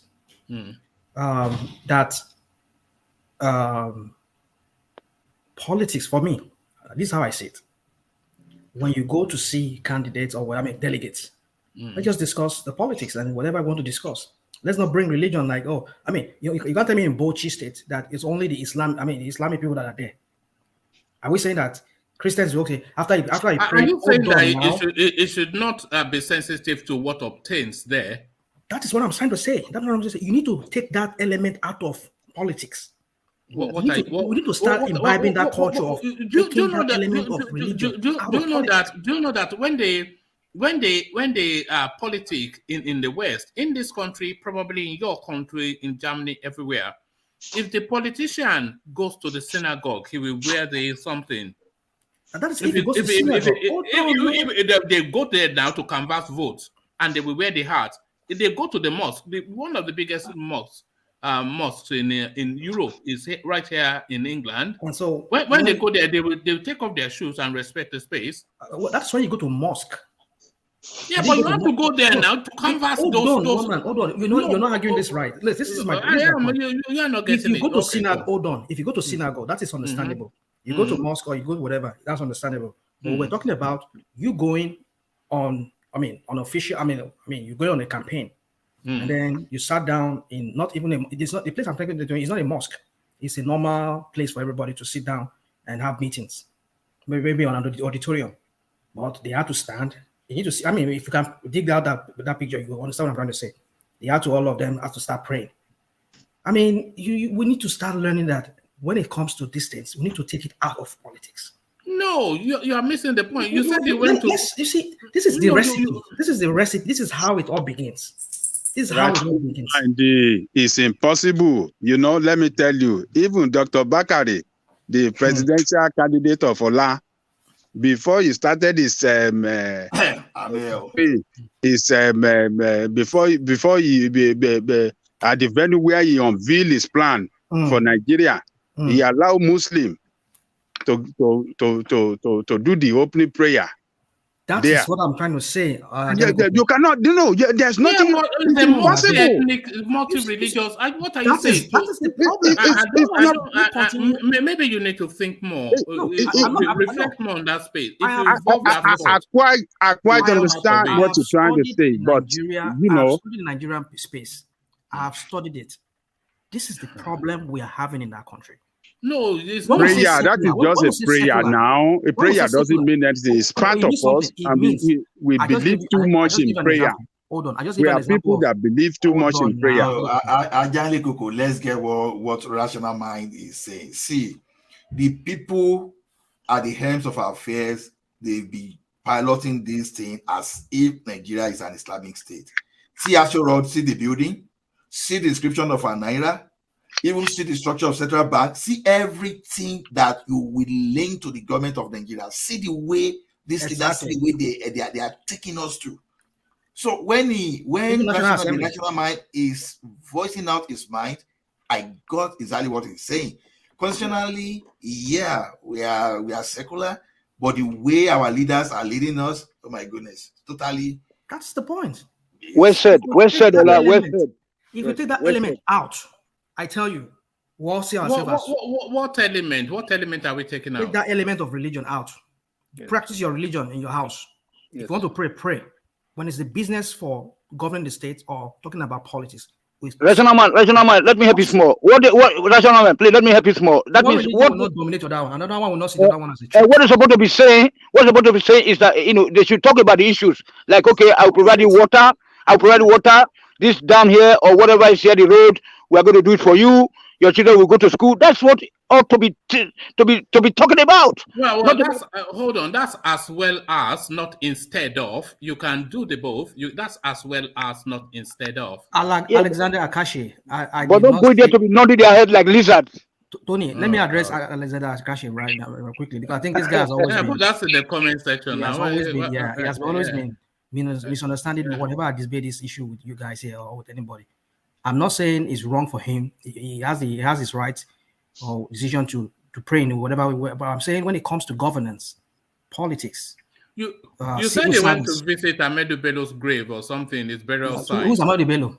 It's not Tafawa Balewa. It's not Tafawa. Sorry, Tafawa Balewa. Sorry, I think it's Tafawa Balewa. Yeah. Sorry. Okay, so he went to visit his grave. Yeah. So yeah. And so. And what does that do? That's the Prime Minister of Nigeria. It's not a member of any. I mean, it's not a symbol of any religion in Nigeria. It's a symbol of a Nigerian state. So what are we talking about? All right. Okay. Akashi, please don't get it wrong, please. I'm not saying if he has his right to pray with whoever he decides, but that's not my point. My point is religion has to be taken out of the governance in that country for us to move forward. So that the other religion will not see. I do agree with you in parts, by the way, especially this idea of sponsoring people on pilgrimages. It's not the business of the state to be sponsoring people on pilgrimages, but but let's go on to Ego just to mark the space, because I don't think Ego is with us. In fact, I know it's not. I mean, Ajanle, have you ever known Ego to be quiet for 2 seconds? It's not possible. So never. Ego, are you there? Yes, he's probably in Nordland right now. He's dreaming of that long-legged babe or whatever. So thank you, Ego, at least for turning up. Let's go on then. Let's go to Black League and have Black League speak on. Okay, you've spoken a little bit on Senator Yerima, and you've spoken a little bit on Buhari wielding the big axe. So now speak then on this Abba Kyari. I am kept in Kuje prison private cell, forced to pay DSTV bills for my inmates. So this is Abba Kyari pleading for bail and saying that his life is at risk where he's being kept. But what struck me somewhat is that they are watching DSTV in Nigerian prisons. And I, of the thought and certainly of the promotion that instead of DSTV, they should be flogging them 6 lashes in the morning just to remind them of their wrongdoing. So what are you then making of this culture of watching DSTV in prison and Abba Kyari trying to wriggle out of the cell? Well, man, so if you had your way, they'll be lashing them while they're in prison. Yeah, it's a punitive space now. It's not a hotel. It's not a leisure center. They're meant I think prison. Koboko should be part of the diet. No, but one man, don't you see that as double punishment? The punishment for the crime is to go to prison, and prison is a correctional center, so it's meant to kind of correct the behavior, right? So that is already the punishment, is to go to prison. Then while you're in prison, you want to add more punishment while they're there. I think it's kind of like I see that as double punishment, really.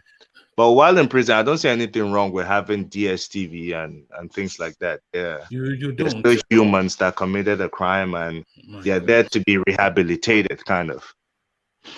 So I don't see anything wrong in that. But for Abba Kyari to be complaining about the condition of the prison, I mean, he himself has been a police officer for so long, and we never heard that complaint from him.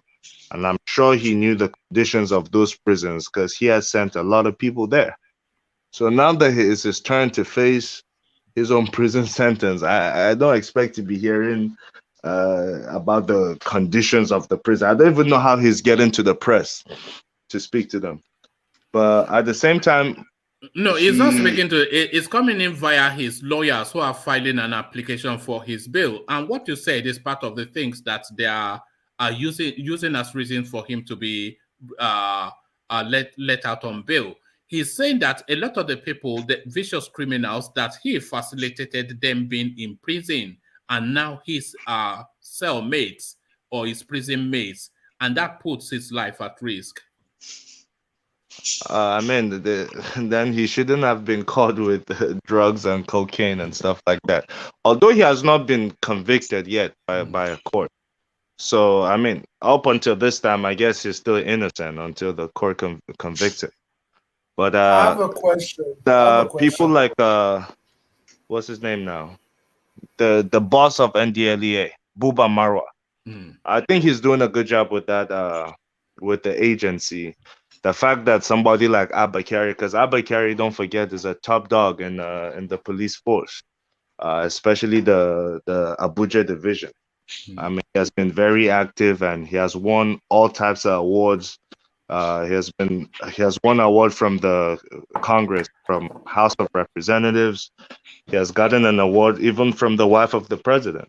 So this is not just any regular police officer. Should those decorations be withdrawn? Those decorations that you said he has. I believe so. As soon as he's convicted by a court, I think all those decorations should be taken away from him. All those awards and so-called achievements have to be stripped away. All right, take a question from Ete. Ete, you had a question. Yeah, the question was, do they keep all types of criminals in the same cell, like in the same prison system, like a murderer with a scammer in the same prison? Is that what they do in Nigeria, or probably they have different prisons they put them? I don't know how it works in Nigeria. I've never been there, but I know over here also. I've never been there, but I know that. I mean, you would definitely be in, if you're in prison, you'll be in prison with people who are even there for life, who are never getting out. So the crime doesn't matter. I suspect that might not be the case, Black League, because this. Oh yeah, it happens. It happens. No, but the prisons have categories. They have categories. So you they have sure do. They sure do. There's category for death row. The people. Yeah, there's category for death row. But I'm telling you, in some prisons, you're going to be there with general population unless you go commit another crime in prison, where there's a prison within a prison that they take you to. They call it the hole sometimes. That's the nickname for it. But if you don't do that, you could be in the general population. You sound a bit too familiar with that space, Black League. No, I do know about law enforcement. I mean, do you want to make a confession? Look at this guy. No, I've always had my suspicion. That was part of my job. That was part of my job for a while. Yeah, so I do know a little bit about it. Okay. Look at that. Oh, you're trying to explain my absence. Yeah, this is it. You know, is it bread and baked? No. In America, in prison, didn't you see Hush Puppy calling the video on them while in prison? Here, you have access to your phone, so I can be talking to you from prison. Normal. That's America. There was this story that he was even still running scams from prison with his phone, but I think the American prison system came out quickly to debunk that. Go on. Yeah, I wanted to speak to the 2023. Earlier, I don't know who. I think it was Tony talking about Dave Umahi. Yes. And I was just wondering, what has Dave Umahi done in Ebonyi State to deserve presidency that Tony is supporting him so strongly? If Tony is still here. Yes, sir. I'm here, sir. You know that as far as I'm concerned, with probably Charlie Boy here, we don't want to see progress in our place. We want to see clean environment in Nigeria. And then this guy, because comparing how much they got, they have no revenue in in that place there. But the guy, they compared to Delta State and Edo State with so much oil and gas. Look at how Edo State, Bayelsa State, look at Port Harcourt, they are all looking nonsense. But if you look at Ebonyi State, my God, with solar system, university, very teaching hospital, everything is beautiful. You know what I'm saying? So that's what I'm talking about, sir. Because this guy, and he doesn't make noise. Like Obaseki will go and build motor park for Agbero. It will be he will spend another 1 billion to the TV stations. You know what I'm saying, sir. That's what I'm talking about. And yesterday, Ejiro, what she was talking about. We see with this guy. They were talking about Obaseki. The ESN is ESN Security Network. It's not set up by Obaseki, but it was set up by the Ishan people, the ESN people that had that. They did that secretly, like Amoteku with the type of yellow, red bosses and then uniform. They did that on their own. It is not a Edo Security Network. Edo State has no security network, so it is ESN Security Network. And then another correction again, where this woman was calling Otuoke. Otuoke is the name of Jonathan's village. Okay, means hill in our language. Okay, so but not Ake, because that woman said that Otuake. That means that she's sort of a Joe woman. She's an Igbo woman. She's not from there now. Allow it now. You see the way I pronounce Igbo names. If an Igbo man sees me on the street, they'll probably stone me the way I put their names. They'll be talking that my grandmother is from Ijo. So only where your mother come from and your father come from that you can lay claim to. So okay, it's a hill in our language. Okay, in Urobo, in Ijo. I think somewhat in Yoruba too. Yes, Yoruba also, that means a high place. Yeah, that's why I always say that we naturally blend with Yoruba. That's what I mean. The people of the South, we naturally blend together with Yorubas. Okay, like Agidi, Eko, all those kind of things. So that's what we're talking about. So when that woman was just talking, but I was unable to get it because I was so tired. Sometimes the work is too tough. Sometimes. So then Otuake. What is Ake? Okay. If you go to now, Tony. Yeah. No, it's fine. But you have to allow it, Tony, because as much as we try, if we are not from the culture, we'll never be able to really pronounce it with the inflection that a local would. Yeah. So I know you tried to hold on. You didn't want to stop. Other guys were coming in, like my brother there, Black Tea, Baba Tea. Another guy, they were, but you just started to calm down. Let her speak. You know what I'm saying. Not all the time we'll be coming here to be fighting for land grabbing, but we should unite ourselves and then work together. Not every time you have to be on a point that okay, for my people, we are all the same in the South. Okay, we want to come together so that we can be able to fight the common enemy. That's all. All right. Thank you, Sonny. Black League, address this headline: Chinese government making money from rail projects should rescue Kaduna train kidnapped victims. A headline attributed to the National Assembly. So abdicated, of course, responsibility and farming it off to the Chinese. So is it then the responsibilities of the Chinese to rescue then these people abducted? This is what the National Assembly is saying. That's just absolutely ridiculous. I manufacture a car, I put it out in the market, you buy the car, you go get robbed, and then you're coming to me for compensation. That's just ridiculous. I don't think the Chinese government would even reply to that. And they should be careful in the National Assembly because I think they should just focus on how to pay the Chinese back their money before they come take over our national assets. That's what we'll be focusing on and not trying to put any blame game on them. They have nothing to do with them terrorists that keep ravaging the country and inching closer and closer to the capital. That the Kaduna blast is close to the capital, and it's getting dangerous. So I Well, don't even see. I don't see why. according to this lawmaker, Nigerians are clamoring for this, that the Chinese must take responsibility for that. What Nigerians do you know are clamoring for that? I don't That's know. just government propaganda. That's just, there's no Nigerian clamoring for it. The Nigerians that were clamoring, they said they are against the train coming back to function because they're saying their relatives have still been abducted. They haven't seen them, and they need answers before the train gets back in operation. You know, the families of the victim are saying that they've yet not had contact with the government, that they've not really had any. Yeah, they've not. They said they've not heard anything from the army chiefs. They've not heard anything from the minister. All they hear about the minister is that he's contesting to be president. I mean, it's just such a funny. It's just such a. It's not even funny. It's pathetic.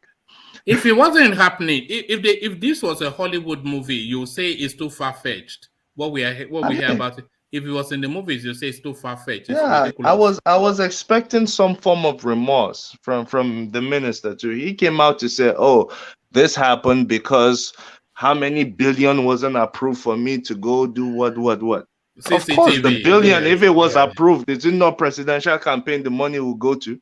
So I mean, just the insensitivity of all of it. They treat Nigerians like we're not human over there, and still have the effrontery to come out to say, "I want to govern you. Give me ticket to be president." Like, Blacken, do you know his name? It's the same Amaechi that came out to say, "We do what we do because you Nigerians do not stone us when we steal your money." He said that publicly. Yeah, he said that. And they're doing it with impunity. And after he said that, things kept getting worse, and he's getting worse too, with the type of statements he's putting out there. So I mean, we should just look at reality. And even Amaechi himself has given hints. He said if they were stoning us, we won't be doing what we're doing. Are you guys surprised about the statement of that guy? Is it not the same assembly that passed into law that whoever that that passed into law as a legal for Nigerians to pay ransom to terrorists? Haven't you guys heard it? Do you know they passed it into law? Yeah, recently, over the last 2 weeks or so. Yeah. After the incident of this Kaduna train, that is when these people pass into law that it's illegal to pay ransom to terrorists. And Nigerians in captivity, you know, some of those people that in captivity now, there's 85-year-old woman there. And another woman that just gave birth to a baby. And they didn't care. And they're living in the bush there, rain, sun, everything is killing those people there. And these people doesn't care. Look, we are in a problem, man. When some of us say that, let us abandon these people, let us not vote for these crazy two parties that you have. Some people will be doing permutation with some foolish names. Amaechi, you have follower. Tinubu is the most prepared. Jagaban now. I mean, we just, this is ridiculous. This is ridiculous. Those people are abandoned. They abandon, then they move on. That is what it means. All Nigerians are abandoned people as far as these criminals that governing the place in the position of power, as far as they are concerned. They don't care about them. This is an administration that rode into power on the back of the Chibok girls. This is you see? It's unbelievable. It's unbelievable. It passed into law that is illegal to pay ransom to terrorists to secure your the release of your family, of a family member that is under captivity. This is, oh God. It's quite, you get angry when you think about Nigeria, and then you get frustrated, and then you resign. We've not resigned yet. Yeah. Let me tell you a situation. I got a family friend that they traveled to Nigeria just about 2 or 3 weeks ago, and they came back. She couldn't travel to Ibadan. After she heard of the incident of the train of the Abuja train, he wanted to take a train. They wanted to take a train from Lagos to Ibadan to greet some of their relatives. They're scared to death because they don't know. And they heard the news in Nigeria that Lagos to Ibadan train, on the way, they run out of maybe diesel or something. They had technical problem and people were there stranded for some hours. So those people are scared. They said they can't do. And to travel on the road, they're scared as well. Because the friend they wanted to go and meet in Ibadan, to go and greet, the family retail, they wanted to go and visit in Ibadan. That one said, oh, even my mommy in Nakure, I couldn't even go to visit her for the past 2 years because I'm scared of traveling. Because all these people are on the way, the Fulani and all these things. We had that all these kidnappers on the way. You see, why can we live in a country where you're scared to travel from one place to other? It is ridiculous. It is ridiculous. Look at the airplane. They cannot do anything. People cannot fly about anywhere from the country. And the road, you cannot drive from one state to the other. It is. They don't care. They don't care, man. Except we people, the people just, come to their. Do you think we the people care, Ajanle Koko? Leave them aside. Do we care? We care. That's why I think we are talking, but I don't know about others. I so much care, though. We are too timid. I don't think enough people care. Ajanle, I don't think.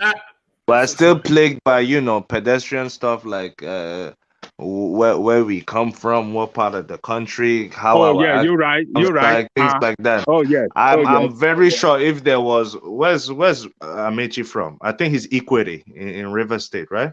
Mm-hmm. I'm sure if there was an Ikwere man here, you'd be defending Amaechi. That's just how we are. Right. That's just how we are. Regardless of the atrocities. Once you come from where we come from, that's it. Celebi was celebrating Jonathan yesterday and Yes. was telling us that, you can let him go and have another 4 years. He's a gentleman. He's a good man. He's a good leadership. And I was just shocked. I said, I was God, almost these are all that are educated, though. We live in Western world and we are still, we still think like this. Jonathan was not perfect by any means, but when it comes to security, he did a lot better than this administration. Jonathan was bad. I beg, Jonathan was bad. When it comes to security, especially when you look at the tail end of his administration, he actually sat up and cleaned up his acts, and we actually saw progress. I'm talking about when you compare it to this Buhari's administration that they preached to us that this is a general, he knows the in and outs of security. We've seen what the general has offered. It's just more insecurity.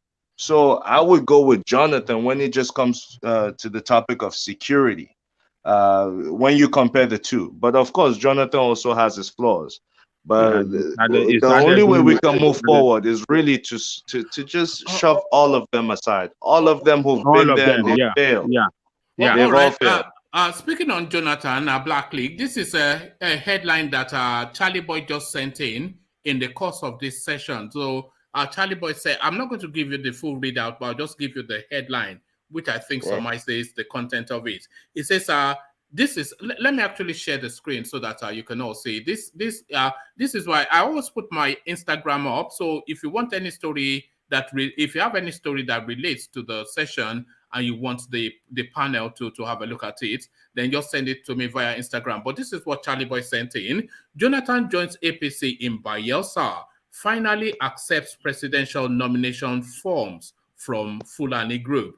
So this is something that just broke in the course of our whilst we have been discussing. So Jonathan now, bye-bye and thank you for the memories, PDP, and hello, good to meet you, APC. So now the man from the creeks, of course, Sapele Water, arrives at the APC headquarters. And of course, and sorry, let me share this one with you as well, and then you can wrap the two. Let me share this one with you. Hold on, I'm just looking for it. There was one because I was going to take you there just now. Okay, let me share this one with you as well, and then you can wrap the two together. So this is Jonathan playing politics in a rather cack-handed manner. This I'd already read out, but just to refresh your memory, Black League. This second headline now then wrap the two together. How Jonathan gave JIGAWA governor Badaru over 200 million naira, sent him to buy APC presidential nomination form to deceive Nigerians. So that's Jonathan playing politics the way he knows how. Black League. I mean, the first one that you said Charles sent in that Jonathan accepted. I hope that story is not true. I mean, I'll have to verify it myself, because the last time I read, it was one of Jonathan's aides saying it's an insult for the Fulani group to say they are purchasing a form for Jonathan, you know, someone of his standing and someone who's attained the heights he has attained. So, I mean, for him to come out and say that, of course, Jonathan signed off on that statement. So if Jonathan himself is seeing it as an insult, I don't know how within 24, 48 hours he's turning around to accept it. But that aside, you know, power is kind of dicey. It's a dicey situation because Jonathan is desperate to get back in power. But how would the APC accept Jonathan and actually campaign for him? Because when they do that, they in fact just saying, we have failed you, Nigerians. We shouldn't have come in. We should have let Jonathan continue. That's the message. So I don't see them really, I don't see how they're going to campaign with a Jonathan, you know, because they came out forcefully against them. This same Fulani groups that are buying him forms, just rewind time and go to 2014. Listen to what they were saying about Jonathan and his wife. You know, so I mean, within the space of 7-8 years, what has changed? Jonathan has been at home since then. What has changed that they are coming now to do a turnaround to say Jonathan is the man? It just doesn't make sense. But in politics, especially our type of politics, very few things make sense. Because Jonathan will now, if indeed that story is true, he will be in company of his colleagues, his party members. I told you the whole APC architecture right now is controlled by PDP members, bona fide PDP members, from their chairman, Abdullahi Adamu, 8 years governor of Nasarawa State, the likes of Amaechi, 8 years Rivers governor, all under PDP, 8 years as speaker, likes of Akpabio, even the likes of El Rufai was a minister of the under the PDP. They gave him that appointment. Yeah, so, yes. So when you look at all these politicians, even the one from Kebbi State, the one linked to the Abacha loot, I forget his name now. The guy doing right. You are saying it was Atiku Bagudu. They convict him in the United States $150 million. I actually read about that. Yeah, I did. And he's a sitting governor in Nigeria. So I'm just trying to go through their ranks and show you that these are all PDP people. Even when you go to the people controlling the party itself, from the former Nasarawa governor to Omishore, that was a deputy governor, same PDP. So when Jonathan goes there, it's like a homecoming. But it's just difficult because it will just show that these parties have zero ideology. All they're interested in getting is power. And the party is just a vehicle to get them to that power. And the bottom line is they don't even know what to do with it once they get it. They've shown it time and time again. Black League. Yeah. Did you hear what Tamuwa said? When he said, what we want to do is just capture power. And then after that, we know what to do after that. I don't know if you listen to what he said sometimes. I did listen to him, and I know that he was referring to his twin brother in River State, Wike. So you see, that's really who he was referring to. They just want to capture power. I mean, PDP, APC, they are the same. All they're just interested in is that power, and then they will not share the position among themselves. I mean, just to tell you that those people are not thinking about the people. People there. I mean, I don't even see it as a crime to want to capture power, but what do you intend to do with it? There's never a plan. As we sit here talking about how much insecurity we have more than 25 aspirants right now trying to be president. We cannot single one that has anything in their plan or in their manifesto, or have even talked about what they're going to do, the concrete steps they're going to take to curtail the insecurity problems we're having. Not a single one. None of them. So what are these people actually campaigning for? It's just to get power, loot the billions, and then use that money to keep oppressing Nigerians. And we keep accepting it. Go to any of these politicians' houses. It's packed. I always tell you that. It's packed with Nigerians who will defend them with their blood. And they're there just to get however much they can get for the day. So no one is really interested in the development of the country and how we could turn that country into a true nation. We're not. We only just look at, where we're from, whoever politician is from my area. I will try my best to see how I can establish contact with them. Once I do, I'm only asking for my own benefit. That's what we do as Nigerians, and that's our downfall. And that's why these politicians will keep taking us for a ride, because they know we're contented with the 5K, 100K, however much they give you. And that's just wrong. So Jonathan going to the APC, first of all, if he does that, I know it's hard to tell whether he's going to actually lose or win, because I know he will get support from the North, especially the core North. They will support Jonathan. And Jonathan has been friendly to the Middle Belt also, but it will be for different reasons. Okay. Now, the core North always wants the presidency. Jonathan can only he can only be president for 4 years. So that, in fact, will say, okay, after 4 years, it will come back to us in the North. That's the only reason I see the core North supporting Jonathan. And Jonathan knows this better than we do. He knows it's not because he's loved. That's why these Fulani groups are purchasing forms for him. He knows that. But that's power. That's the game of power. It's different from the game of money. They all have money. That's not what they're looking for. How are they going to campaign for him? What would they? What In would the they core say? North, in the core North, the campaign for Jonathan will be easier. And when I say core North, I'm talking about states like Zamfara. I understand. Yeah. I mean, in the South, what are they going to say? Is going to continue for when Buhari stop, or what? My brother, when you look at the Constitution, how do you become president? You need 25% of the votes in 24 states.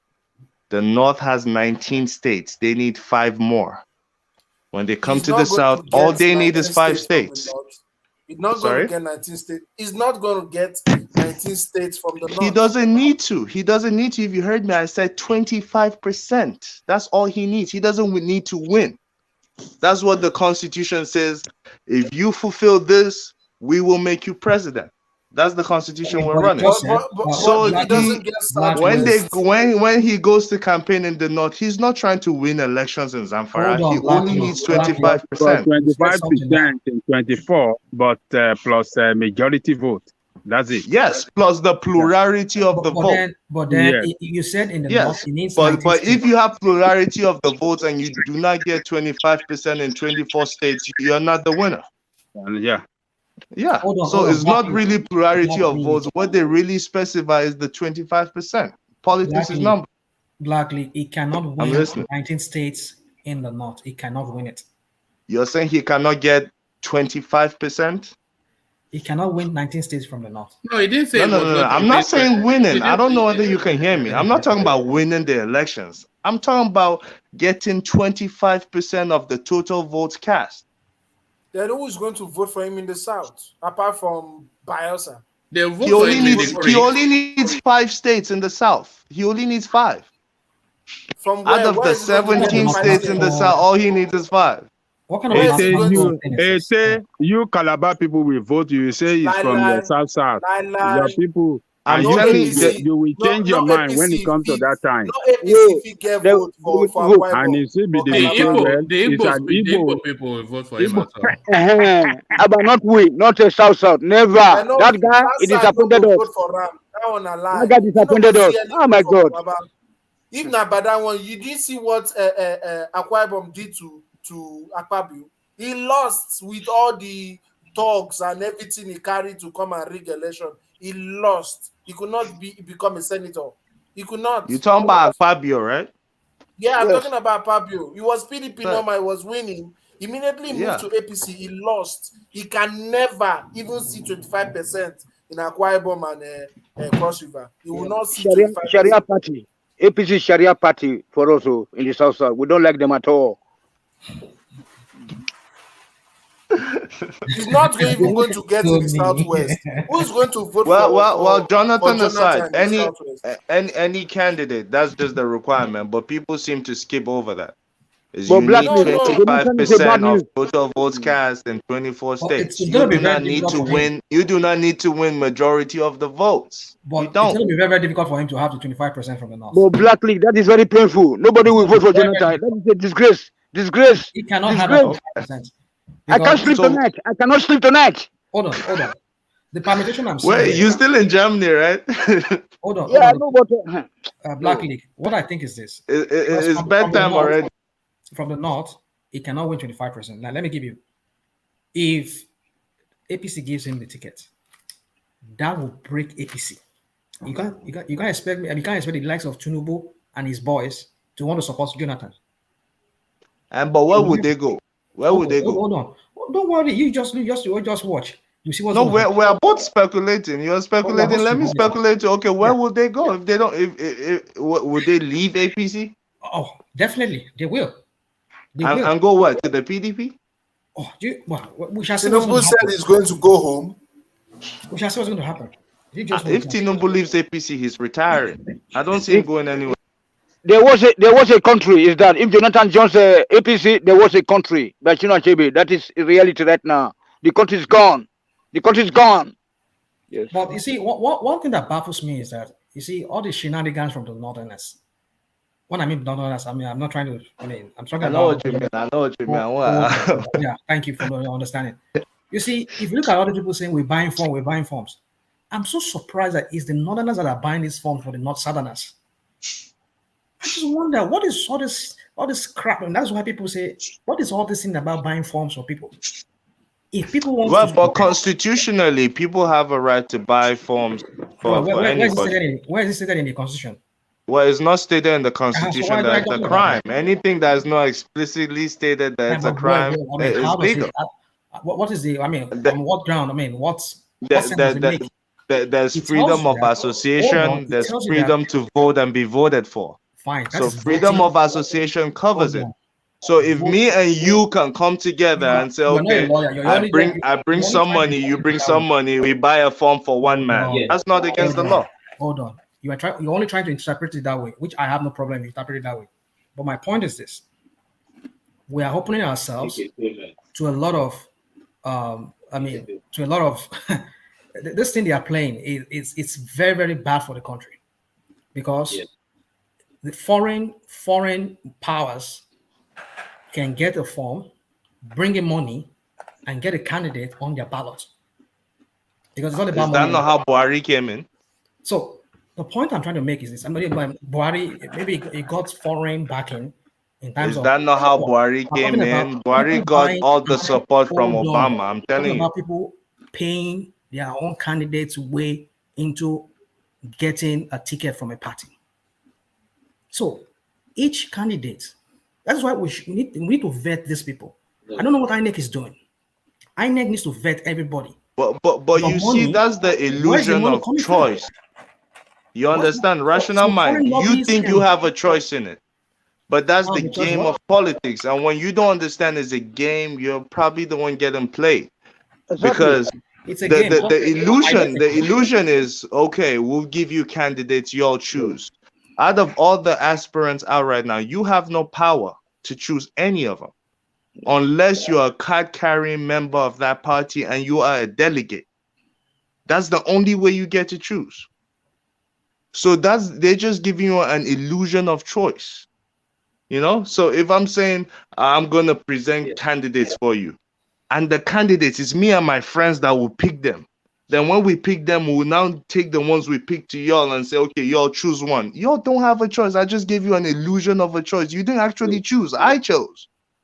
I don't know whether you get what I'm saying. Well, what you're saying for me, I still have issues with that. I know it's a matter of choice, like you said, but for me, I find that move by the Northerners or whoever buying forms for candidates, and I think some days ago we debated why Nigerians keep failing itself is because we keep electing people that are not ready. Starting with Obasanjo. Obasanjo was not ready to govern. No, Obasanjo was okay. Obasanjo was okay. Please. Hold on, my talking. Obasanjo was not ready. He was brought from the only thing that helped Obasanjo was because he has been a president before. He knows governance, at least from a military point of view, and he had capable hand because there was this euphoria at that time after the military era, and Nigerians were trying to make it work, and he got the best hands that helped him. If not for that, I doubt, and maybe because he had experience. Now, Yar'Adua was not ready. That was obvious. They brought him. This one we're talking about, that's Jonathan. He became circumstantial, whatever, situational president because of the virtue of his boss that died. Even Buhari, even we thought he was ready. Apparently in 2015, 2014, when he brought him in, he wasn't really ready because I think the guy has already given up. And then he came in, it took him almost how many months before he could even name his cabinet. That's to tell you he was not really ready, he wasn't prepared. Now, you are now asking people, we've seen that move ever since 1999, bringing in candidates, the government's trying to, because you see, I can make this point for every of the southern part of Nigeria, the western part of Nigeria. The reason why I've heard that in earnest from somebody, because I'm in this group of APC, they said the reason why the southwest would not step down for any other part, any other region from the south is because they felt Obasanjo was not their choice. The Afenifere, the people, the southern governors then, the AD governors, Obasanjo was not their choice. But they know they rigged him out. I mean, they rigged the election against Falaye. That, which I don't think that really holds any water.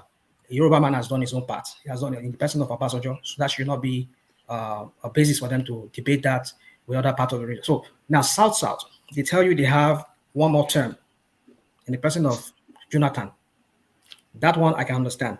Southeast, they've never even smelt it ever since 1999, or even in a long time perhaps, ever since 1960 something. I'm not sure you're right to say that. The Yorubas have never governed Nigeria because Obasanjo was not the Yoruba. The Yoruba choice. Obasanjo was Fulani. That's what I'm saying. Obasanjo Fulani. Was he Fulani? No. The Yoruba choice has never governed Nigeria. That's what I'm saying. That's what the APC, that APC group. That's why I said. That's why Tinubu and his boys will not step down because they felt after 1999, after Moshood Abiola died, the people that fought the Nadeko. That is the Nadeko, let me use the word now, in quote. The Nadeko choice was not Obasanjo. The Nadeko choice was Olufalaye. But they never got it because the northern powers, they brought in Obasanjo from backdoor. It wasn't the northern power, it was the military power. The northerners were actually... Let's not nitpick on anything. The northern, the military, them, who were the people in play in the military? My brother, it was all of them, or there were northerners and there were other people too. It wasn't just northerners. And I'll tell you what, I'll tell you a fact. Actually, go check this. In the PDP, right? Because that's where Obasanjo came out from. Right? Okay. Give me the name. The northerners in PDP were solely behind Alex Ekweme to become president. People don't know that. They never wanted Obasanjo. They never wanted anybody else. It was Alex Ekweme. Why? Alex Ekweme was vice president when Shagari was in power. Shagari had an agreement and was going to uphold that agreement to transfer power when he was done to Ekweme so that we could have a president from Igbo extraction. Now, that didn't work. You know why? Buhari came and took out Shagari from office. That's the only reason Ekweme didn't become president. And people till date are saying it was a deliberate act because they knew for a fact the type of temperament Shagari had. Once Shagari makes a deal with you, he will see through it that it comes to fruition. So they knew for a fact Shagari was going to hand over to Alex Ekweme. So in 98, they saw that Alex Ekweme was shortchanged by this military man. and they still had grievances against the military.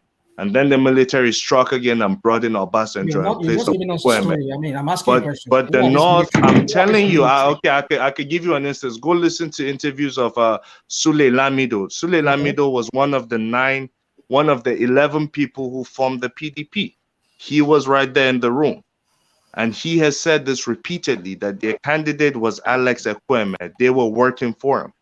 But the military came and, arm twisted them into making Obasanjo the candidate. Blackly, you keep going in circles. You said the choice. I'm giving you facts. I'm giving you facts. No, this is not fact. Where is it?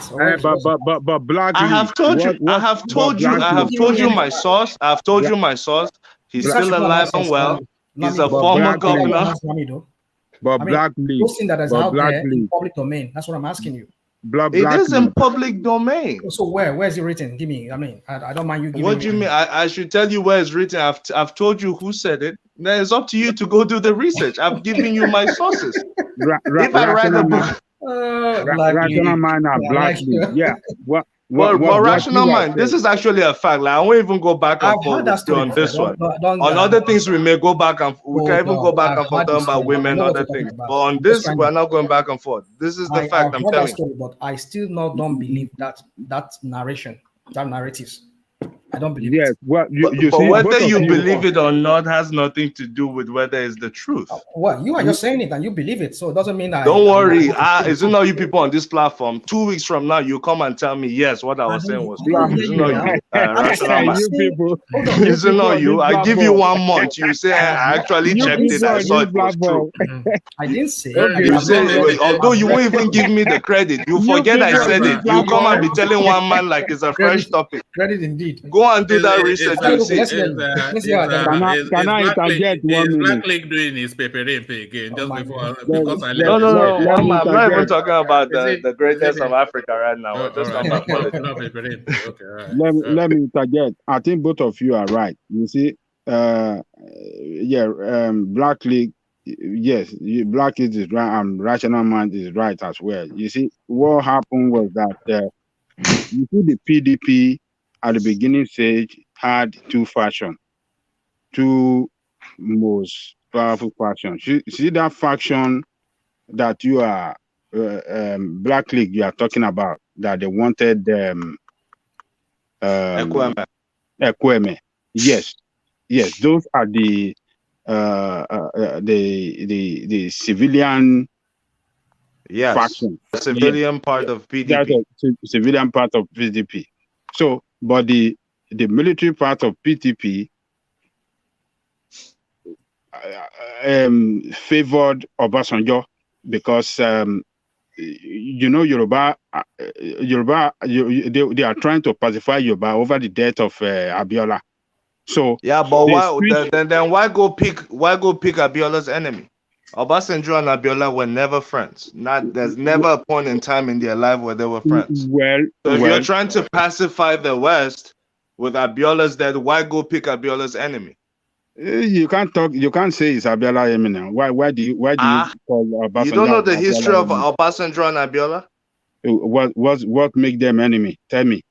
They were not friends, I could tell you that. And I've heard that from Abiola's family themselves. They've spoken extensively on how Obasanjo betrayed them. Obasanjo did this and that. Obasanjo wasn't in good terms with their father. Even when he came to office, they were expecting what Buhari did and gave him his honors posthumously. They expected Obasanjo to at least award Abiola for winning the election. Obasanjo never even came close. Yeah, because he didn't give them June 12th. That's why they're enemy. But he didn't give them June 12th. He didn't recognize any of Abiola's achievement. He didn't recognize Abiola's exploits up until becoming a president-elect that was never sworn in. He did none of that. So he was clearly against Abiola, and the only reason Obasanjo was picked was because of Abiola's death. So people would think, okay, this man went away, that's why you're even on board. So of course you're supposed to honor him. That's just integrity, right? Obasanjo has always been anti-Yoruba anyway. It's a Yoruba. Obasanjo saw it as a competition. They're both from the same state, all right? He didn't want that man. Black Okay, let League. me tell you this, Black League. You see, after the annulment of June 12th, Obasanjo was one of the strong Nigerians behind the scene that was even fighting for the actualization of June 12th, and that was why it was picked up by Abacha. He was not fighting, no. Ajanekuku. Who, Obasanjo was fighting for June 12th? He was never fighting for June 12th. So hold on. This is what he did.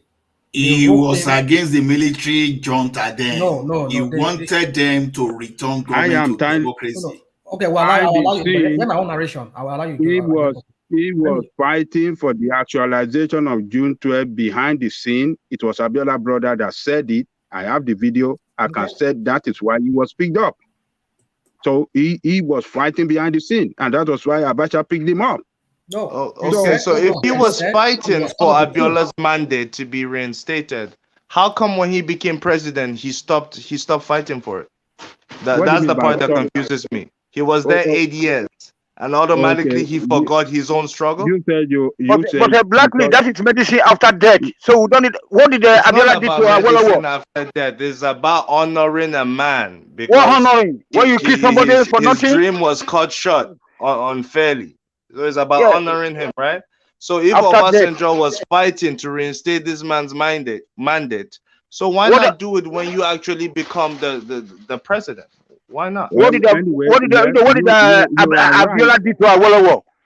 You are right to ask that. Can I say something? But this is what I had from his brother. Can I say something? Okay. I will allow you to continue.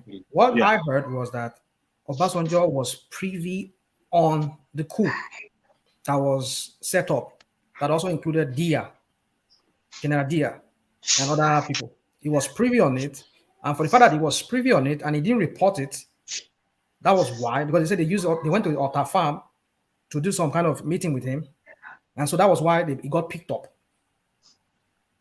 So no. That's the narrative that I heard back then, that I read on PM and PM News and Tell News back then. I remember I read those times. I used to read a lot of no, he was not privy to that too. Back then. It was not. It was not. So what was it? Let's hear yours. So I have a video of Obasanjo, Abiola, most senior brother, after his death, that revealed that after this thing, when they were looking for what is the way out, Obasanjo was brought in, and he was organizing some military guys on how to for the realization of June 12th, what to do, and this and that. And they mobilized funds to give to them here and there on how to meet and for logistic and consistent meeting, just to make it, see how they can do it. The same reason why he that was why he was picked up, because he was doing something behind the scene that Abacha happened to know that, I was trying to kill June 12th actualization, but you are doing something to make sure that it is impossible for me, and that's why he was picked up. So it doesn't have to. They don't have to. It is not when you come to the newspaper, to the pages of newspaper making noise, or that is when people will know what they. This is what I heard from Abiola's brother. I have the video. So because you have an organization that is pro-democracy in Africa, where leaders all over African country comes to Ota for conference every year, and so he was kind of a pro-democracy man, but his own way of doing it is not on the pages of newspaper, and that is why people did not know. People just believe that Abiola, because sometimes when they say some crazy stuff against each other on newspaper, they feel that is way they are anti-enemy of each other. But I will agree with Black Lee that when he got to power, he should have done something about to immortalize Abiola's name or something like that with regard to June 12th. He didn't do that, but we don't know the reason why he didn't do that. It must have some implication, some legal implication, and some other thing. But Buhari that did it, what did he do? He just do it for political reason, just to to get popularity among Yoruba, because Yoruba people are so cheap thinking people when it comes to, oh, Abiola, hey, we are supporting Abiola, we are doing something for Abiola, and they just follow it like, and they won't ask any question, So, I mean, you asked. It was not anti-Abiola as such. When it comes to June 12th, it was not opposed to, Adale Coco, I hear you. I hear you. Matter of fact, I think I've seen that video. All right. So sorry. Black League, round off your thoughts on that. It's only because of time. Round off your thoughts on the Goodluck Jonathan narrative, the story that Charlie Boy sent in, and then the narrative. Round off your thoughts on that space, and then I want to hear from Tony, and then I start to round off. So because we're 5 hours and a bit in now, so we're in deep hours now. Yeah. Well, all I can say to Goodluck Jonathan is good luck. You've been waiting to say that, haven't you? Look at this guy. Leave the jokes to me. I'm the comedian here, not you. Look at this guy. And to the presidential race in general, I think these candidates need to really step up. And as for the less popular candidates, we need to start interrogating their own agenda too, because I don't think these status quo politicians you mean like Pastor Bakari? No. I mean like your man, Showore. No, Bakari is one of them. Didn't Bakari contest with Buhari? What man? I'm talking about your man, Showore. What you did yesterday was very bad, though. Why did you put Ola on interrogation for so long like that? You mean with the Bakari Swiss? Yesterday. It looked like you people were interrogating Ola. You are grilling him so bad. Ola is supporting Bakari. It's unbelievable. You don't say Ola is supporting Bakari. That's his candidate. Yes, Black League. I support Bakari. Look, I was listening to it this morning. I was laughing the way Ola was struggling to defend him. He was defending him. That Babati, is a Greek snake under the Greek grass. He's a dangerous guy. He's a dangerous guy. He will use that American. It's a bit like Black League. It's funny that the two of them never turn up. Maybe they're the same people, the same tonality and the same. I was. But you try. They really grilled you yesterday. I was, it was tough, but it was cool. It was cool. Actually, I remember that. I think Ola has told me that before. That's his candidate. I think I've heard that before. Yes, now. When he first said it, I thought it was a joke, but then I stand by that. If Tunde Bakari is not coming out, Oshibajo is my candidate. So it's straightforward. I have them in hierarchy, so I rank them. Definitely not. If Showore comes to APC, I may change my mind, for example. But are you serious, Ola? Yes, you still support your APC. Is it not a shame that your pastor, that calls himself a man of God, going there? What, a man of God buying form for 100 million? I mean, there's nothing wrong with that. It's just what is his track record? Do you know how many people that 100 million will serve if he give out 10,000? And then you know how many people they be giving people food, 10,000 people. But you cannot tell a man what to do with his own money. It's not his own money, it's the church's money. Where did he make the money? And the church gave him the money. If I give you money, is it not your money? God gave him the money. God? Is he not supposed to pay his debt? Manners from heaven. Pastor Suleiman, hold your phone up. What are you talking about? Hold your phone up. It's not money now. What do you know about it? Only Ghost fire money. Only Ghost fire money. Or the church as here we go. Who is the church? All right, let's not reopen that space because we're deep in. But Black League, Let me go on to Tony. And Tony, I want you to respond to this clip that Ajan Lekoko sent in. I've not viewed it myself, so we're all viewing it for the first time together. So I'll play it, a quick response from you, and then we'll sweep up. So this is the clip that Ajan Lekoko sent in. Let me just show you the title so you know what we're contending with. It says, Rotimi Amaechi, Nigeria's next president, Prophet Shalom Kelvin Nnamdi Kanu will be released. So both headline, but how does it justify it? I'm telling you now, who is going to be the next president of Nigeria? You cannot decide to go and pray. Whether to think, talk to God about it. But I just told you now. Have I spoken like this before? Have I spoken like this before? Amen. Hallelujah.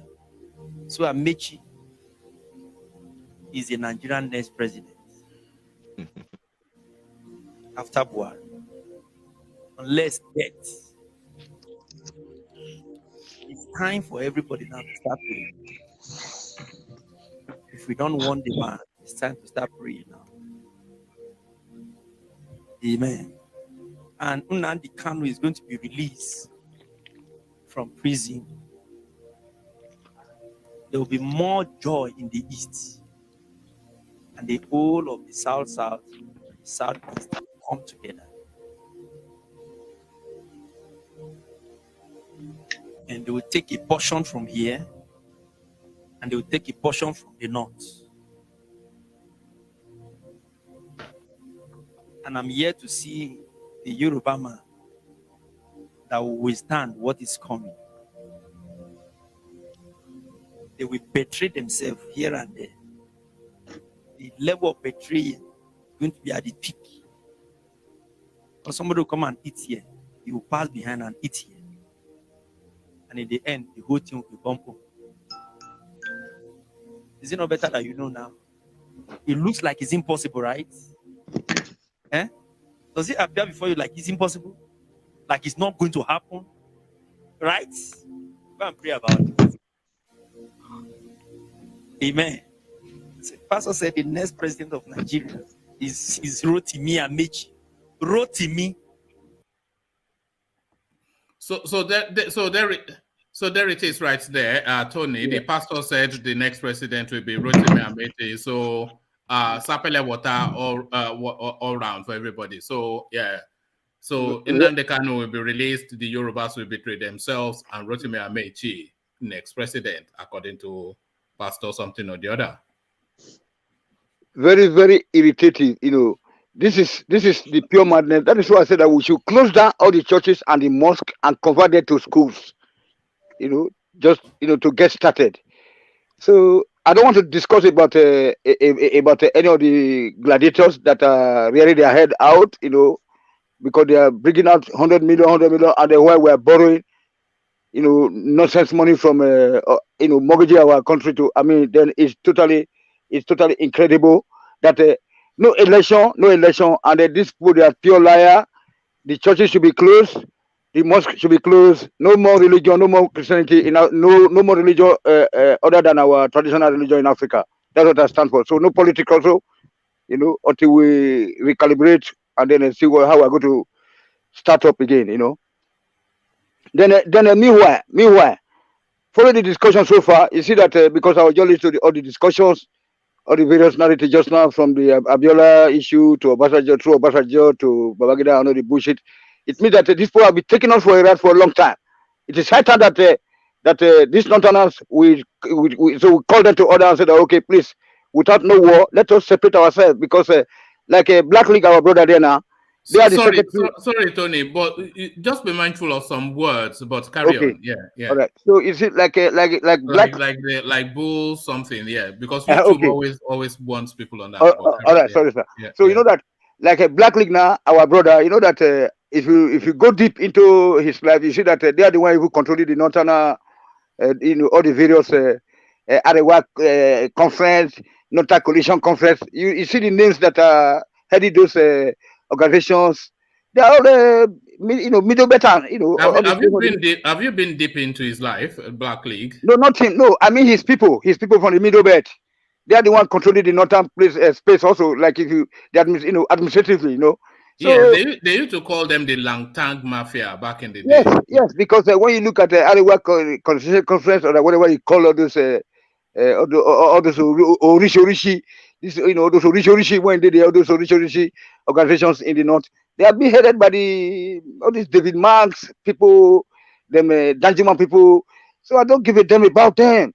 You know what I'm saying? So Idoma, Tizi, Nupe, Hausa, Fulani, they are all the same. Best of this. They are like they are the same mothers and the same father. So let us separate ourselves without fight, without a war. We can share those oil wells in the shore. Whether they call it offshore, or whatever, or we pay them off. For be together. Because at the end of the day, Tafawa Balewa, Amadu did not fight for our independence. That is quite clear. So I wonder why we should be letting their names to be flourishing, like Murtala Mohammed Airport. No way for that. Then Tafawa Balewa Square. No way for that. Murtala Mohammed Way. No way for that. So let's separate erase their names, all their traces in the south. And then we pay them off. One man, I have a quick reply to Tony. I don't think you come for me now. Ade. Tony, you want to separate me from my brothers in the south? If we separate, I also have brothers in the south. Believe it or not, me and one man are also brothers. Tony, I know you guys haven't heard my voice. I have a question for you. Who is speaking? You think converting churches? Is that Professor? Yes, it's me. Okay, hello, sir. You think converting churches and mosques to school will stop people from? Will you stop people from talking? Let me ask you that question. It will make us to a little bit get to be civilized, because I don't think so. No, it is the beginning of our of our wisdom or of our freedom. Cancel those churches. I don't think so. Let me just leave that. I just wanted to ask you that question. Hold on. That are professor. You're a professor now. So you know that if our children are to be taught at school that when they die they will reincarnate according to our tradition. Do you know that people, when you are a governor or a secretary, you will repair the road, because at the end of the day, when you die, you are going to be reincarnated. So you are going to reincarnate. Tony, that's your own belief. I wish one day me and you would speak on that reincarnation. It's not true. Saudi Arabia. You know when you are a president or whatever, you take all the money there, because that's where your heaven. Those are fake heaven. Okay, I that's your belief. Not my belief. The belief of black people is that it has to be the belief of our people in order to rescue, to get started, so that we can get civilized. Okay. You know what I'm saying? Yes. Okay. Does it mean that before the advent of white men we were not living fine? We're living fine. I agree. All right, thank you, Tony. So thank you, Tony. So thank you, and thank you, gentlemen. So we're about 5.5 hours into it now. I want to cap it under 6 hours, because in instances, I might pick up some yellow marks from YouTube. I might need to chop bits off. So I want to wrap it through the closing remarks. So just snap through it, just succinct and to the point, and we kick that off with our rational mind. So rational mind, we are at that part again. Our closing remarks. Thank you, one man. Thank you, everybody. Thank you, those people in the comment section. For those who are yet to who are yet to subscribe, please subscribe. And for those who are yet to like, and from time to time, try and share it with your people, friends, family, as this platform is designed to educate most of us. And as we speak oftentimes about our beloved country, Nigeria, we want to see that country at least a turnaround. I mean, from what it is right now. We love that place. Most of us were all born there. We have memories of we growing up in that country. And so we love that country. We want people over there, our families here, to experience what most of us are experiencing here in the developed countries.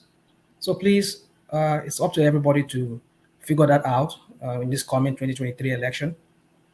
We've talked about these various people, Shekau, all of them, Shetima. It's up to you people to to make your decision on that. But we will keep telling you that these people, they're not fit for purpose. Well, that's all I have to say. And hopefully I'll be here in the next session. Good night, good morning, and good afternoon. All right. Thank you, Rational Mind. So that was Rational Mind. Unfortunately, we didn't get to hear enough from Rational Mind. It came laterly, but we're heavily into the session now. So from Rational Mind, we go to the professor we have in the house, Professor Data O. We're taking closing remarks. Okay. All I will say is this: these two parties, APC and PDP, have let us down. These parties are not meant to be voted for. Even if Shore decamps to that party, don't vote him in. P2B, the same thing. These two parties have dealt with us. We should vote for conscience. Vote for somebody that's credible. And again, I will say, what Jonathan, if he ever intends to rule and step out for this election, please, to me, I don't think he merits to be voted for. These are my words. I wish you all a good day. Bye. All right. Thank you, Professor Datao. So that's the prof, one of the stalwarts of the platform. So from the prof, we go back to Tony. Tony, we're taking closing remarks. Tony, your words. Yes, sir. Thank you very much, sir. God bless you, sir, for making it possible for us to express our minds so that, and then I hope that people should be pushing the like button so that more people can get, can get exactly what we're talking about so that they can be able to make the change. So APC, PDP, whatever, they're all the same group. There's no ideology. So it's no election right now. So the time is up. There was a country by Chinua Achebe, and then I stand by that, or I stood by that. So no country, no election, because they did not show us the evidence that they are going to run a good election by making a national census or whatever. They did not start up so just no election, whether not AP, whether not nothing, nobody can, your vote will never count. So that's all, one man for tonight. So thank you very much, sir. All right, brilliant. Thank you, Tony. So from Tony, we go on to Ola, and I want to try and wrap it up in about 10 minutes or so. So Ola, just condensed words. So Ola, ladies and gentlemen. Thank you, everyone, for your audience. Thanks for your time. Please thumb up and let us spread the good news. Let more people come. Let make more people be aware of how to move our country forward. Honestly, whether we like it or not, you may not know one way or the other, you are contributing to the progress of that country and how to take our country back from the crook. In as much as I cherish many people that are candidates, especially I want to especially mention the like of Showore. In all the truth and in the honesty, I think that guy has lost so much for even fighting for Nigeria. To be honest, if you go through the agony of this guy, he lost his brother, his mother that has some kind of stroke. This man has left his family in the US for a while and he's struggling in Nigeria. So when I speak, sometimes I associate with the struggle of Showore. Do I think we should give him a chance? Yes, I think so. But my concern is it doing the thing right way? That is where I have a problem. You see, one thing is this, and I keep saying this thing, to wrestle power from these guys, it's not about our vote alone, because this guy, they've stolen the country, they are richer than the country to the extent that they can dictate what they want to happen. And how do you defeat these people? Is to take these people on our way. The leader like Showore, they can focus away from that president. Sorry, Ola, I must push you. It's just the time, you see. It's just condensed. I will round up within the next 30 seconds. So the like of those people let those people that are trying to go to the central, let them go and find a way to capture the state. And they later now join together and take this thing away from the crooks. The crooks will never let them have access to Abuja. Other than that, I just want to thank everyone. And I hope to see you later. Good day wherever you are. All right, brilliant. Well put. So that is Ola. You always learn something whenever Ola is around. You always also learn something whenever Black League is around. In some instances, you wish you hadn't learned it, but you do learn something. So Black League, your word. It's been a great discussion today. I'm happy to be back on. I've missed you guys and our discussions. Nigeria is the same old. I think things are just getting worse right now with these elections coming up. All types of characters are popping out of nowhere trying to be president. But may the best man or woman win. I'm starting to subscribe to Ajanle Koko's philosophy. To start looking at candidates like Showore, although I know it would be difficult for candidates like that to win elections. But I think they deserve to be brought to national discourse. They deserve our time, and they deserve for us to interrogate their policies and manifesto for the country. Why? Because they haven't been tested before. And people like that should be given an opportunity. They have been tested in just private practice, and they've done tremendously well. And I'm speaking specifically to a candidate like Showore. Instead of talking about people like Yerima, Amaechi, Akpabio, and the rest of them, I think Showore is a more credible name, that we could start discussing and talking about. And I think we should push for him to also come on this platform so that we could hear from him directly. Because I'm starting to see that these politicians really just they take it to be a game, and it's all about getting power, and they have no plans on what to do with power. And us as Nigerians also need to put aside our tribalist sentiments and come together as one people, and also understand that no group in Nigeria is monolithic. Every group has interacted with other groups in Nigeria. So we should stop this notion of you have to come from this particular region before you're a credible candidate to me. No, we need to step outside our comfort zones as Nigerians and see ourselves as one nation, and that's the only way we can move forward. I hope to continue this discussion tomorrow with you guys, and have a good evening. All right, thank you, Black League. And yes, I have been pushing to try and get that chap onto this platform, but I think he's shying away somewhat. He is aware we're here, and I think he does listen, but maybe the tonality, he finds it a bit too robust. So if you are listening, you just man up. It's not, it's not going to be a cakewalk for you, but if you believe in what you're saying, then be prepared to be pushed. So come here and be pushed. So I've reached out to him, but it's not yet biting. But we keep pushing, and we will see. So yeah. Yes, so, yes. yeah, But I mean, I don't think he's shy. I don't think he's the shy type. I think he's the type to, stand by what he believes in, and he'll be able to do well on the heat. I know for a fact he knows what this platform is about, and it's just about Nigerians freely expressing themselves. And sharing ideas. How I know he knows. His boys are always around this platform, and he also is around this platform because I've sent him notices before to come on, so he is aware. But for some reason, he's recoiling. So if you're a politician, the Nigerians are here. Come and sit on the hot seat and be grilled. Well, I'm sure when the time is right, and it's gonna be in the near future, he will come on and would have that. All right, we'll keep pushing. We'll try and get as much of them as we can, or maybe none of them. We'll see how it goes. But thank you, Black League, one of the top voices on the platform. I think a good percentage of you actually comes here just to hear Black League. But I know that most of you, of course, come here to hear Ajanle Koko. So hear him some more, the mighty one, the final word.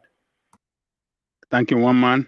I thank everybody that came on the platform today. I really want to appreciate Black League for jumping into the train of Showore, for calling on Nigerians to look into the direction of Yore That is the way to save the nation. We have to get out from darkness. Nigeria is in darkness, and going Showore way will take us to the light. And so I really appreciate you, Black League, for your consideration, for looking into Showore as the best man that we should consider for the job. I will as well thank Ola for showing his love for Showore as well, particularly for being a Nigerian that stand strongly on what he believes in, by standing strongly for better Nigeria, for fighting hard for better Nigeria. So I thank you as well. And I want to thank all of you out there around the world that have been listening to us since the beginning to this end of this session. If you have not liked, please do that right now. If you have not thumbs up, do that right now. I will like you as well to share this session to your friends, and subscribe if you have not done that as well. And if you are Showore's man, please be strong. Don't Nigerian state. It's a very oppressive state, and they can get people frustrated. They can confuse you to, you know, shy away from the wrong path to a wrong path. So Showore's path is the right path, but they can get you frustrated and look at him and say, "Oh, this guy, I don't think he's too much. He's not doing it right." Oh, okay, and then you join the criminal, the oppressive people that never make things to work in Nigeria. So never be frustrated, never give up. We have to stand strong. This is the time for us to do it. We don't have any other country to call ours but Nigeria, and until we stand strong and we take our country back from them, that is the only way that we can send these people packing. We must not celebrate them. We must not support them. We must not give them any chance at all this time. This is the last chance for Nigeria. Either Nigeria exists or they continue to exist. This is the last chance. So let us look another way, and not the way of PDP or APC. They are gamblers, and they never have anything good for that country. It is clear to all of us. So let us abandon them. So other than that, let me thank those of you behind the scene that have been chatting. Our brother Alexander Gomez, the chairman of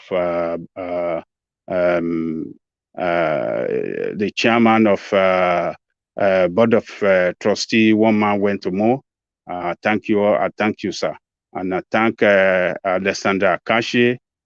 He came back. He's been with us, but I hope one man will bring him on to tell us what his experience looked like while he was in Nigeria. You know, he needs to furnish us with that. You know, maybe tomorrow can come on stage and just let us know what is going on over there, because you are there practically. You saw everything on the ground, and let us know what is going on. So I thank Flash Mankind. I thank Jaja. I thank Oladiti. I thank Adewale. I thank Asgugu. I thank all of you in the commentary section. We are the strength of the platform. God will continue to guide you all, and you come back tomorrow. Come back to do what you like to do best. I really appreciate you all. One man, particularly the driver, I give kudos to you. You've done it again today. Tomorrow, I believe you will come back and land again. One man, the eagle, will land again tomorrow, and we'll be around him, and we're going to do it together again tomorrow. Thank you, one man, the eagle. See you tomorrow. All right, thank you, Ajanle Koko. So that's Ajanle Koko. If Ajanle Koko is around, then he rounds off the show. It's just that simple. There's no complications to it. So thank you, Ajanle Koko. So that has been the session, and thank you everybody for staying with us. Just that call for that like button is just a call that a lot of YouTubers make, and for reasons that pushes you up the YouTube space. And we're seeing the results of your thumbs up. So it's not something that is being done in vain. It has a real meaningful impact, and it doesn't cost you a penny. So why not just flick that cursor just twice to land on the red subscribe button to turn it gray, and then to like on to land on the thumbs up button, the like button, and to thumb the platform up. So do that, and we just acknowledge the comment section to bring them on board with the on-screen space, so that we depart as one happy family. This is an initiative that Ajanle Koko birthed, and which the platform has adopted. So we acknowledge Edo Lights Watch, who a name we've not yet come across. So Edo Lights Watch, I see you. And then we acknowledge Adelaja Ogunviyi. So Ogunviyi, I want to know which part of Yoruba land a name like that comes from. Our British victim, he's saying that we have to pander to Showore if we want him to come on board. We don't pander to anybody. If he doesn't come on board, then he can go and swivel. So go swivel, but not you though, fourth of many. You don't swivel, you stay steady. So that fourth of many, almost certainly the fourth born within its own family.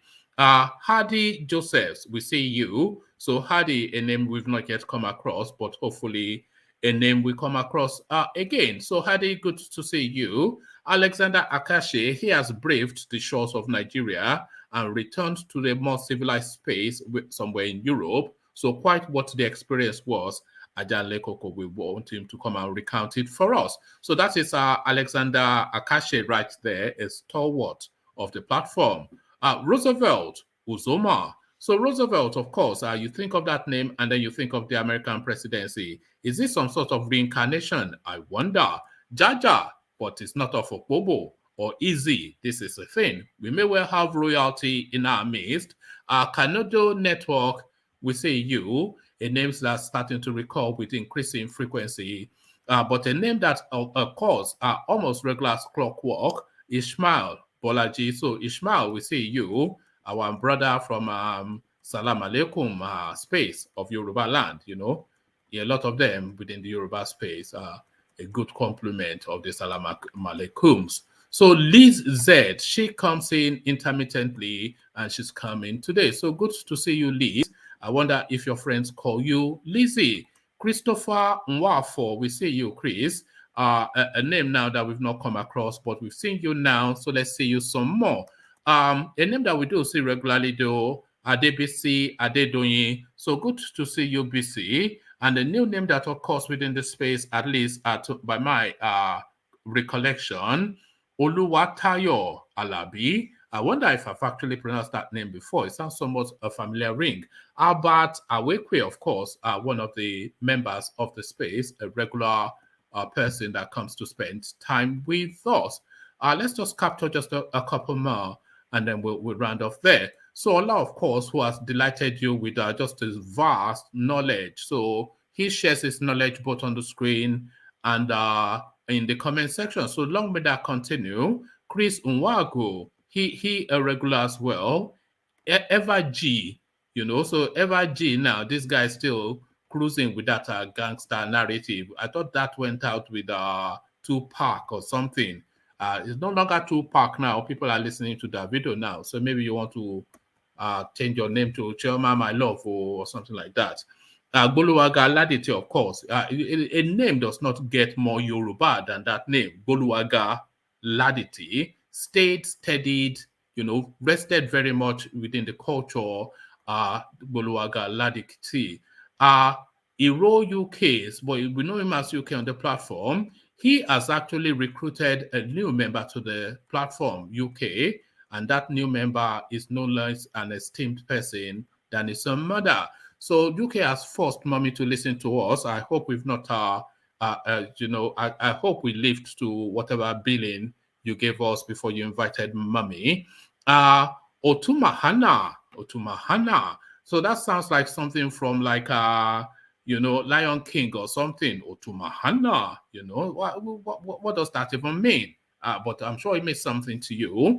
Vivian Tiger, I wonder, that just, I want to imagine you in some leopard print, what was it called? Leggings. So when you go with the name like Vivian Tiger, then you need to be wearing leopard skin leggings. Truth hurts is where we stop it, but the truth then always hurts. So don't go dishing out the truth too often, because not everybody wants to hear it.